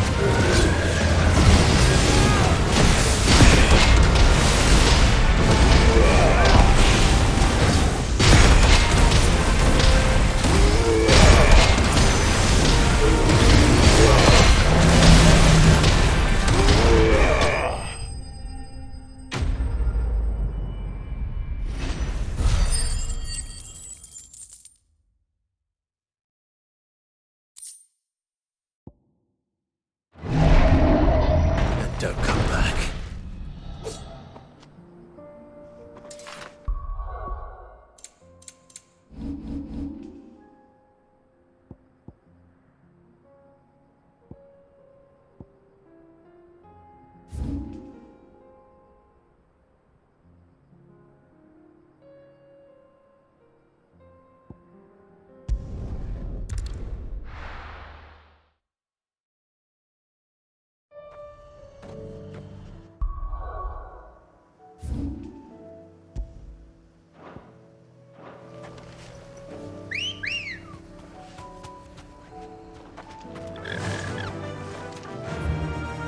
Fly, Ambrosia.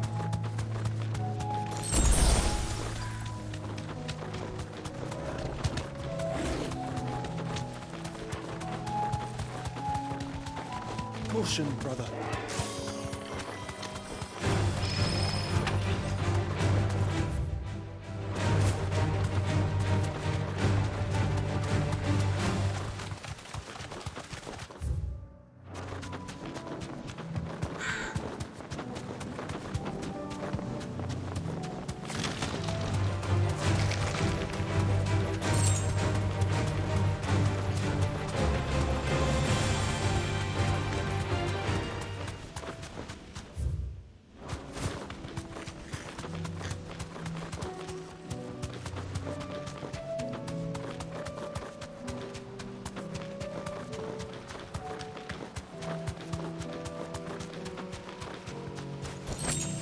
Thanks, girl.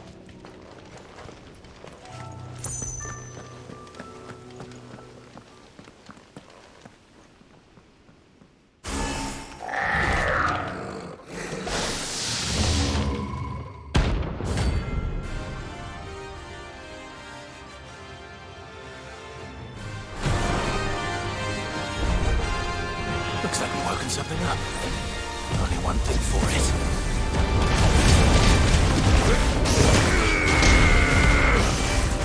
Right!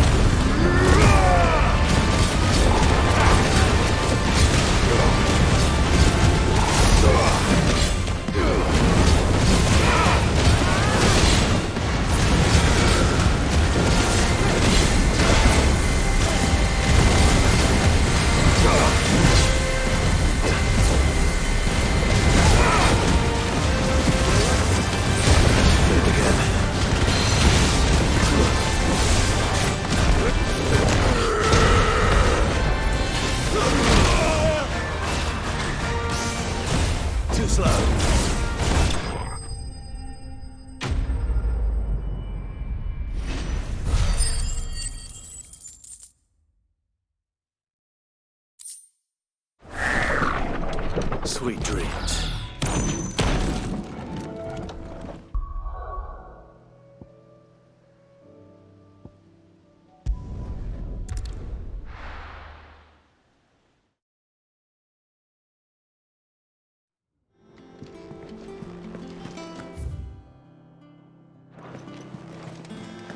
Covered in nicks and lumps.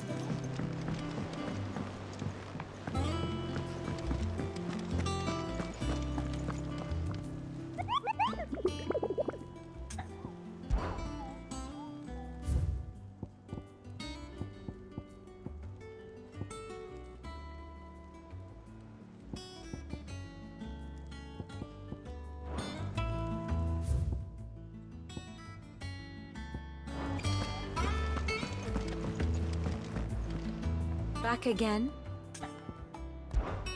What is it that you wish to learn? Very good.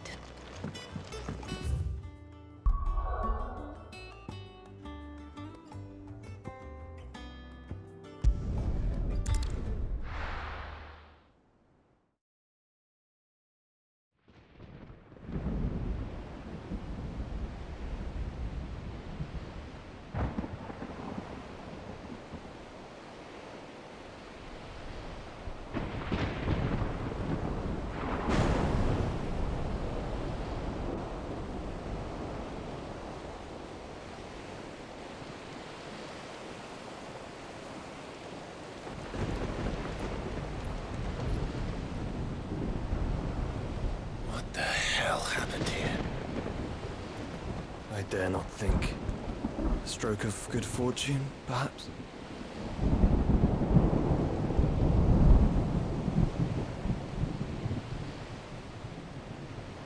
I hope you're right. So do I.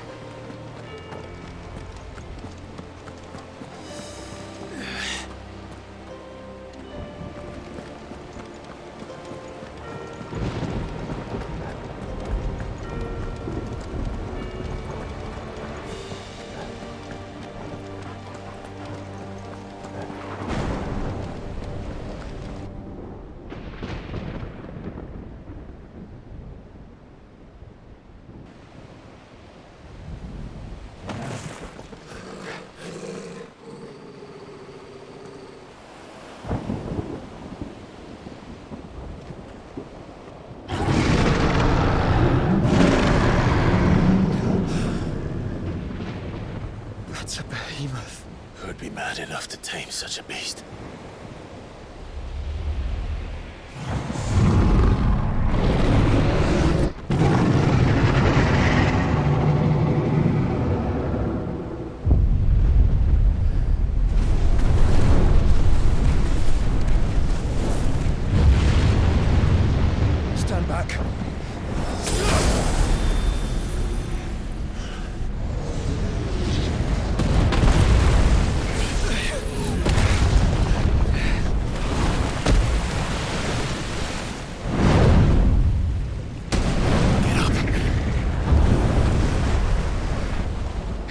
comes.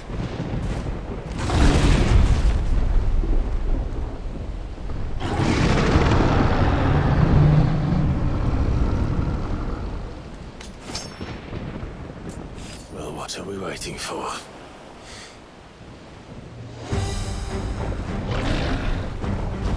Too slow.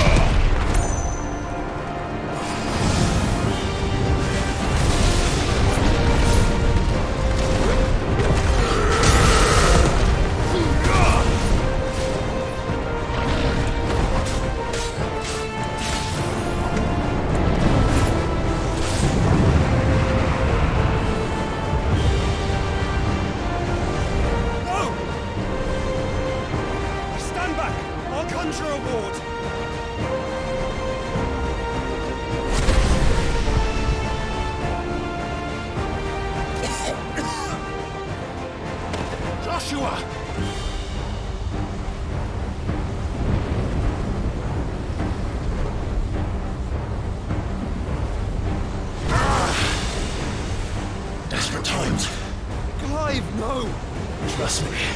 I'm your shield, remember?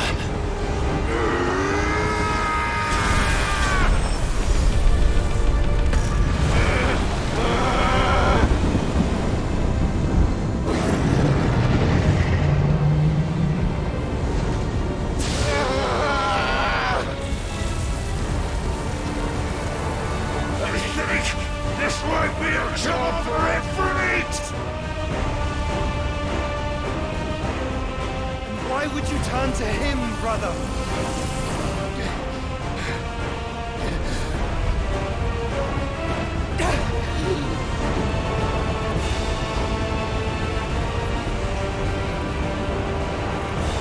When we fight together.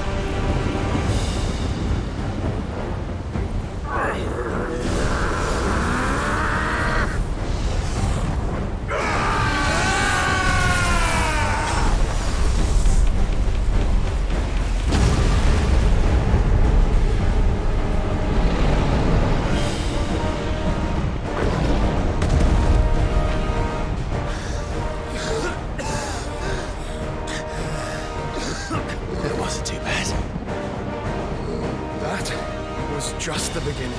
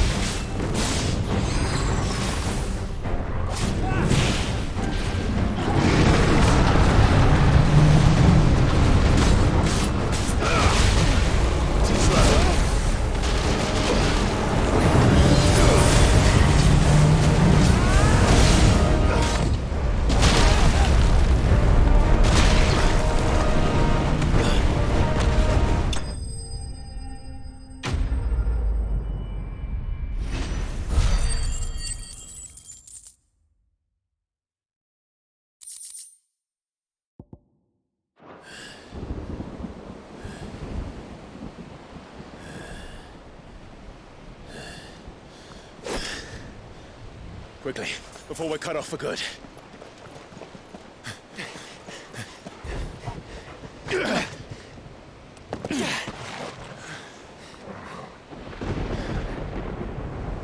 If it is like the others, the entrance to the inner sanctum will be at the foot of the crystal.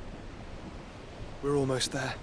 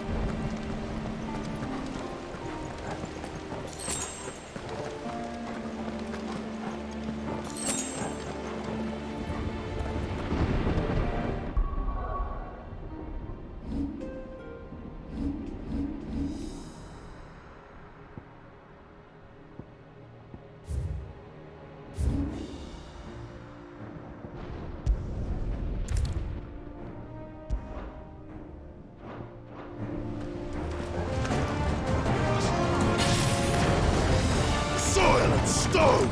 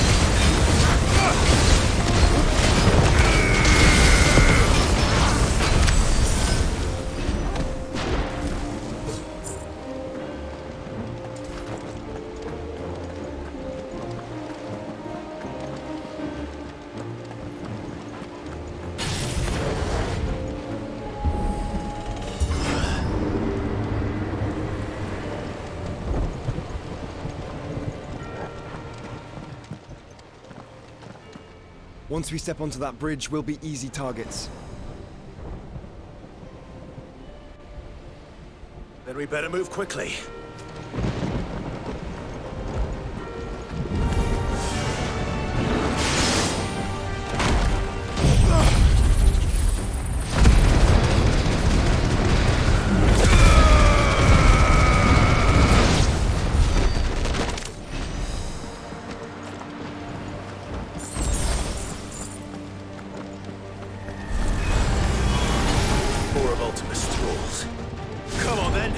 What are you waiting for?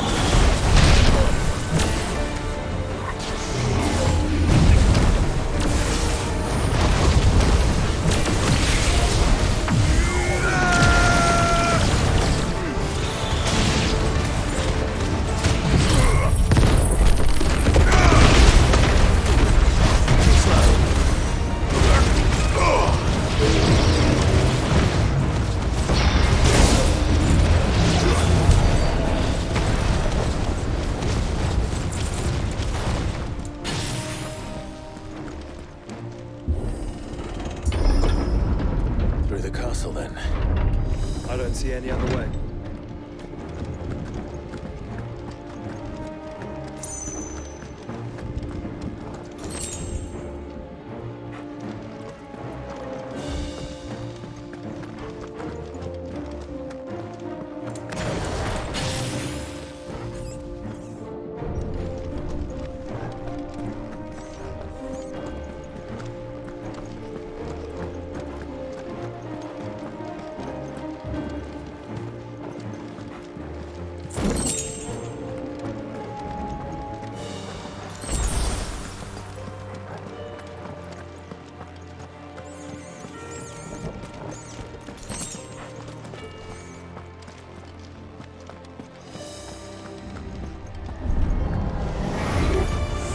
Surrounded.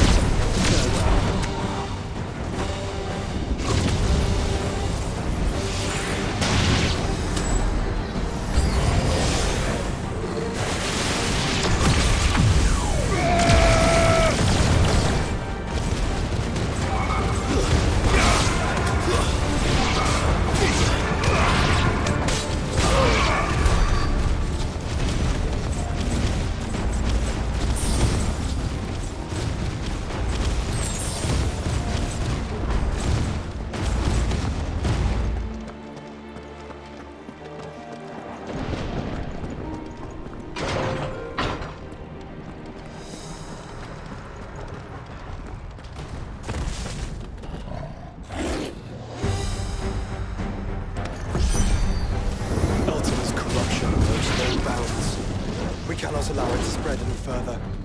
And we won't.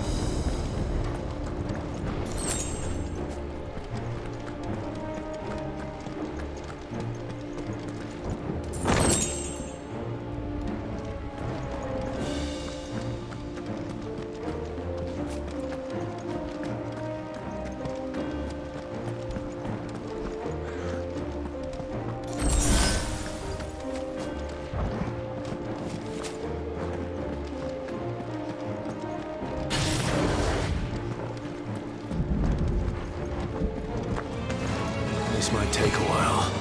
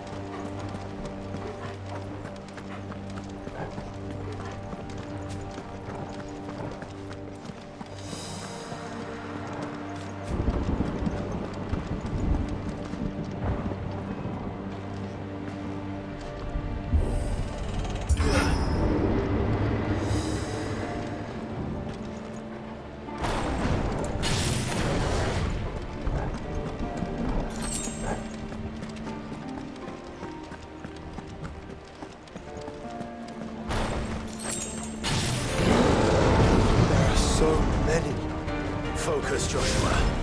We're not done yet. Nice try.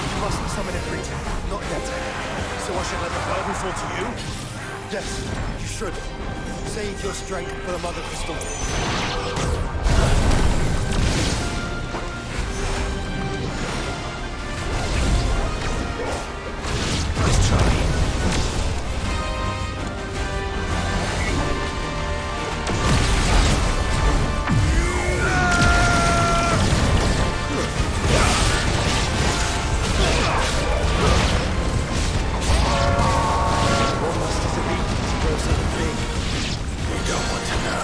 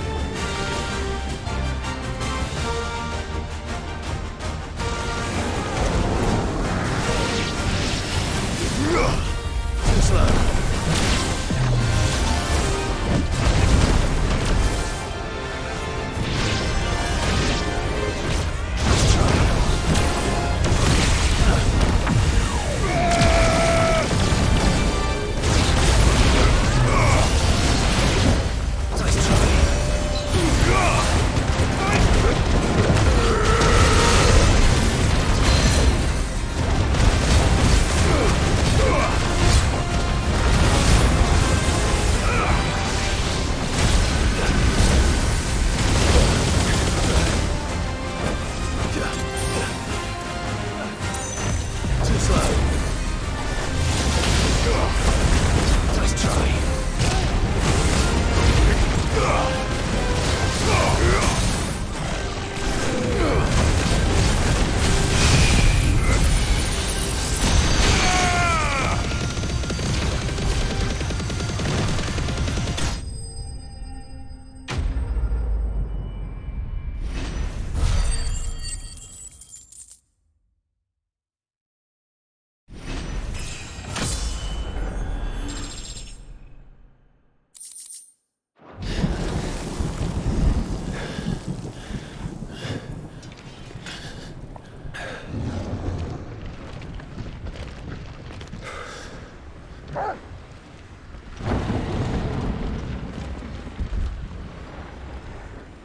There's no end to them. The whole bloody army's here. Stand back, Joshua. I'm summoning Ifrit. Stop, Clive. You mustn't. We still have a long way to go. If you tap your strength here, you'll have none left to destroy the heart. Then you'd rather die?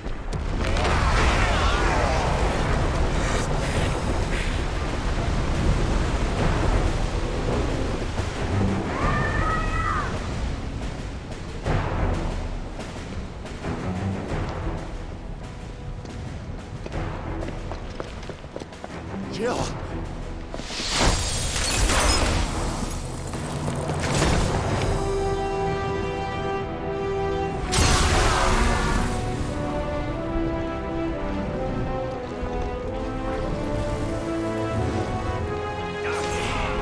She's not alone.